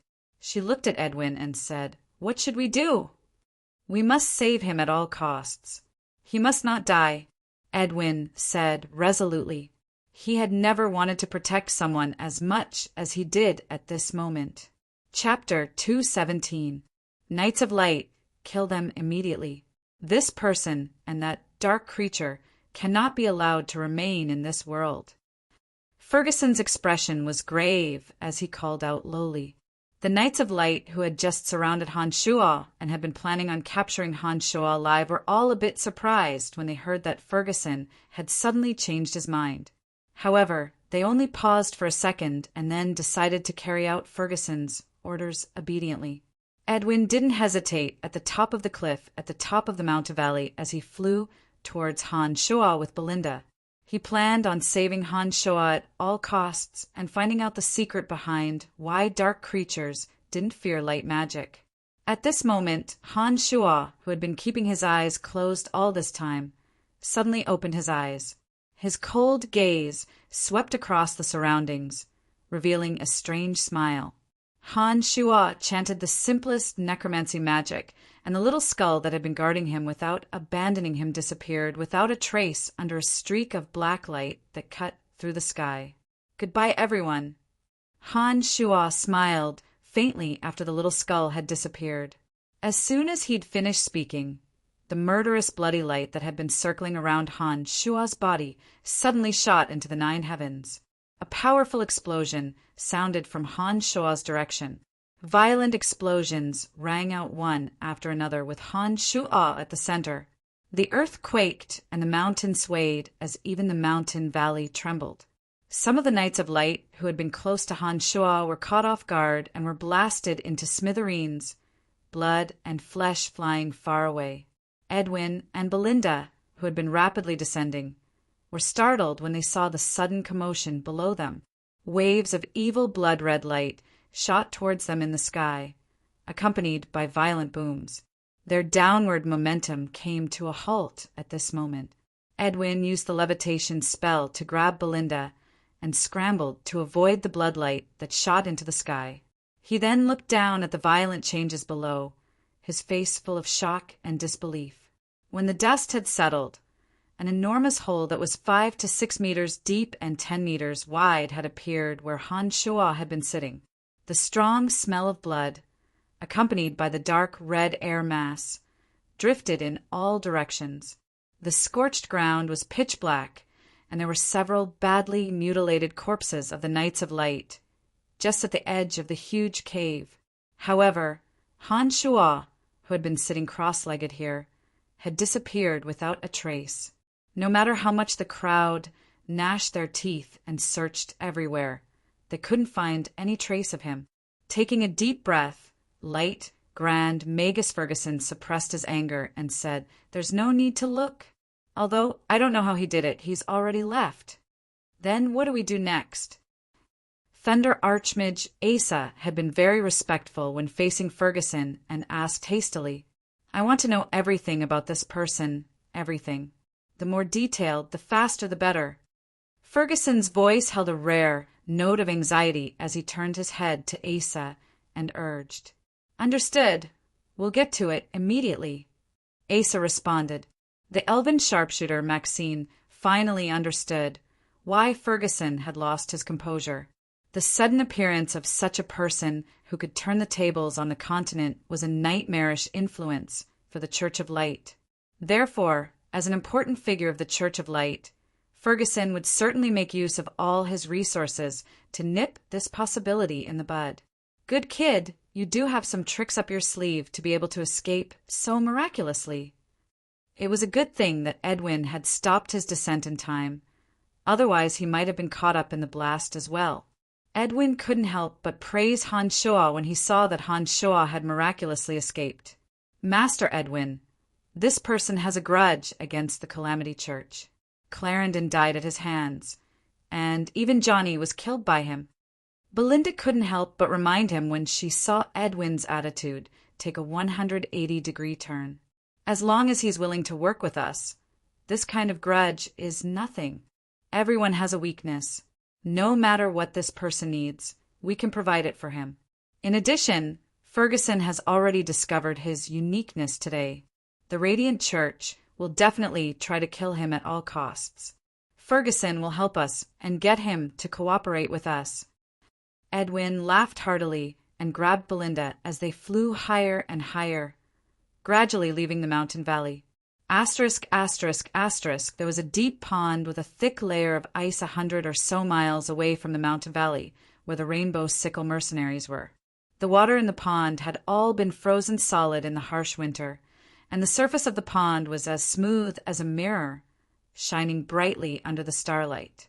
However, a streak of bloody light streaked through the sky and descended from the heavens, crashing down like a meteor. A violent force suddenly attacked, and the glaring bloody light bombarded the solid ice. A huge explosion came from the solid ice of the deep pool. The originally smooth, mirror-like ice layer was suddenly blasted open with a huge hole in the ice. With the hole in the ice as the center, the surrounding ice cracked and melted into the pool of water below. A slender figure suddenly shot out from the hole in the ice in the span of a breath. A dripping, wet Han Shuo flew out of the hole and immediately stopped on a piece of ice that hadn't cracked. He immediately sat down cross-legged and continued to adjust his breathing. After the time it took for a stick of incense to burn, Han Shuo opened his eyes and called out softly. Thin threads of dark red air floated out from the pores in his body, gradually dissipating as the cold wind blew past. In the dead of the winter night, Han Shuo stood up from his cross-legged position, changed into a new set of dry clothes, and soared into the sky once more. When he arrived in the boundless night sky, he got his bearings and quickly flew towards the Valley of Sunshine, the nine-fold demonic art. With all of Chu Kanglin's memories of demonic arts, Han Shuo could already skillfully use some secret magical arts now that he'd reached the bloodlust realm. The demonic blood escape art was a type of demonic art for escaping. It originally required one to use one's blood essence to activate it and expend a bit of it to create a series of explosions. Then, the user would use the loud explosions and chaos to teleport their body away from danger. However, unless it was absolutely necessary, demonic cultivators definitely wouldn't use such a technique that consumed a large amount of blood essence. This was because once this technique was used, the caster would definitely suffer a great loss of vitality due to the excessive consumption of blood essence. This would put them in an extremely disadvantageous situation. However, this wasn't the case when he deployed the demonic blood disassembly this time. Having reached the bloodlust realm, Han Shuo's body had naturally formed a murderous aura after a short period of bloodthirsty slaughter in the valley. He'd absorbed the fear and hatred of the mercenaries who died at his hands and gathered it all into his body. When this force grew stronger and stronger, Han Shuo felt that he was struggling to control his body.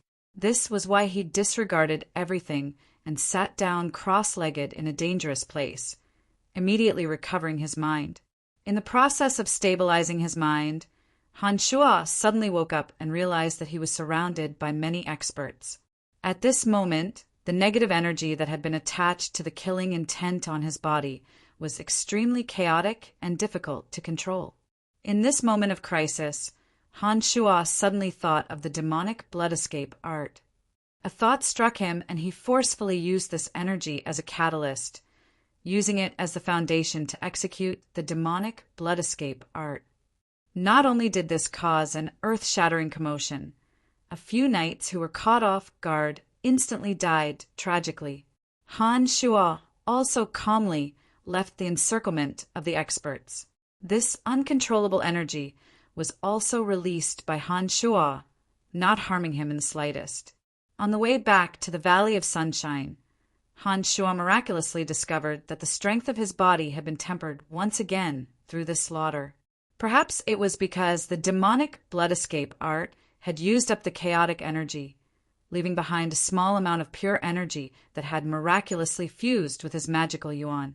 It looks like I'll have to take risks if I want to improve a bit faster. When Han Shuo sensed that his body's condition had changed due to the slaughter, he couldn't help but murmur ruefully. The sound of metal clashing suddenly traveled from not too far away and fell into Han Shuo's ears. Han Shuo, who was flying towards the Valley of Sunshine, started and began to carefully discern the surrounding mountain terrain. Having his brain expanded by magical yuan, Han Shuo had a good understanding of the surrounding mountain terrain from the information Emily had obtained. When he paid close attention to his surroundings, he quickly found out where he was. He even knew where the sound was coming from. The sound of metal clashing came from where the house of Menlo was. Perhaps this matter had something to do with Trunks and the others. It's time to see the strength of those subordinates I've never met before. Han Shuo murmured to himself as he changed his trajectory in the direction of the Valley of Sunshine and flew towards the area where the house of Menlo was. Chapter 218. The house of Menlo was located in a small mountain in the Valley of Sunshine. Many caves had been excavated into the belly of the mountain, intersecting with each other. Many shockingly powerful defensive measures had been set up inside. Han Shuo flew through the air and stopped on top of an ancient tree, more than 10 meters tall. His eyes looked towards the source of the noise. Thick smoke billowed out of the caves where the house of Menlo's troops were stationed. Some of the caves' entrances were ablaze. Many stone chambers had been excavated from the caves. The stone chambers were like individual rooms, with all sorts of living facilities within. Many of the stone chambers were even more luxurious than some of the shops in the Valley of Sunshine. It was very normal for a fire dragon to burst into flames as soon as it was thrown in. At the exit of the small mountain, a group of masked people moved quickly. Some of them were fire mages who chanted fire spells from time to time and spat out tongues of flame towards the cave entrance. This group of people moved nimbly and cooperated very well. The fire mages set the fire while the wind mages used the wind to fan the flames. A few archers wielded bows and arrows and forced the house of Menlo's men who had poked their heads out of the cave to go back in. The small mountain covered a large area. After the originally empty belly of the mountain was excavated, many caves and stone chambers of various sizes appeared. This group of troublemakers only targeted one corner of the mountain to destroy. Once people from other places came to help, they immediately retreated and hid in the surrounding bushes to conceal themselves. They were obviously very familiar with the surrounding terrain, and they were very good at changing places after a battle. Once they were discovered, they would immediately retreat while fighting, then make a big circle and come back from another place to wreak havoc for a while. Under normal circumstances, this group of troublemakers with only a few dozen people would very likely be consigned to eternal damnation when the first wave of attacks was discovered and they didn't retreat. However, the House of Menlo's situation was also very chaotic. This group of troublemakers was not the main force this time. A group of 400 to 500 bandits with messy clothing was the main target of the House of Menlo. For some unknown reason, these bandits had gathered around the House of Menlo and attacked any House of Menlo who came out of the cave. Both sides were locked in a fierce battle. Watching from afar for a while, Han Shuo didn't know whether to laugh or cry when he saw Trunks and his gang taking advantage of the chaotic battle to cause trouble everywhere. He hadn't expected that Trunks would actually have such talent in this area. The mission against the House of Menlo this time was originally just to arouse the House of Menlo's suspicions of the other factions. Who would have thought that the situation would develop like this? This was rather surprising to Han Shuo. Even more people were wearing shining armor and wielding sharp weapons as they returned from a distant path. From their clothing, Han Shuo could clearly tell that this group was also from the House of Menlo. There were about 500 to 600 of them, and each of them had an extraordinary aura. They should be the elite troops of the House of Menlo. The direction in which this group of people were returning was precisely where Trunks and his men were. Seeing that Trunks and his men hadn't discovered any possible danger and were planning on causing more trouble, Han Shuo finally no longer stayed where he was and flew towards them. The sky was already beginning to brighten, and the stars had hidden themselves in the depths of the sky. It looked like it would be dawn soon. Just as Trunks was about to launch one last attack during the chaos, a black shadow landed in front of him with a whoosh. Trunks was startled, but when he realized that it was actually Han Shuo, he immediately let out a sigh of relief and said, "Why are you here?" "I was passing by here on the way and just happened to see the returning elites of the House of Menlo, so I was planning to come in from here. Let's leave quickly?" Han Shuo smiled faintly and didn't waste any words, explaining the current situation to Trunks. When he heard that the elites of the House of Menlo had returned, Trunks growled lowly and made a gesture towards the mercenaries in the distance. They were all masked fellows. When they saw Trunks' hand signal, they immediately understood. They did not gather together and leave. Instead, they became more and more scattered. Each and every one of them used the terrain to conceal themselves and gradually disappeared without a trace.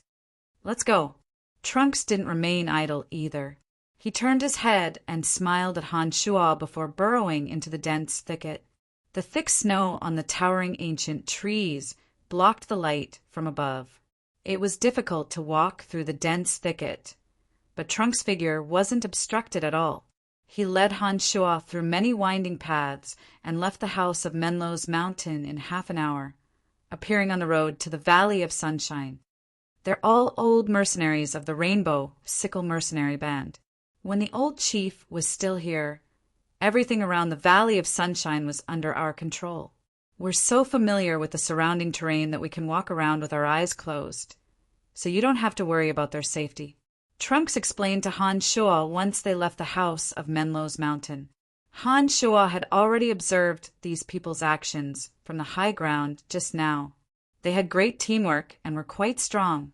Most of them had the strength of journeymen, swordsmen, or knights. There were also a few adept mages and swordsmen among them. There were also many with extraordinary archery skills. It looked like it was indeed as Trunks had said, they really were old mercenaries of the Rainbow Sickle Mercenary Band. With such a group of people, in addition to Trunks' planning and organization, the Soul Destroyer Mercenary Band's future path would be much smoother. "Right, what's going on your side? Why did a bandit band come to the House of Menlo?" Han Shuo couldn't help but ask as he recalled the situation just now. Trunks couldn't help but laugh at Han Shuo's question. He then explained, "When we were heading to the House of Menlo, we coincidentally saw this bandit band planning to rob a group of merchants. Before the battle, we pointed the way for these merchants, and they followed our directions to hide in the House of Menlo. In the end, they alerted the House of Menlo, and the bandits started fighting with the House of Menlo. We took advantage of the chaos to cause trouble everywhere. We originally thought that this group of bandits would be immediately defeated, and we had already made plans to retreat. Who would have thought that the elites of the House of Menlo would be transferred out of the mountain tonight? We don't know what they were going to do." When the bandits saw that there weren't any more elites of the House of Menlo coming out to attack them, they arrogantly continued to attack. We also took advantage of the situation and stayed for a while longer. You saw what happened afterwards. So that's how it is. Are there many such bandit factions in the mountain range surrounding the Valley of Sunshine?" Han Shuo nodded and asked with a smile, "Of course. It's precisely because the Valley of Sunshine is in the middle of 3 countries that many large merchants want to do business in the Valley of Sunshine. That's why there are many bandit factions in the surrounding area. There are even 2 bandit bands with thousands of people. They were formed by wanted criminals from the 3 countries. The leaders of these 2 bandit bands are a man and a woman. The man is called Gustav, nicknamed the Butcher. He's an infamous wanted criminal in the Kasi Empire. He kills without batting an eyelid and is extremely cruel and cold-blooded. If a caravan were to run into his bandit band, it would truly be bad luck. He would plunder all the normal goods and take all the beauties. If he's in a bad mood, he'll kill the rest without leaving a single survivor. Back then, Florida worked with Gustav to frame our old chief, causing him to meet with misfortune. Even my little sister went missing with him. I'll kill this Gustav sooner or later. There's also a woman called Janet. This woman should be considered to have inherited her father's business. Her father was a bandit, her grandfather was a bandit, and her great-grandfather was also a bandit. They're from a famous bandit clan near the Valley of Sunshine. She was raised to be a bandit from birth. Although this woman isn't a good person, she still abides by the rules. When her bandit band runs into merchants, their lives are usually not in danger as long as they don't resist. Apart from the two largest bandit bands controlled by these two, there are still a dozen or so bandit factions of various sizes in the surrounding Valley of Sunshine. It's just that the remaining ones are a bit smaller in scale and aren't as famous or powerful as these two, Trunks slowly explained to Han Shuo. Han Shuo listened for a while and carefully inquired about the strength of those bandit bands before nodding.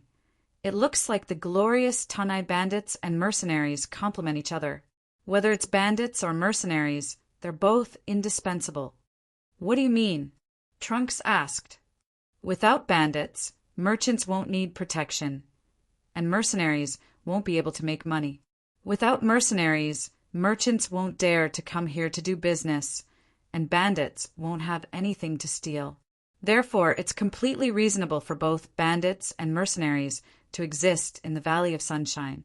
With the strength of the 4 factions in the Valley of Sunshine, they should have the power to exterminate these bandits.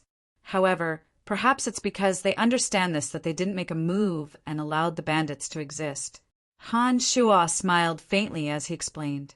Trunks chuckled when he heard Han Shuo's words. That's right, the old chief understood this long ago. I didn't think you'd figure it out so quickly as well. Nodding, Han Shuo looked at the sky and said, "Let's go, it's getting late. Let's hurry back to the Valley of Sunshine. I also want to go take a look."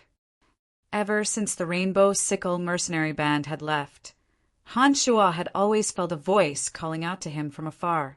Han Shuo had originally thought that the little skull had run into danger again, but he realized that something wasn't right after a bit of careful observation. It wasn't until later on that Han Shuo focused his attention and carefully sensed that the voice was coming from the dark forest. This place wasn't very far from the dark forest, and the Cemetery of Death was in the dark forest. When Han Shuo realized that the call seemed to be coming from the dark forest, he immediately understood that the Earth Elite zombie had successfully broken out of the ground. However, due to the boundary of the Cemetery of Death, he couldn't use his senses to find Han Shuo, so he could only passively send out signals. Chapter 219. Han Shuo and Trunks returned to the Valley of Sunshine one after the other. Gilbert, Emily, and Phoebe had already returned to the shop with the place of extreme water. They were anxiously waiting for Han Shuo, afraid that something had happened to Han Shuo. "Are you all right?" Who would have thought that old fellow Ferguson would also be in the Rainbow Sickle mercenary band? It's a good thing that his main target wasn't us, otherwise Gilbert and we wouldn't have been able to return so easily. Emily sighed with lingering fear when she saw that Han Shuo had returned safely. Ferguson seems to care quite a bit about this grandson of his. The Rainbow Sickle mercenary band suffered heavy casualties tonight. They definitely won't take this lying down. Let's be careful. Han Shuo understood that the Rainbow Sickle mercenary band wasn't weak. The reason why the valley had been so chaotic this time was because the experts weren't in Tanai. Otherwise, they wouldn't have been able to cause such a ruckus so easily. What happened afterwards? Phoebe and the other 2 had left early and didn't know what had happened afterwards. When she saw that Han Shuo had returned safely, Phoebe couldn't help but ask, "Nothing important. I took advantage of the chaos to escape after you guys left." Han Shuo responded. Heartfelt calls traveled from the distant dark forest and circled around Han Shuo's heart. Seeing that there wasn't much to explain, Han Shuo couldn't hold back his curiosity and immediately said, "There shouldn't be any problems during the day. Everyone has been busy all night. Let's rest a bit before the sky brightens." Han Shuo hastily returned to his room after speaking and chanted an incantation. The loyal little skull appeared in front of him, bone dagger in hand. After giving the order, Han Shuo took out the magic staff that led to the Cemetery of Death and assembled the magical formation. He hastily walked into the formation and activated it with his mental strength. A dazzling white light flashed by, and the scene changed drastically in an instant. Walking out of the main hall of the Cemetery of Death, one could see mounds of earth rising from the ground as far as the eye could see. Under the dusky sky, dense earth elements continuously gathered at the place of extreme earth. Like the undulating waves of the sea, the ground trembled slightly. Mounds rose and fell one after another, and the hard soil became as soft as sand. In the middle of the deep hole, the soil was constantly churning, as if there was a big loach rolling around inside.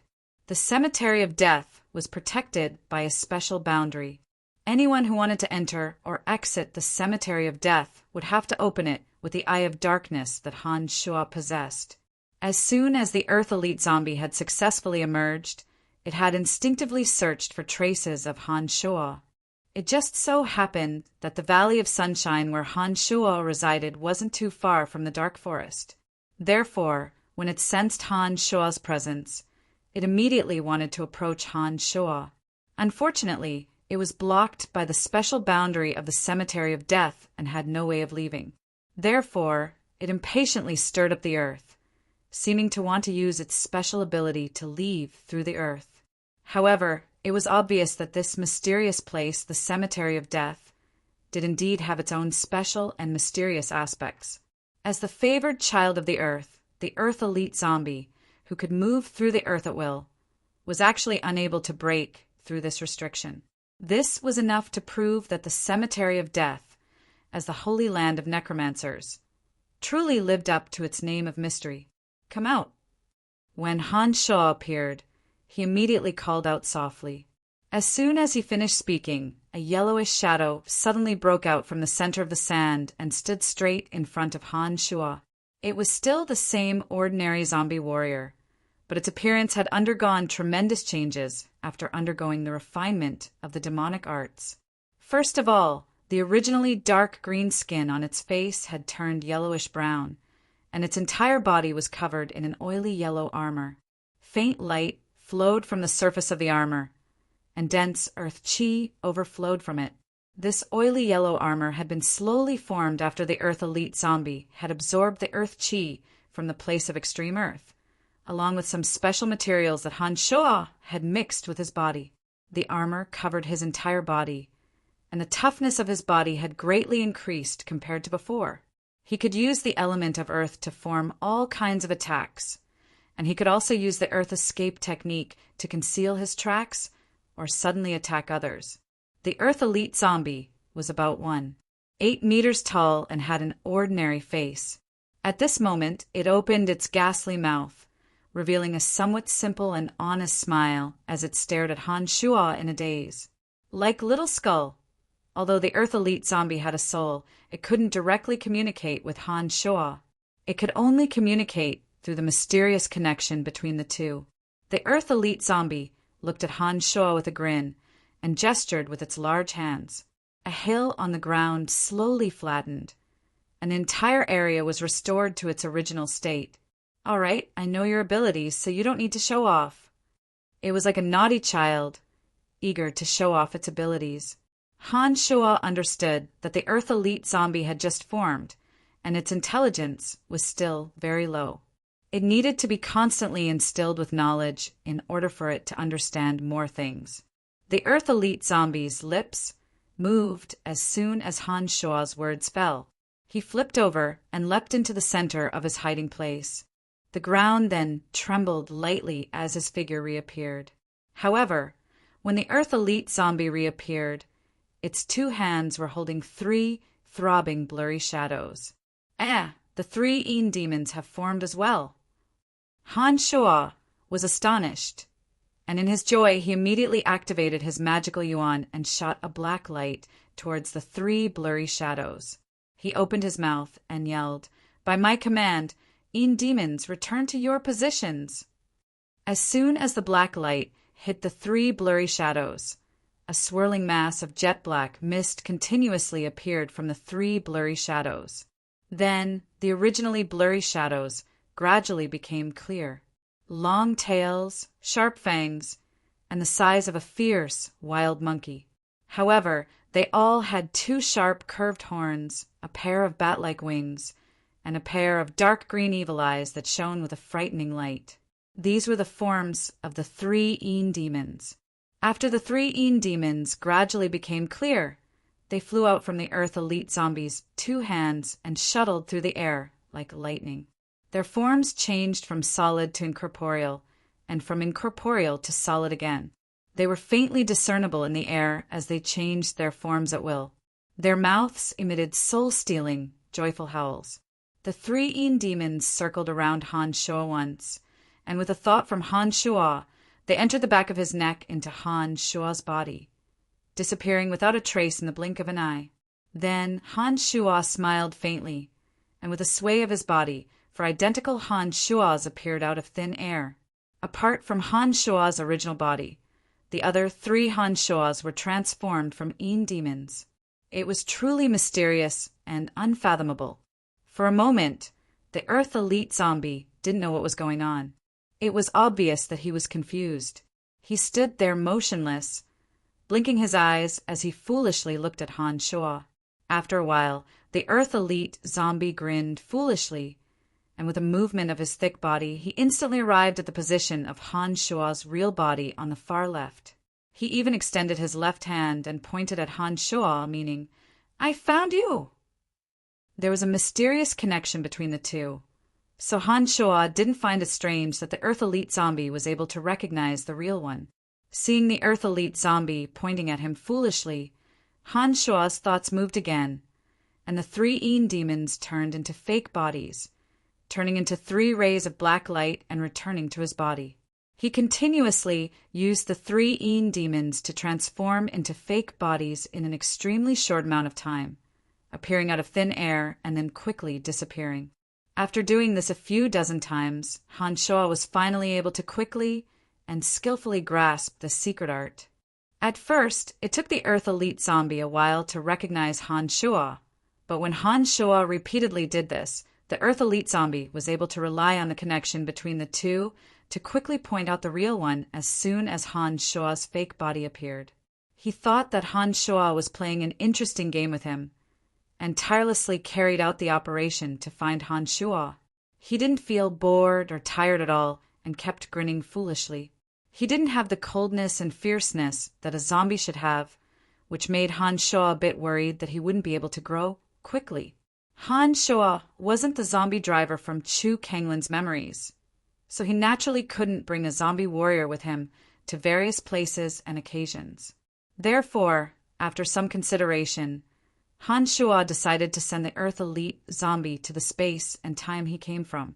Han Shuo wasn't worried about the Earth Elite Zombie strength. Having experienced the secret method of demonic refinement, the Earth Elite Zombie could skillfully use the Yuan energy of Earth and would certainly become a very competent helper. However, since the Earth Elite Zombie had just broken out of the ground, it seemed that because he hadn't experienced the tempering of a great battle, he was a bit naive and honest and needed to grow quickly.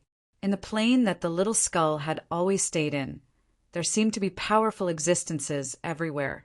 Even Han Shuo didn't know how tyrannical the little skull's strength was, but even in that plane he would encounter enemies that he needed to avoid.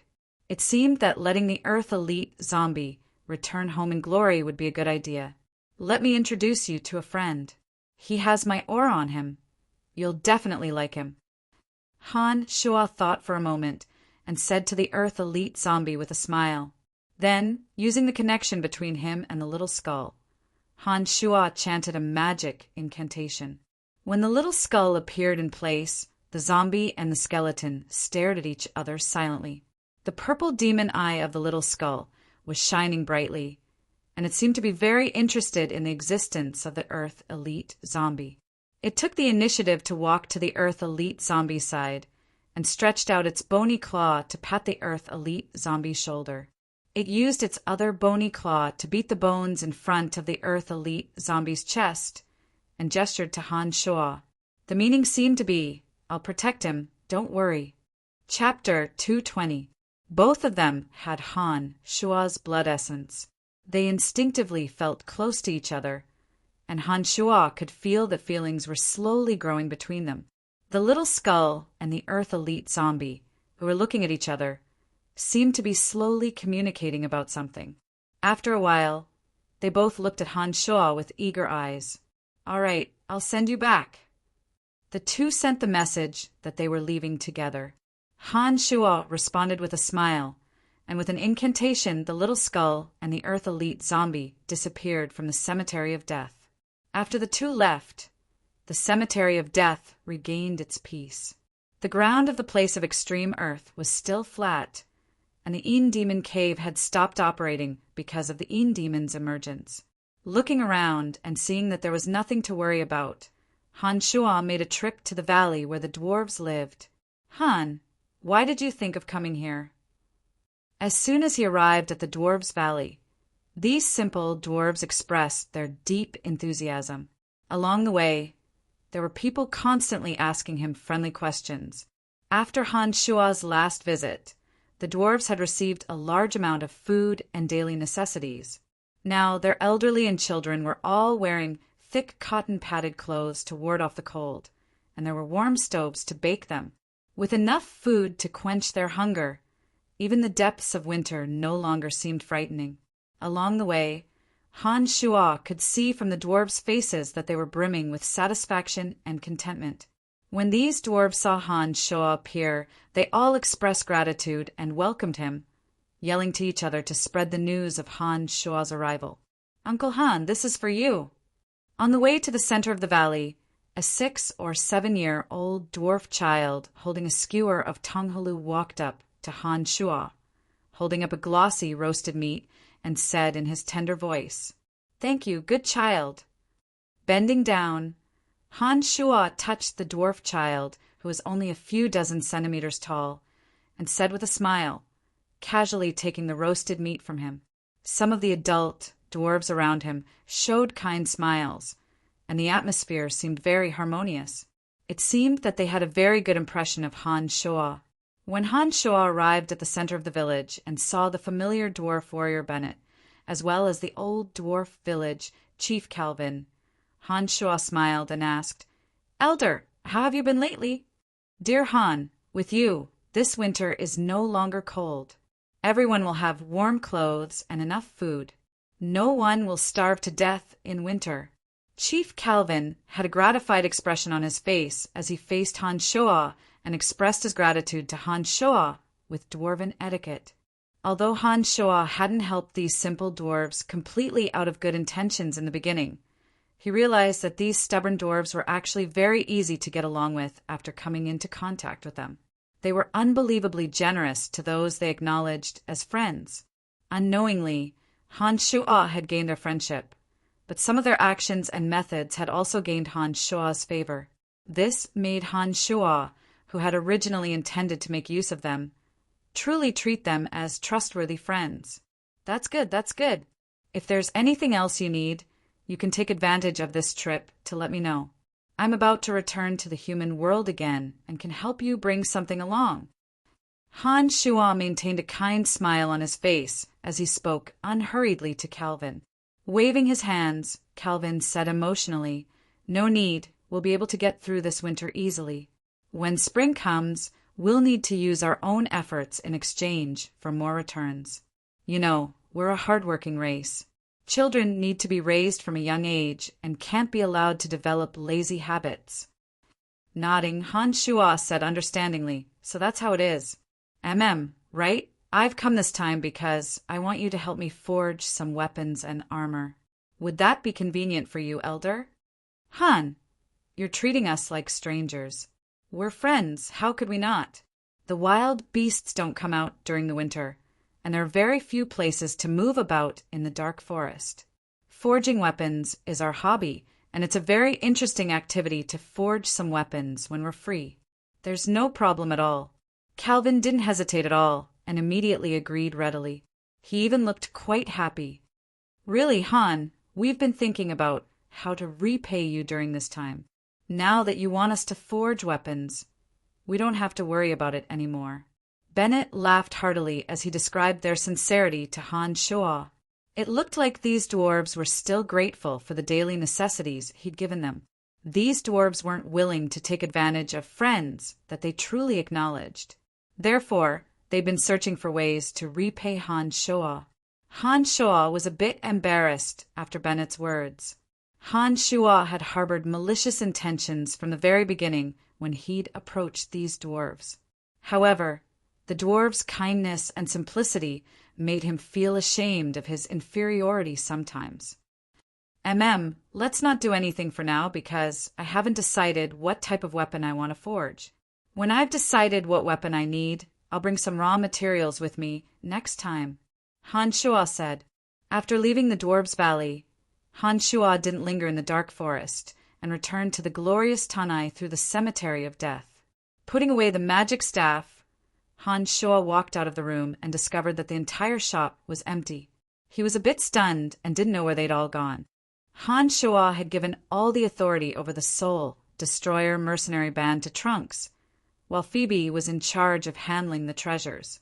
Emily was in charge of keeping an eye on the messy affairs of the Dark Mantle organization, while Gilbert played a protective role in protecting Phoebe and Emily. The sky was like a burning cloud, and the sunset was bright red, indicating that it was already evening. During the day, the soldiers of the Cairo mercenary band were everywhere in the glorious Tanai. The guards of the Valley of Sunshine's merchants were also patrolling the streets. Therefore, Han Shuo wasn't too worried about their safety. Seeing that he was the only one left in the shop, Han Shuo took out the thick tome of necromancy he'd obtained from the Cemetery of Death and began to slowly study it. During the Rainbow Sickle mercenary band's trip last night, the long-lost canopy of necromancy had been unleashed and had played an enormous role. If it wasn't for Light Grand Magus Ferguson's timely arrival, the dark creatures within the range of the canopy of necromancy would have continued to wreak havoc and display extraordinary battle strength. Even after absorbing the Calamity Church's Archmage Clarendon's memories, Han Shuo didn't have any memories of the canopy of necromancy. He didn't even have the corpse resurrection spell that he'd previously grasped. In other words, this magic tome from the Cemetery of Death was the crystallization of necromancy magic. It contained a large amount of necromancy knowledge, including some necromancy spells that had been lost in the past. These things were extremely useful to Han Shuo. After obtaining Clarendon's memories, Han Shuo's understanding of necromancy magic had already reached the level of an archmage. He could understand many of the difficult and specialized sentences in the tome and didn't need to ask Fanny for more knowledge.